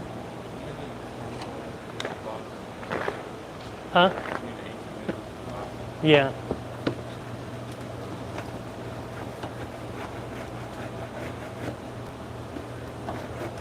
I have a couple carryover pieces too if you need.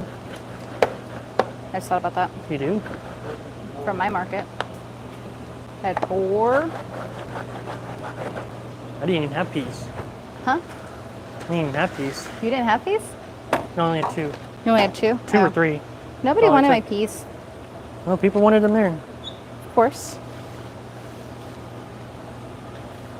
We had, what was it, the end? Peas, red cabbage, and micro mix, but I took like a ton of micro mix. I took 16 plus micro mix. Question it.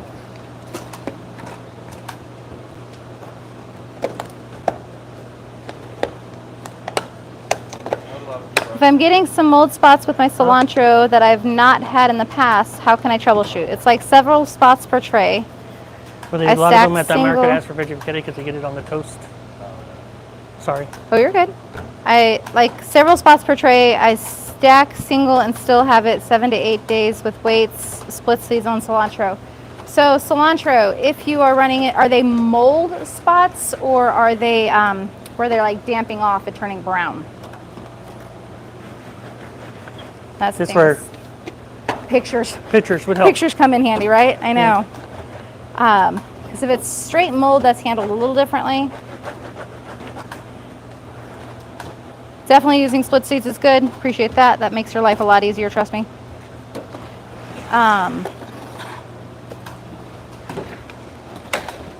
If you're running into like dead spots when you take them out, a lot of times that's too long in germination. You can make sure you take them out at 7 days. Damping off, yes. Okay. So if you're taking them out and they come out like that, so you need less time in germination. What they're doing is they're giving up. Like they start to grow and they just give up. They need more oxygen, or they have not enough water or too much water while you bring them in. Max 7 days. And if they're not really tall enough to really bring out, put them under a clear dome for like a day or time. 2. Not the whole time. Just a day or 2 under a dome. Just to get some germination going. Get their germination going. Give them that great environment, but giving them that oxygen that they need. So when you bring them out, max 7 days. If they're not germinated enough where they're tall or they're not pushing through the vermiculite, you want to give them a clear dome, top water them lightly if it's too much, or kind of feel what the tray feels like. You don't want to overwater them. But that clear dome for 1 or 2 days to get them going, and then take it off, go as normal. So, cilantro can be tricky. It is water sensitive. It acts like it wants the water and it lies.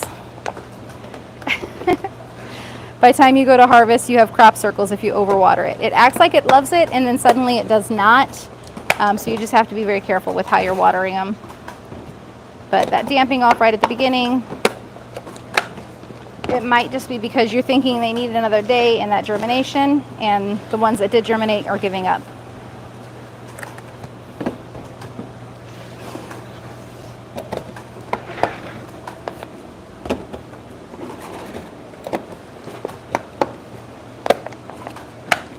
that's a temperature thing too, because if they germinate faster in some of them and not as fast on others, it creates that variance.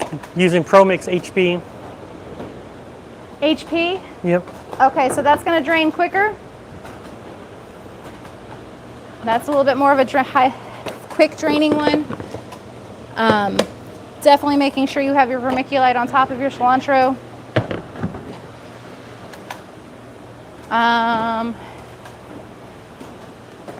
You might be overwatering when you put them into germination too. When you water them in. It's very possible with the ProMix With like vermiculite that. on it, you don't need to overwater it to get to 7 days because that's going to help hold in that moisture. But if you put too much moisture, it's going to hold in too much moisture. And they're going to essentially suffocate. They'll germinate and then they'll suffocate. So it might be too much moisture. Yeah.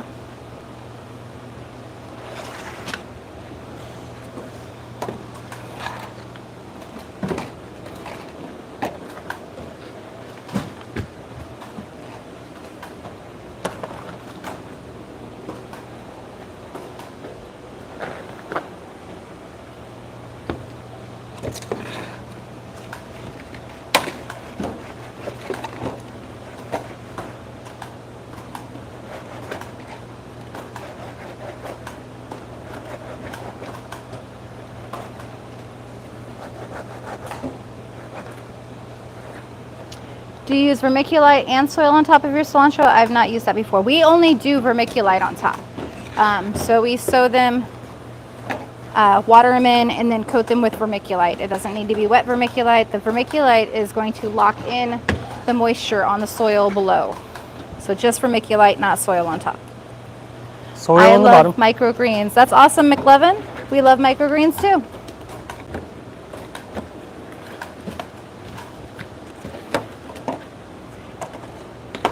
You missed our planting Friday. We did some live planting on Friday. Oh, man, that live planting, you still need to shout out to the neighbor kid. Oh, shout out to the neighbor kid. One of the beagles. Was on our live. Was on our like live. after we got off, we got on. And he's like, I know you're my neighbor because you said you have chickens. Someone's right across the street. Can I get a shout out? He's like, can I get a shout out? I was like, oh dang, I'm already off. He's on the replay. Shout out to the neighbor kid who let me know that I had a chicken on the sidewalk hurt that was attempted to be abducted by a hawk, I think. But she's fine now. Ms. Ma'am got away. She made it.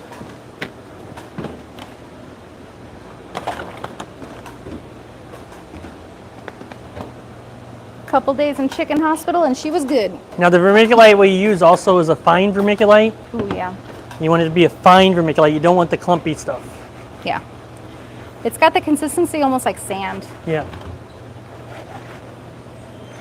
Just look for fine vermiculite when you do it. And then fill the bag. Squeeze the bag, like Squeeze Charmin. the bag. It's like Charmin, yeah. You will find me in a store squeezing a bag of vermiculite. Because sometimes when they say fine vermiculite, they do not understand what they're talking about. You'll get some really chunky stuff. And that is not what I want to work with, so I will go through and squeeze the bags at Lowe's. We have been fortunate enough to find vermiculite, fine vermiculite, at our distributor. So when we order soil, we can get that if I remember. Sometimes I still forget and have to go to Lowe's. You forget to order things? Huh? Me? Forget to order things? Never. Never not. Yeah. Life happens. Thanks for subscribing, John Henderson. Appreciate ya. Always love seeing the channel grow. Get to chat with more and more people. Hopefully help more people grow. Yes.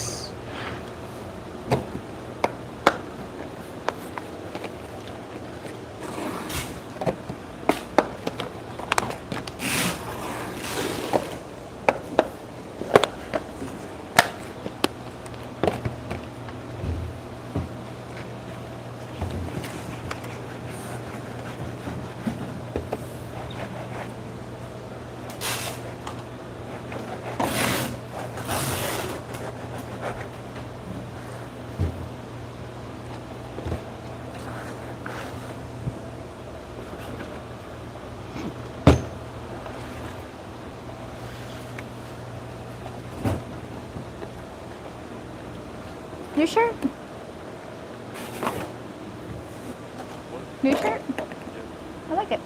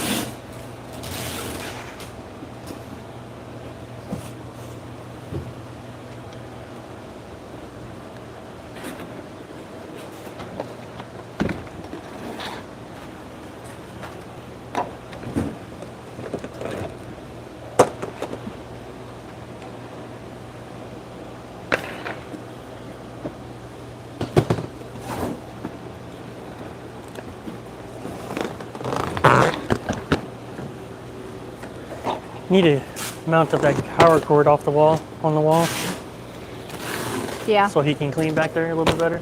So you can get back there a little bit better. Yeah.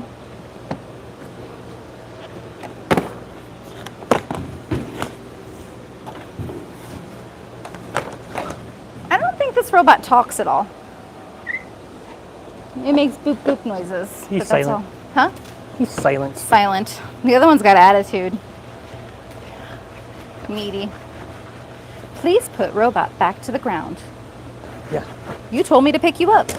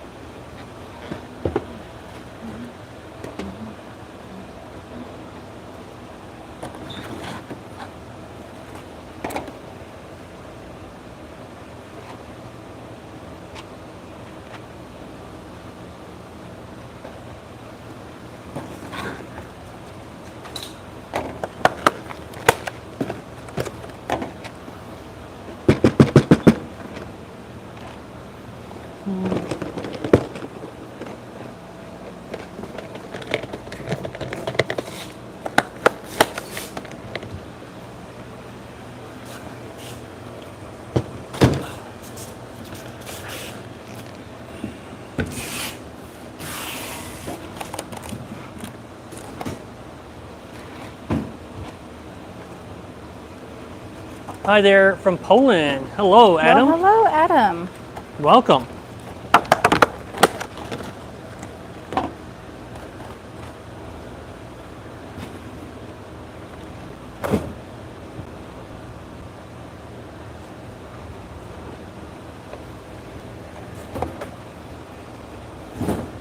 What time is it in Poland right now? 7, 8 o'clock?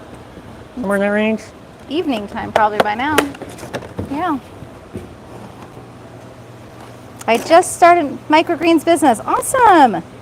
Congratulations on getting started. Yes.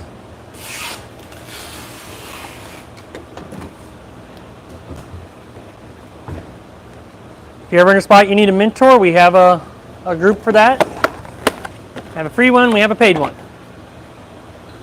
The free group is linked in the comments.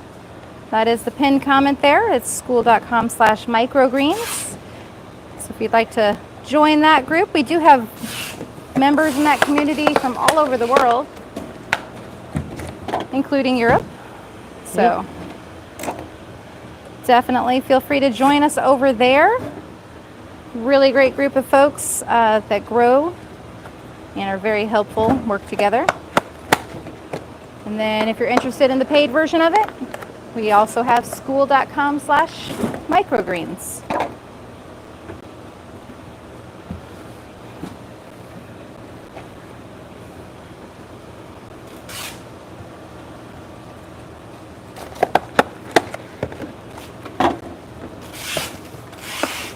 8 p.m.? Yep, 8 p.m. That's not bad at all.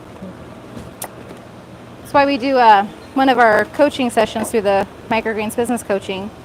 We do it noon our time on Thursdays. which would be 7. It'd be 7 your time. Works out well for our students that are in Europe or even ones that work in the evenings Yep. in the US and do microgreens through the day.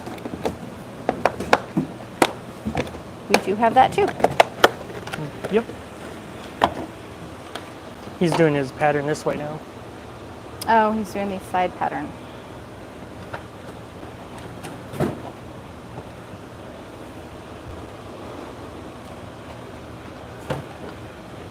He is a little louder than the other robot though. A little bit. I don't mind it because he cleans. Yes. He thinks I'll check it out. Yeah. Whenever you're ready. Feel free.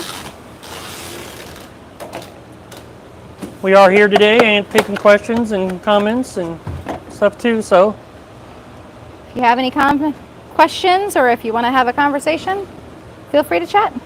we do have a lot of great videos on YouTube to watch as well. Podcast coming up on Thursday, starting back up, rebrand, relaunch, whatever you want to call it. New podcast format.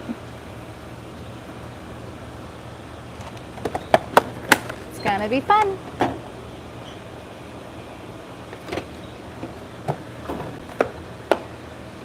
Thanks for the subscribe.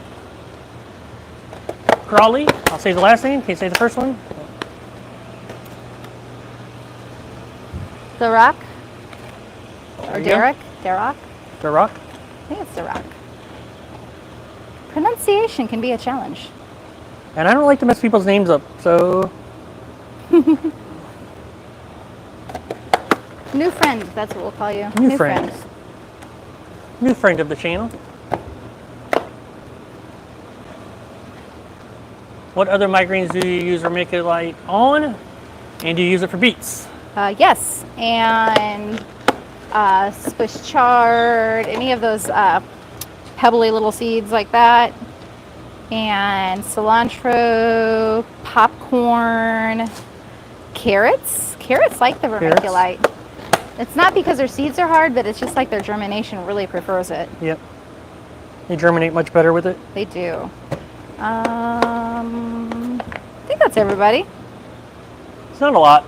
Not a lot. We don't do a ton of vermiculite, but it is very, very helpful in some instances. I know there are growers who use vermiculite on everything, literally everything.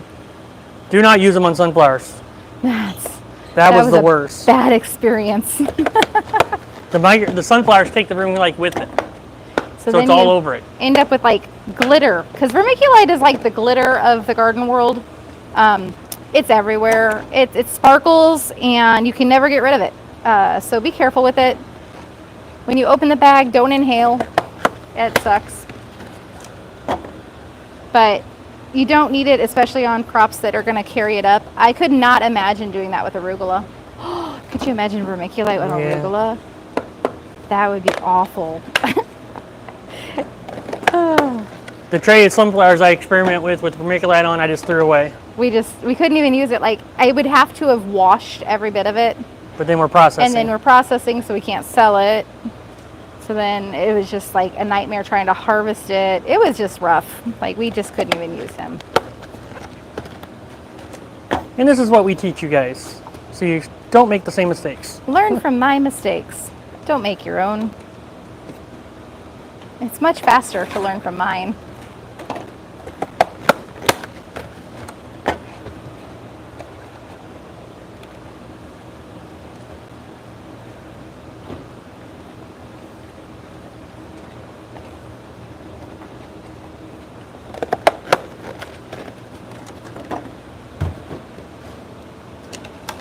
Okay, noted.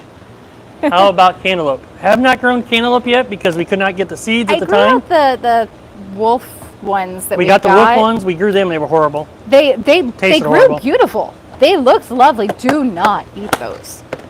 I made the mistake of doing it twice. Like, I am a glutton for punishment. I'm like, maybe I was just being overly, sensitive. I'll try it again. Oh my gosh, no. I was literally munching on basil after that because I couldn't get the taste out of my mouth. So definitely Hale's Best Cantaloupe. If it is not Hale's Best Cantaloupe, I do not suggest trying that. Did we use vermiculite on it? I did not. You're I not, just yeah. used lots of warmth. It Yep. was nice and warm. I've germinated it under light under a dome though.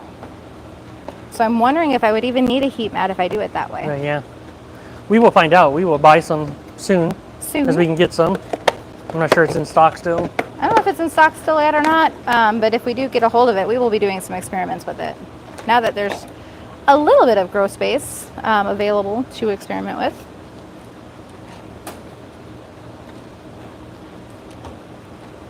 But yeah, it was like a wolf something or another Yeah. cantaloupe. That was bad. Bad. Don't do that. Only do Hell's Best. Oh, yeah. Lessons were learned.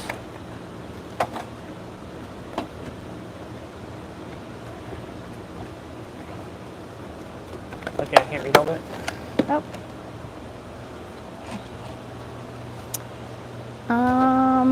I have jumbo cantaloupe and the grow is great, true leaf. Interesting. Note How'd it to taste? self. Does it taste good? Thanks for subscribing, B-Boy B-Fit. And Chris. Okay, yeah, Chris. Chris? Yep.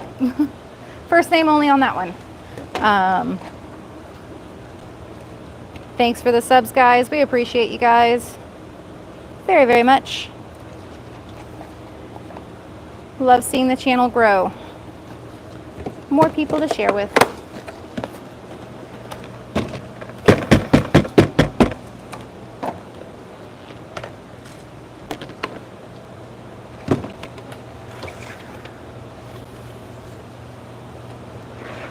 Cucumber melon taste. Yeah. Okay, great. So jumbo works well too. Noted. Noted.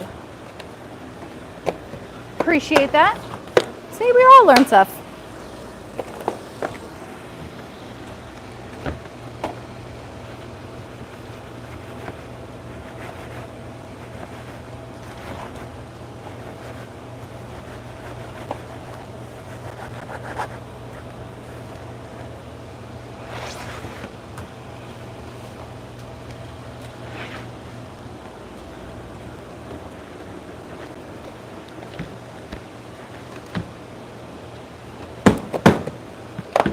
Yeah, that one that one cantaloupe that we tried, it was like bitter to the point of like tasting like I licked a battery. It was bad.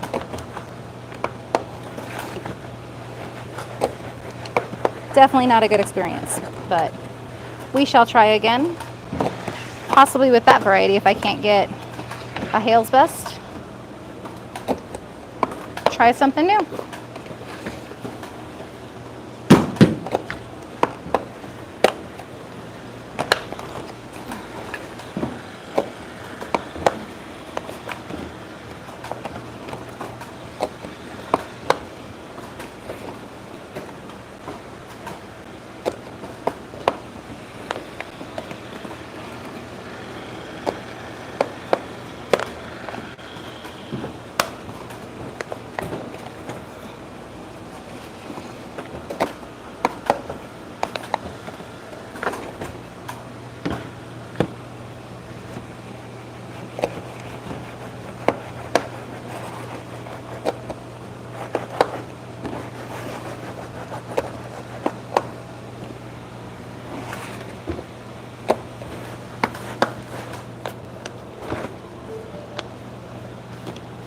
He's full.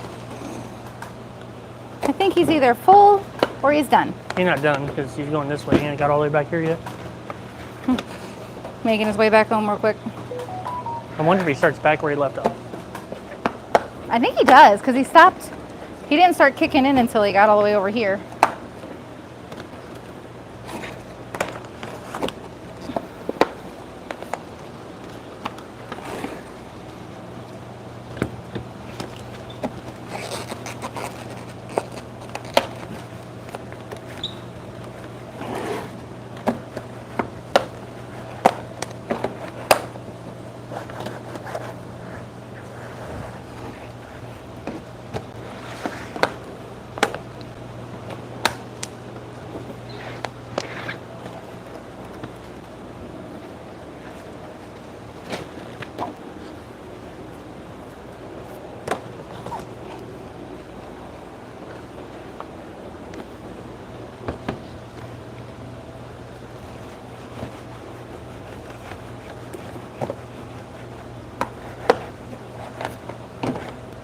Ooh.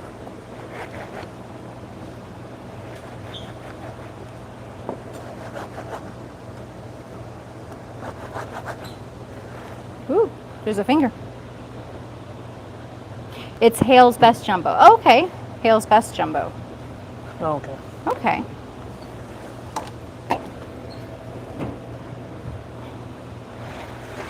Interesting. Well, I appreciate that, Nancy. And I didn't know True Leaf was carrying it again. Thank you, sir. Make sure you add those on the count.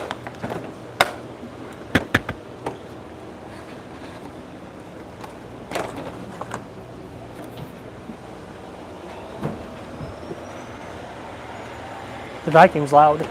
The vacuum is loud. Wonder if you guys, can you hear the vacuum? That's our little robot vacuum. Empty now. It's pretty loud for us, but I don't know if you can hear it. Yeah, that's what it sounds like when he decides to empty himself out.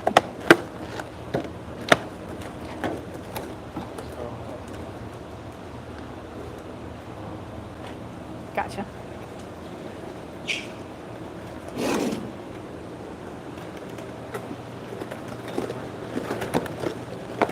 Okay.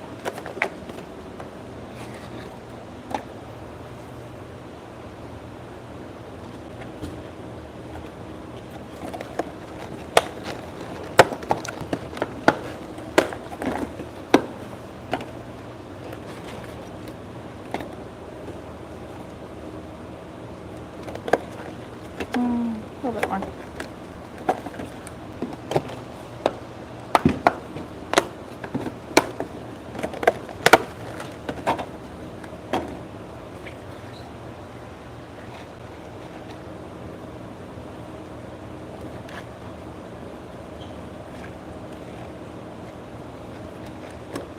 Are they still sitting on top of kale labels? What? The kale labels, are they still They're on sitting the table. On the table? Okay. If you found the pea labels, you should have seen the kale labels. Valid. 50-50. Semi-conscious child. Thanks for the subscribe, Janet Petco. That's a great idea for the robo vacuum. Yes, he is amazing. And we have all of our racks at 6 inches up off the ground. So nothing is over 6 inches or under 6 inches. Kind of. Okay. So that he can access everything. So under the racks, I don't have to sweep underneath these racks all the time. It's fabulous. What does the Stream Elements does? It just let me know things like when people scribe and stuff. So it just puts some names up. When we're live, it does some more things, but it just does things automatically, you know, AI kind of thing. Because like normally if a person subscribes while we're talking, we don't see that. It lets us know that this person subscribed. So we can give them a shout out. So we can shout out whoever says they want to subscribe to us. Kale, yeah. Hell yeah. Kale, yeah.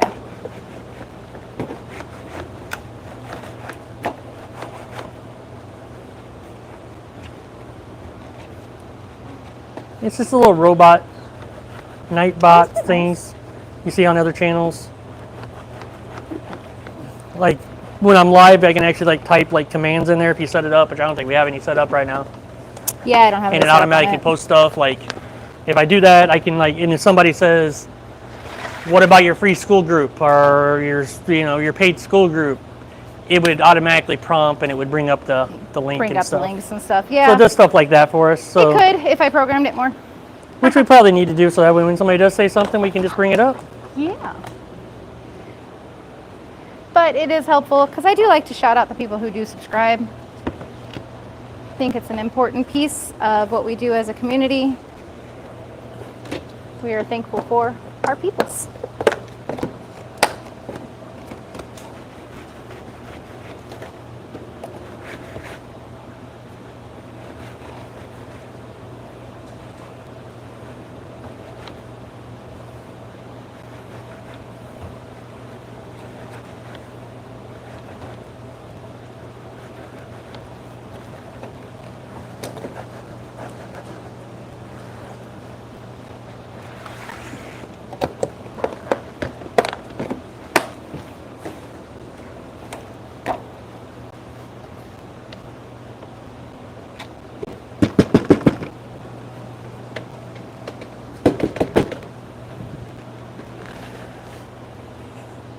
little moist in the middle. I'm not a fan.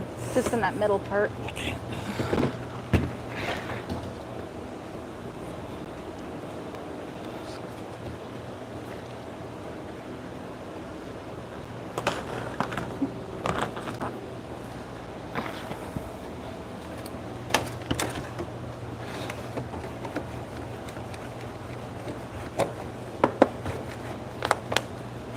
Cool, because I have 110 subscribers. I was wondering how it could do that for me too when I do live streams. Yeah, it's just called Stream Elements.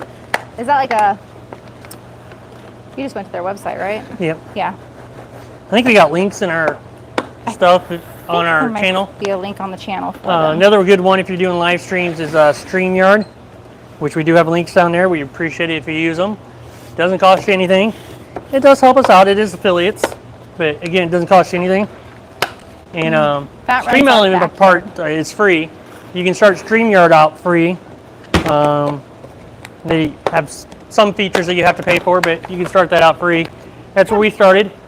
It really helped our live stream stuff for sure. Yeah, especially if we're streaming from the computer. Yeah, podcast is on StreamYard. Yeah, the podcast we use StreamYard. It definitely helps with a lot of that stuff. Right now we're just directly on YouTube on the phone, just because. And there's a couple more subscribers. Subscribing, yeah. Thanks for subscribing, Azim Basha and Marcos Rossetti. Appreciate you guys. Thank you for subscribing.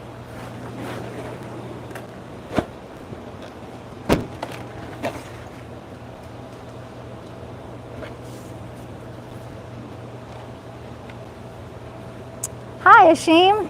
Got a wave.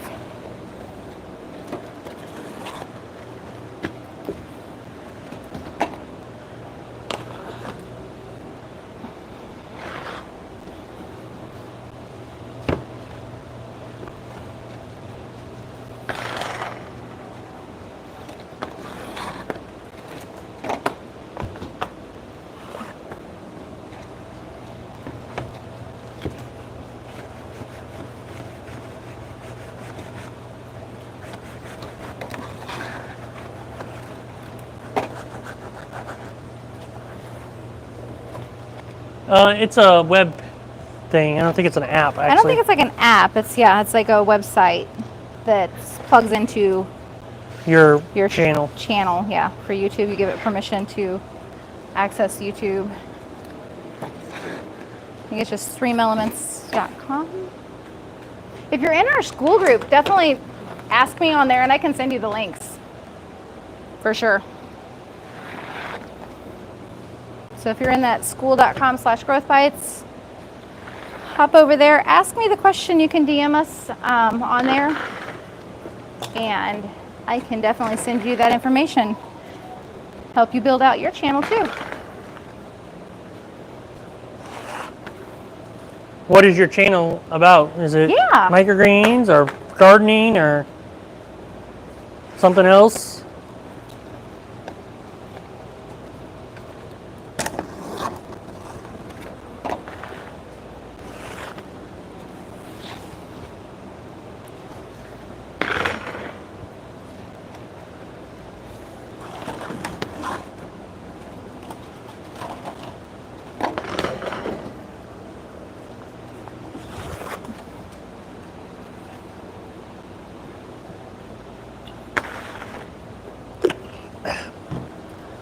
Little secret about apps though, guys.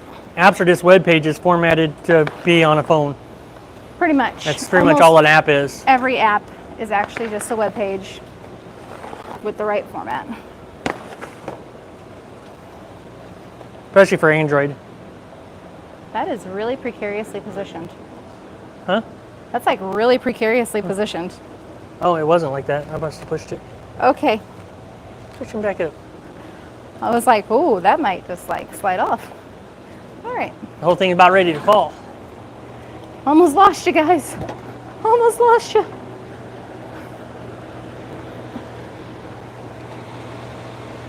And then the ones we're leaving for mixes.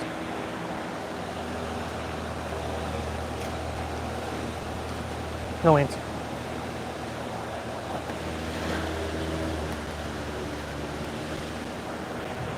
Oh, they look floppy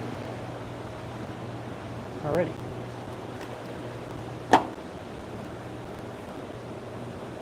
Just Maybe a drying? little bit more airflow. Yeah, the centers seem to have a little bit of moisture, so I didn't want to do all of those. Kind of pick through. I'll do these ones first. They are drier.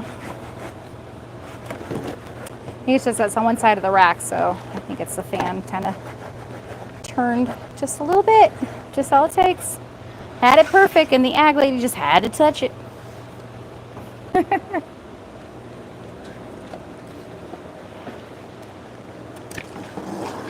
Do you do any growing edibles? We have. We just actually stopped growing them. We only had, at the time, one restaurant at the end here using them. We've had some others ask about it. It's Here and just there. space concerns and time to do it, although they don't take a lot of time. It's not a big profitable business here, so we couldn't get enough people wanting to buy them. I think it's something we'll revisit towards the fall into yeah. the winter. Winter time was better for us.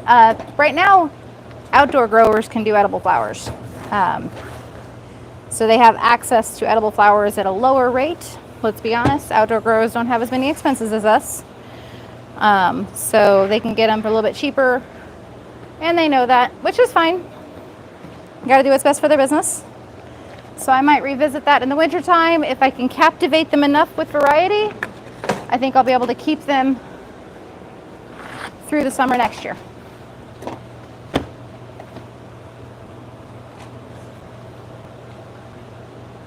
Yeah, we just took out the last of the edible flowers last week, week before?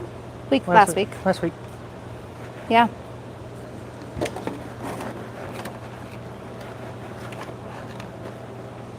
Now that space is currently used for more storage right now.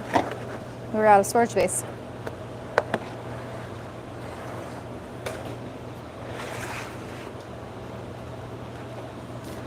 Even with all this space, somehow we run out. Yeah.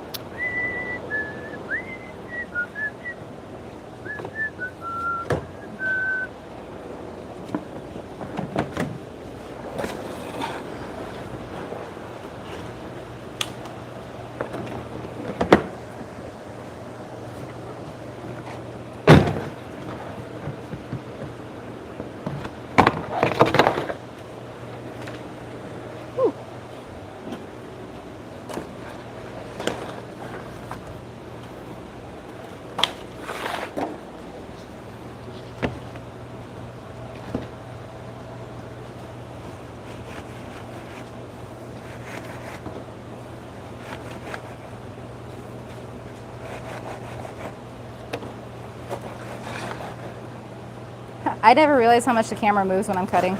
Oh yeah. I got a little wiggle to it. Got a Sorry little guys, giving y'all like a little bit of motion sickness over there. What flowers did you start with growing nasturtium but do not have a flavor that appeals to me? Yeah, nasturtiums are fun. They're very peppery. We did a lot of pansies and violas. We did bachelor's buttons. And just because a flower is edible doesn't mean it tastes good. Yeah. When they say edible flowers, they don't mean delicious flowers. I mean you just won't die. You can eat it. They're not always going to taste great. They're there for looks. Like a whole lot of nothing most of the time. Or eating a leaf. So most of the chefs just like them because they're cute. You can do marigolds. French marigolds are more of like a lemony taste. We did a French marigold. Really great for the fall. They're not really super interested in them right now. They look really good. But they look really good. I like the French marigolds. Good color. So I might really start with those towards the fall as we go into fall, winter.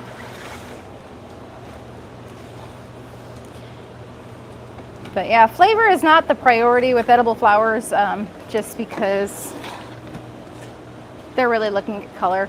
Fuchsias are delicious and they are edible. They are a little bit more of a hard grow though.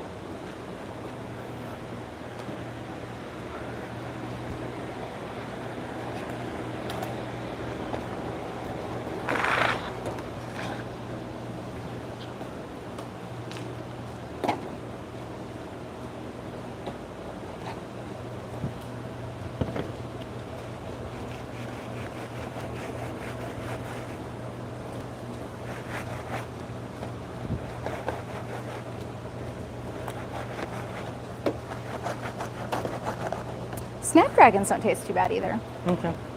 Just thought about that. I mean, they're not like something like, ooh, I'm hungry for a Snapdragon. They're not like that, but they're not bad. Got it. Was it the French Marigold easy? French Marigolds were super easy. Those ones are really super easy. They produced really well. Not like viola or pansy well, but really great grows. Probably got 50 plus flowers per plant. So not too bad. As long as you're budding them off really well, they'll continue to produce.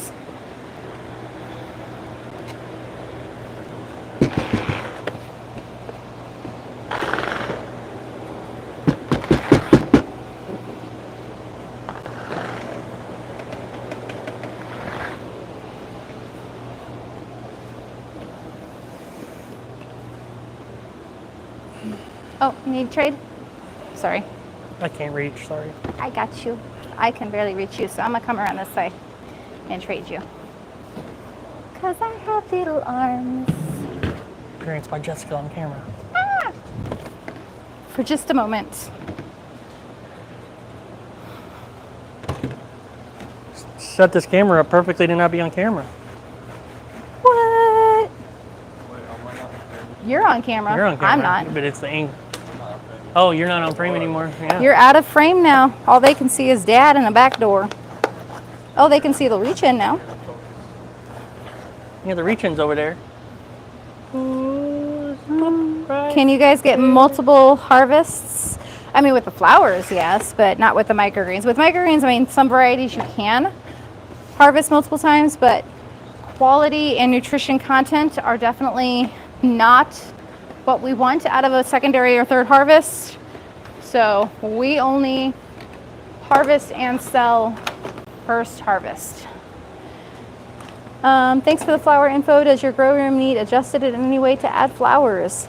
So we use Coco Loco for everything, and that includes flowers. So it grows the flowers beautifully. We don't adjust the room at all. We do keep them separate because they are a very long grows. So any kind of pests like whiteflies, gnats, aphids, anything like that, if they were to occur and need treatment, they would be separated from the microgreens. You got to get rid of them before they get to that point. So Yes. Even though they look like they still have life in them, you got to get rid of You them. got to get rid of the plants before they start becoming a problem. And if at any point you see a sign of that, just get it gone.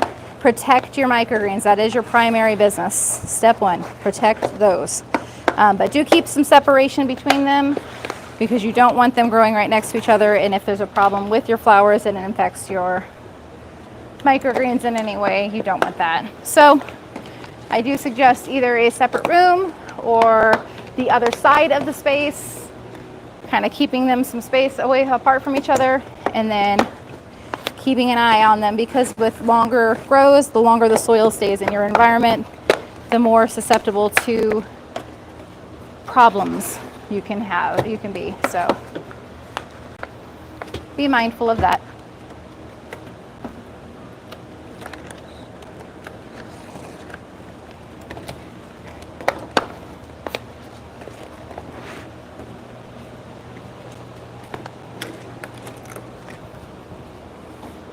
You can add nutrients to your flowers if you need.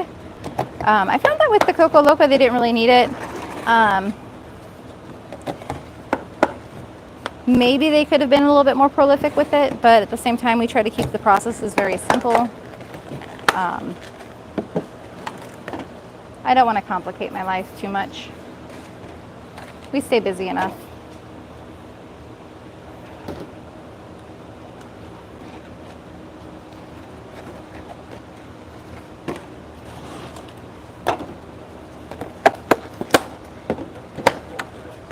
Huh? Yeah, it's really nice out today. Outside. Yep. Just wait till Tuesday. Yeah, Monday's gonna be nice. Like Tuesday's 90 gonna be summer. for like a next week. We farm inside doors for a reason. We don't have to worry about that. Bright side, when you're dumping soil and doing that today, it'll be lovely.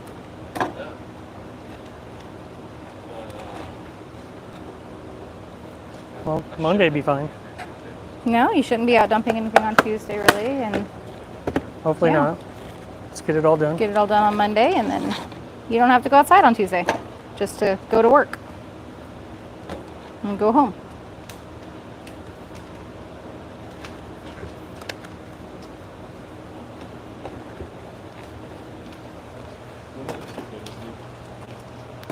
Where is this located? We are in Illinois. What, babe? Cicadas should be done in the next couple weeks, week or two. Week, maybe 2 weeks. For the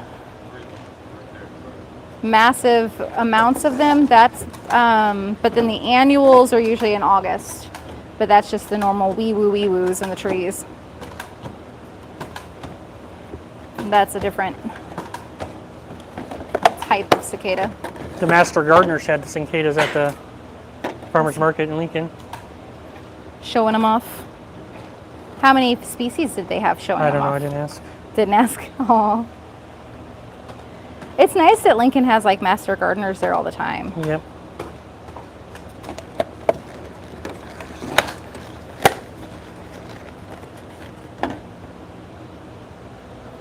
Howdy doody. Howdy doody, Quantum. Thanks for subscribing, Liebe Debag Evans.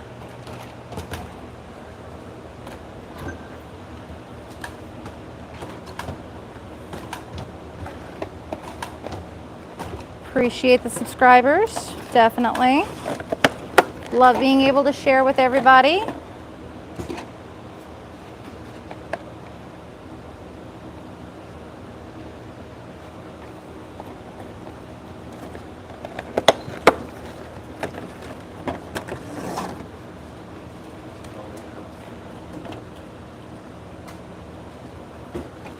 Where do we sell Coco Loco from?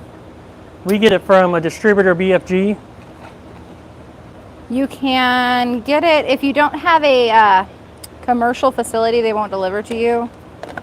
Microgreen MI ships, and you can get it through Walmart's website. I know Amazon sells it too. It can be on the high side there. Very expensive there. But I think Walmart was cheaper. We have a student that ordered some, and she said it wasn't terribly priced. She just picked up at store. Yeah, did store pickup.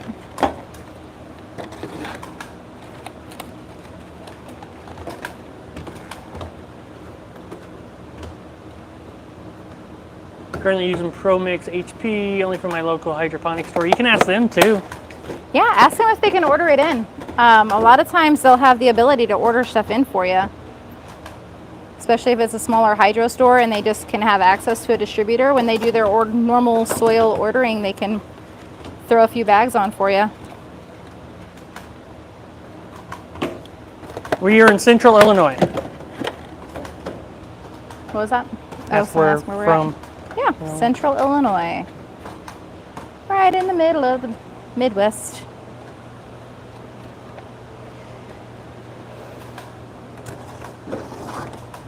What tips do you have? Want to test some trays of Coco Loco?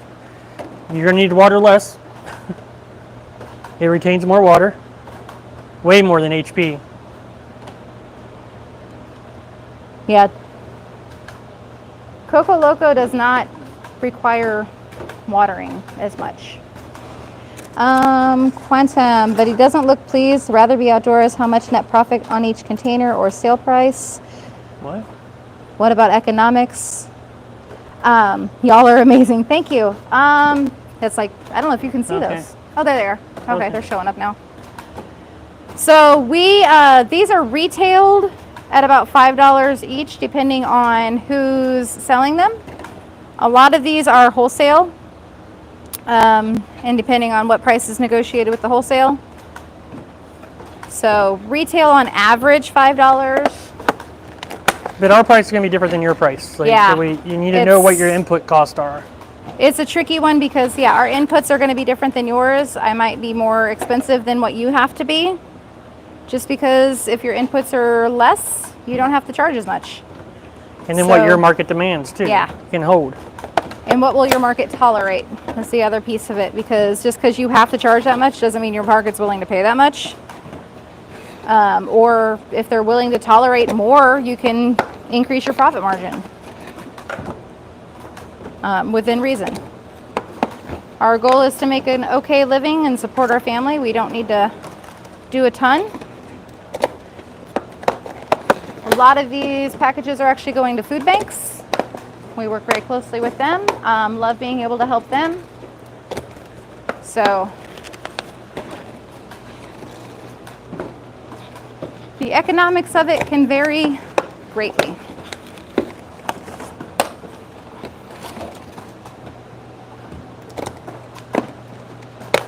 Food banks are great for them. Yeah, for sure. Wholesale average, what costs closer to 2 or 3? So wholesale, it's closer to 3. Yeah. Is the market growing out there? Yeah. A lot more people are aware of microgreens, and we do a ton of product education. We definitely teach a lot about microgreens, especially in the areas we are. We do sampling events when we can. We are at the farmers markets. The more product education, the more growers out there, the better as the market expands. We started growing commercially over 4 years ago, and we spent a lot of time educating, a lot. There's now a few more growers in the area. We've kind of built our base, but we also continue to expand and continue teaching because there's still more people who need to know about them.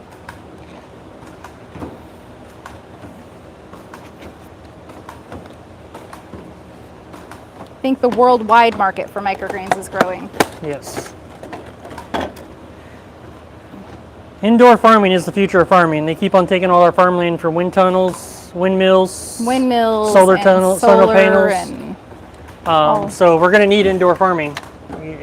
We're going to need it if we're going to survive as people. And the land underneath the windmills are not going to be sustainable long because they're creating too much heat around them windmills. So, but we can go. I can do a 10-hour long rabbit hole on windmills and solar panels and the dangers and all that stuff. Why they are not good for the Midwest or anywhere. But the good thing is they're going to need indoor farming. So here we are. Now they need us more. And you can't grow out, you grow up. Vertical farming it is. And we need a lot of small farms like this that are servicing the 150-mile radiuses. So there's plenty of room for everybody. So that if you can deliver within that 150-mile radius at max, you're going to get the freshest products. And you're not shipping across countries and stuff, across the country of America that is massive, or any other country. You can get it local. Local food.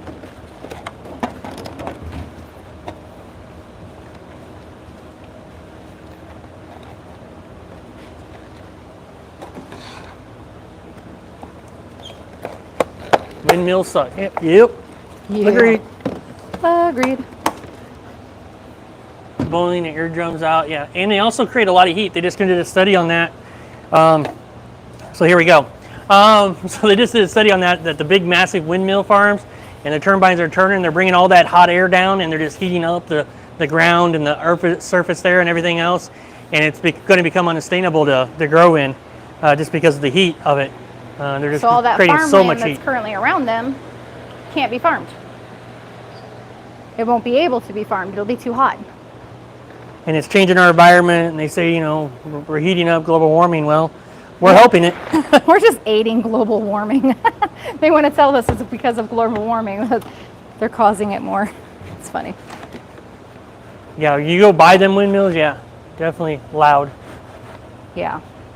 And the vibrational resonance that they create is awful. And then we could get into the killing the wildlife that's flying by and, all that too. But. All that too. Well, they keep putting them in the ocean too. It's like, oh my gosh, this is dumb. Changing the vibrations in the ocean, and sharks are beaching themselves, whatever. Whatever, It's all good. Nothing to see here. It's fine. We're fine. There's nothing to see here.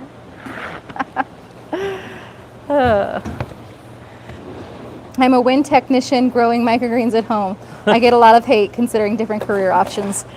It's, you know, everything has its place, and I'm all for a small wind turbine on every home. Yep. I am all for that. 100%. That would be amazing if everyone could have a The one that goes like this. yeah. So a vertical wind turbine would be ideal, space saving. Maybe put a net around it, just so the birds don't die every time they go near it. But those smaller wind turbines could be amazing on a small scale in a hyper local focus. These massive fields of it, it's awful. It's bad for the farms. It's killing farmland. It's bad enough we monoculture our farms and we row crop everything. That's bad enough. And then you throw this on top of it, y'all. If the government's really cared about sustainable energy, they'd pay to put solar and wind on everybody's roof. It'd be done. It would be done. It would be cheaper than what they're putting in. Vertical zircon on top of everybody's house. Yeah. It'd be cool, wouldn't it? It'd be cool, and it's cheaper, Dystopian, yeah. It's It's where we need to go. what we need, yeah. Agreed, awesome. Hyper local, yes. Hyper local focus is what we need for food, for energy. Stop spreading things across and trying to share everything. Just get it hyper local so these communities can sustain themselves. And you don't have food deserts Yep. when things are hyper local.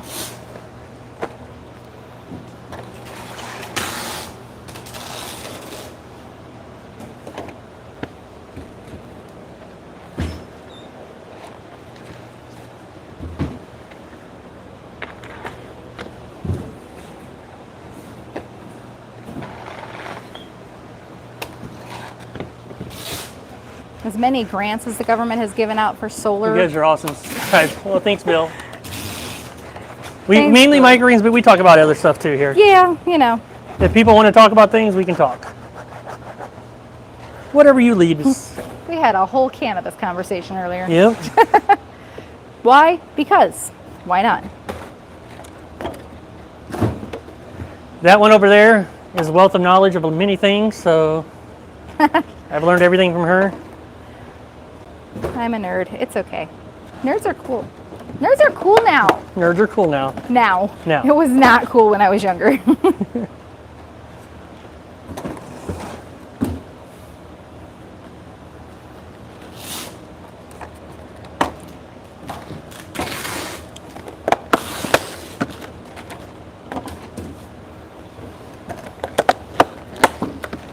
How many? We talk here on this platform like this, so imagine what we do in our private group.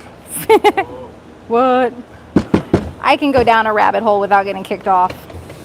That platform is ours, so I mean I don't own the whole school platform, but That'd I be own that classroom, That's that space. one's that space. So yeah, I won't be kicked off for anything I say on there.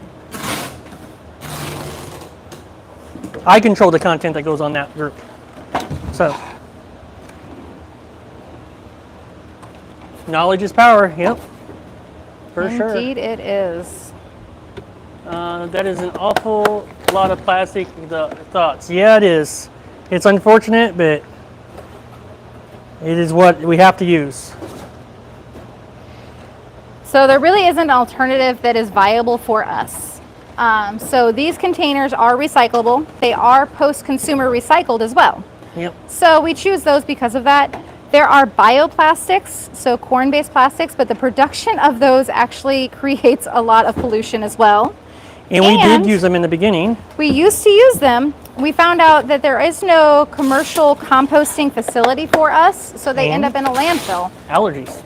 And And then one lady was Yep. allergic. they are all corn-based, and we have customers who are allergic to corn. And so they would not be able to eat anything out of a container that Can't is even touch it. corn-based. So like they can't go to Arrowroot and have coffee. Yeah. There's two ladies that we've met over the years that they can't have like coffee from the coffee person at the farmer's market because he uses world-centric corn-based plastics. But we also don't have a commercial composting facility, and they're not recyclable here either. So they will 100% end up in a landfill versus these, which have the opportunity to be recycled. Yes. We always tell our customers if they cannot recycle them, they can absolutely bring them back to us, and I will put them in my recycling. Perfectly fine. There is really no alternative plastic. Yep, unfortunate. These plastics, I can't read that one. Cassava-based plastic, Indonesia production, can be boiled and drank. I wonder how scalable that is. Cassava, it's like a sugar base. I've seen it. They've got some cassava-based straws that are a little bit more commercially available, but at a large scale, the production, and I wonder what the actual production process looks like for creating those also is the same side of it. Nancy's asked the question as well. Gotcha. Further. I'm gonna finish this one pack. This is all I got. This is it? This is it. Okay. This is all the kale. Is Coco Loco going to be easier to control mold versus Pro Mix HP? Huh? Nothing. What? Nothing. Oh. Is there a video on how to soak it, use it for planting? So Coco Loco is pre-mixed. So Coco Loco is a brand. Ready to go. It is ready to go. It is a cocoa-based potting mix. Coco coir is a raw product. I don't use just cocoa. Just cocoa would be a pain in the butt to rehydrate at our scale and use. But Coco Loco is a cocoa-based, it's triple washed already. It's already pH balanced. I don't have to worry about the pH of the water or any of that. So we love the Coco Loco for that.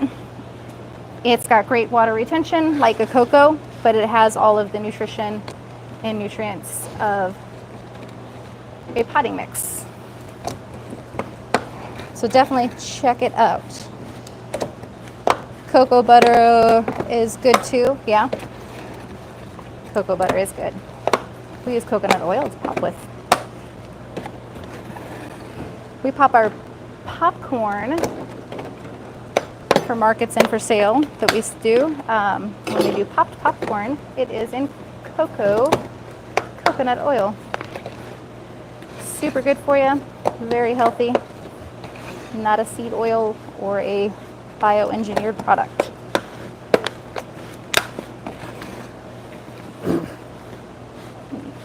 Tidy up my kale mess.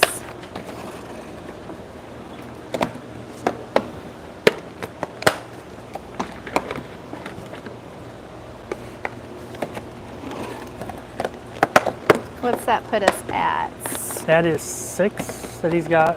So 9, 10, 11, 12. We're working on 13. Which I think we will get there. Those two. Yeah. So I think we'll get to 13 cases, which is our goal. So we do like that. That's 12 right there right now, right? Well, that's starting 13. That's starting of 13. Yeah, 13 is our goal, so. I got 9. 5, so I got 5, so I only need, I only need 10. I only need 5 more. So, yeah, we'll be good. Plus some for markets. We need the 13. We need the 13 to fulfill orders, and then the rest will go to markets. Love that. He's just like, it's not going to make one stack. One in a random place. I had like on the right side of It's messing with the organizing.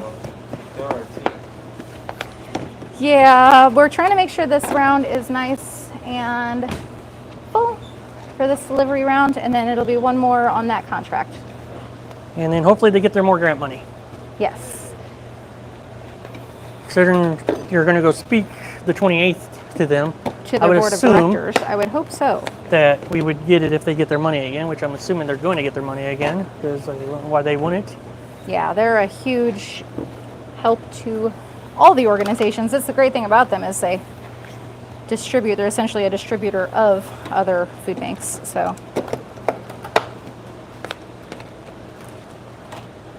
how many days? Whoop, oh, hold on. I've got a few. I have well water, so pH is high. So yeah, the Coco Loco, we don't have to balance out our pH. Our pH is at 8.5 municipally. So we've never had to balance out our pH or anything. This is the most random thing. I have no idea how I came across this. 13 by 5, how many per case? So we do 30 per case. 30 packages per case. How many days from planting to get this stage? We planted these 10 days ago. And they need grant money. So grant money is for our food banks that we're working with. We are working through a grant where they pay about wholesale price for these microgreens.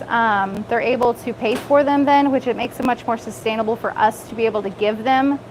We do donate as well, but at the scale that they are getting these, there's no way I could donate that much. We would be broke. I'd be out of business. We'd be out of business really fast. Do you use ocean solution for any grows? No, no need to add any nutrients to any of our grows using the Coco Loco. Not even the basil now. Yeah. It's such a short time of growing. You shouldn't really need to do that on any decent soil base unless you're using like an inert completely like Coco Core. Yeah, Coco then you would Core need to.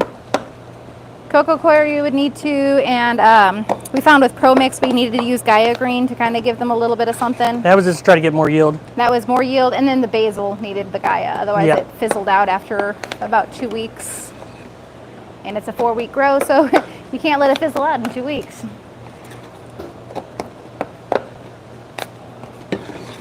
All right, do you want to wrap up? I'm gonna start lunch. That would be awesome. Well, my microphone is dying anyway, so toodaloo.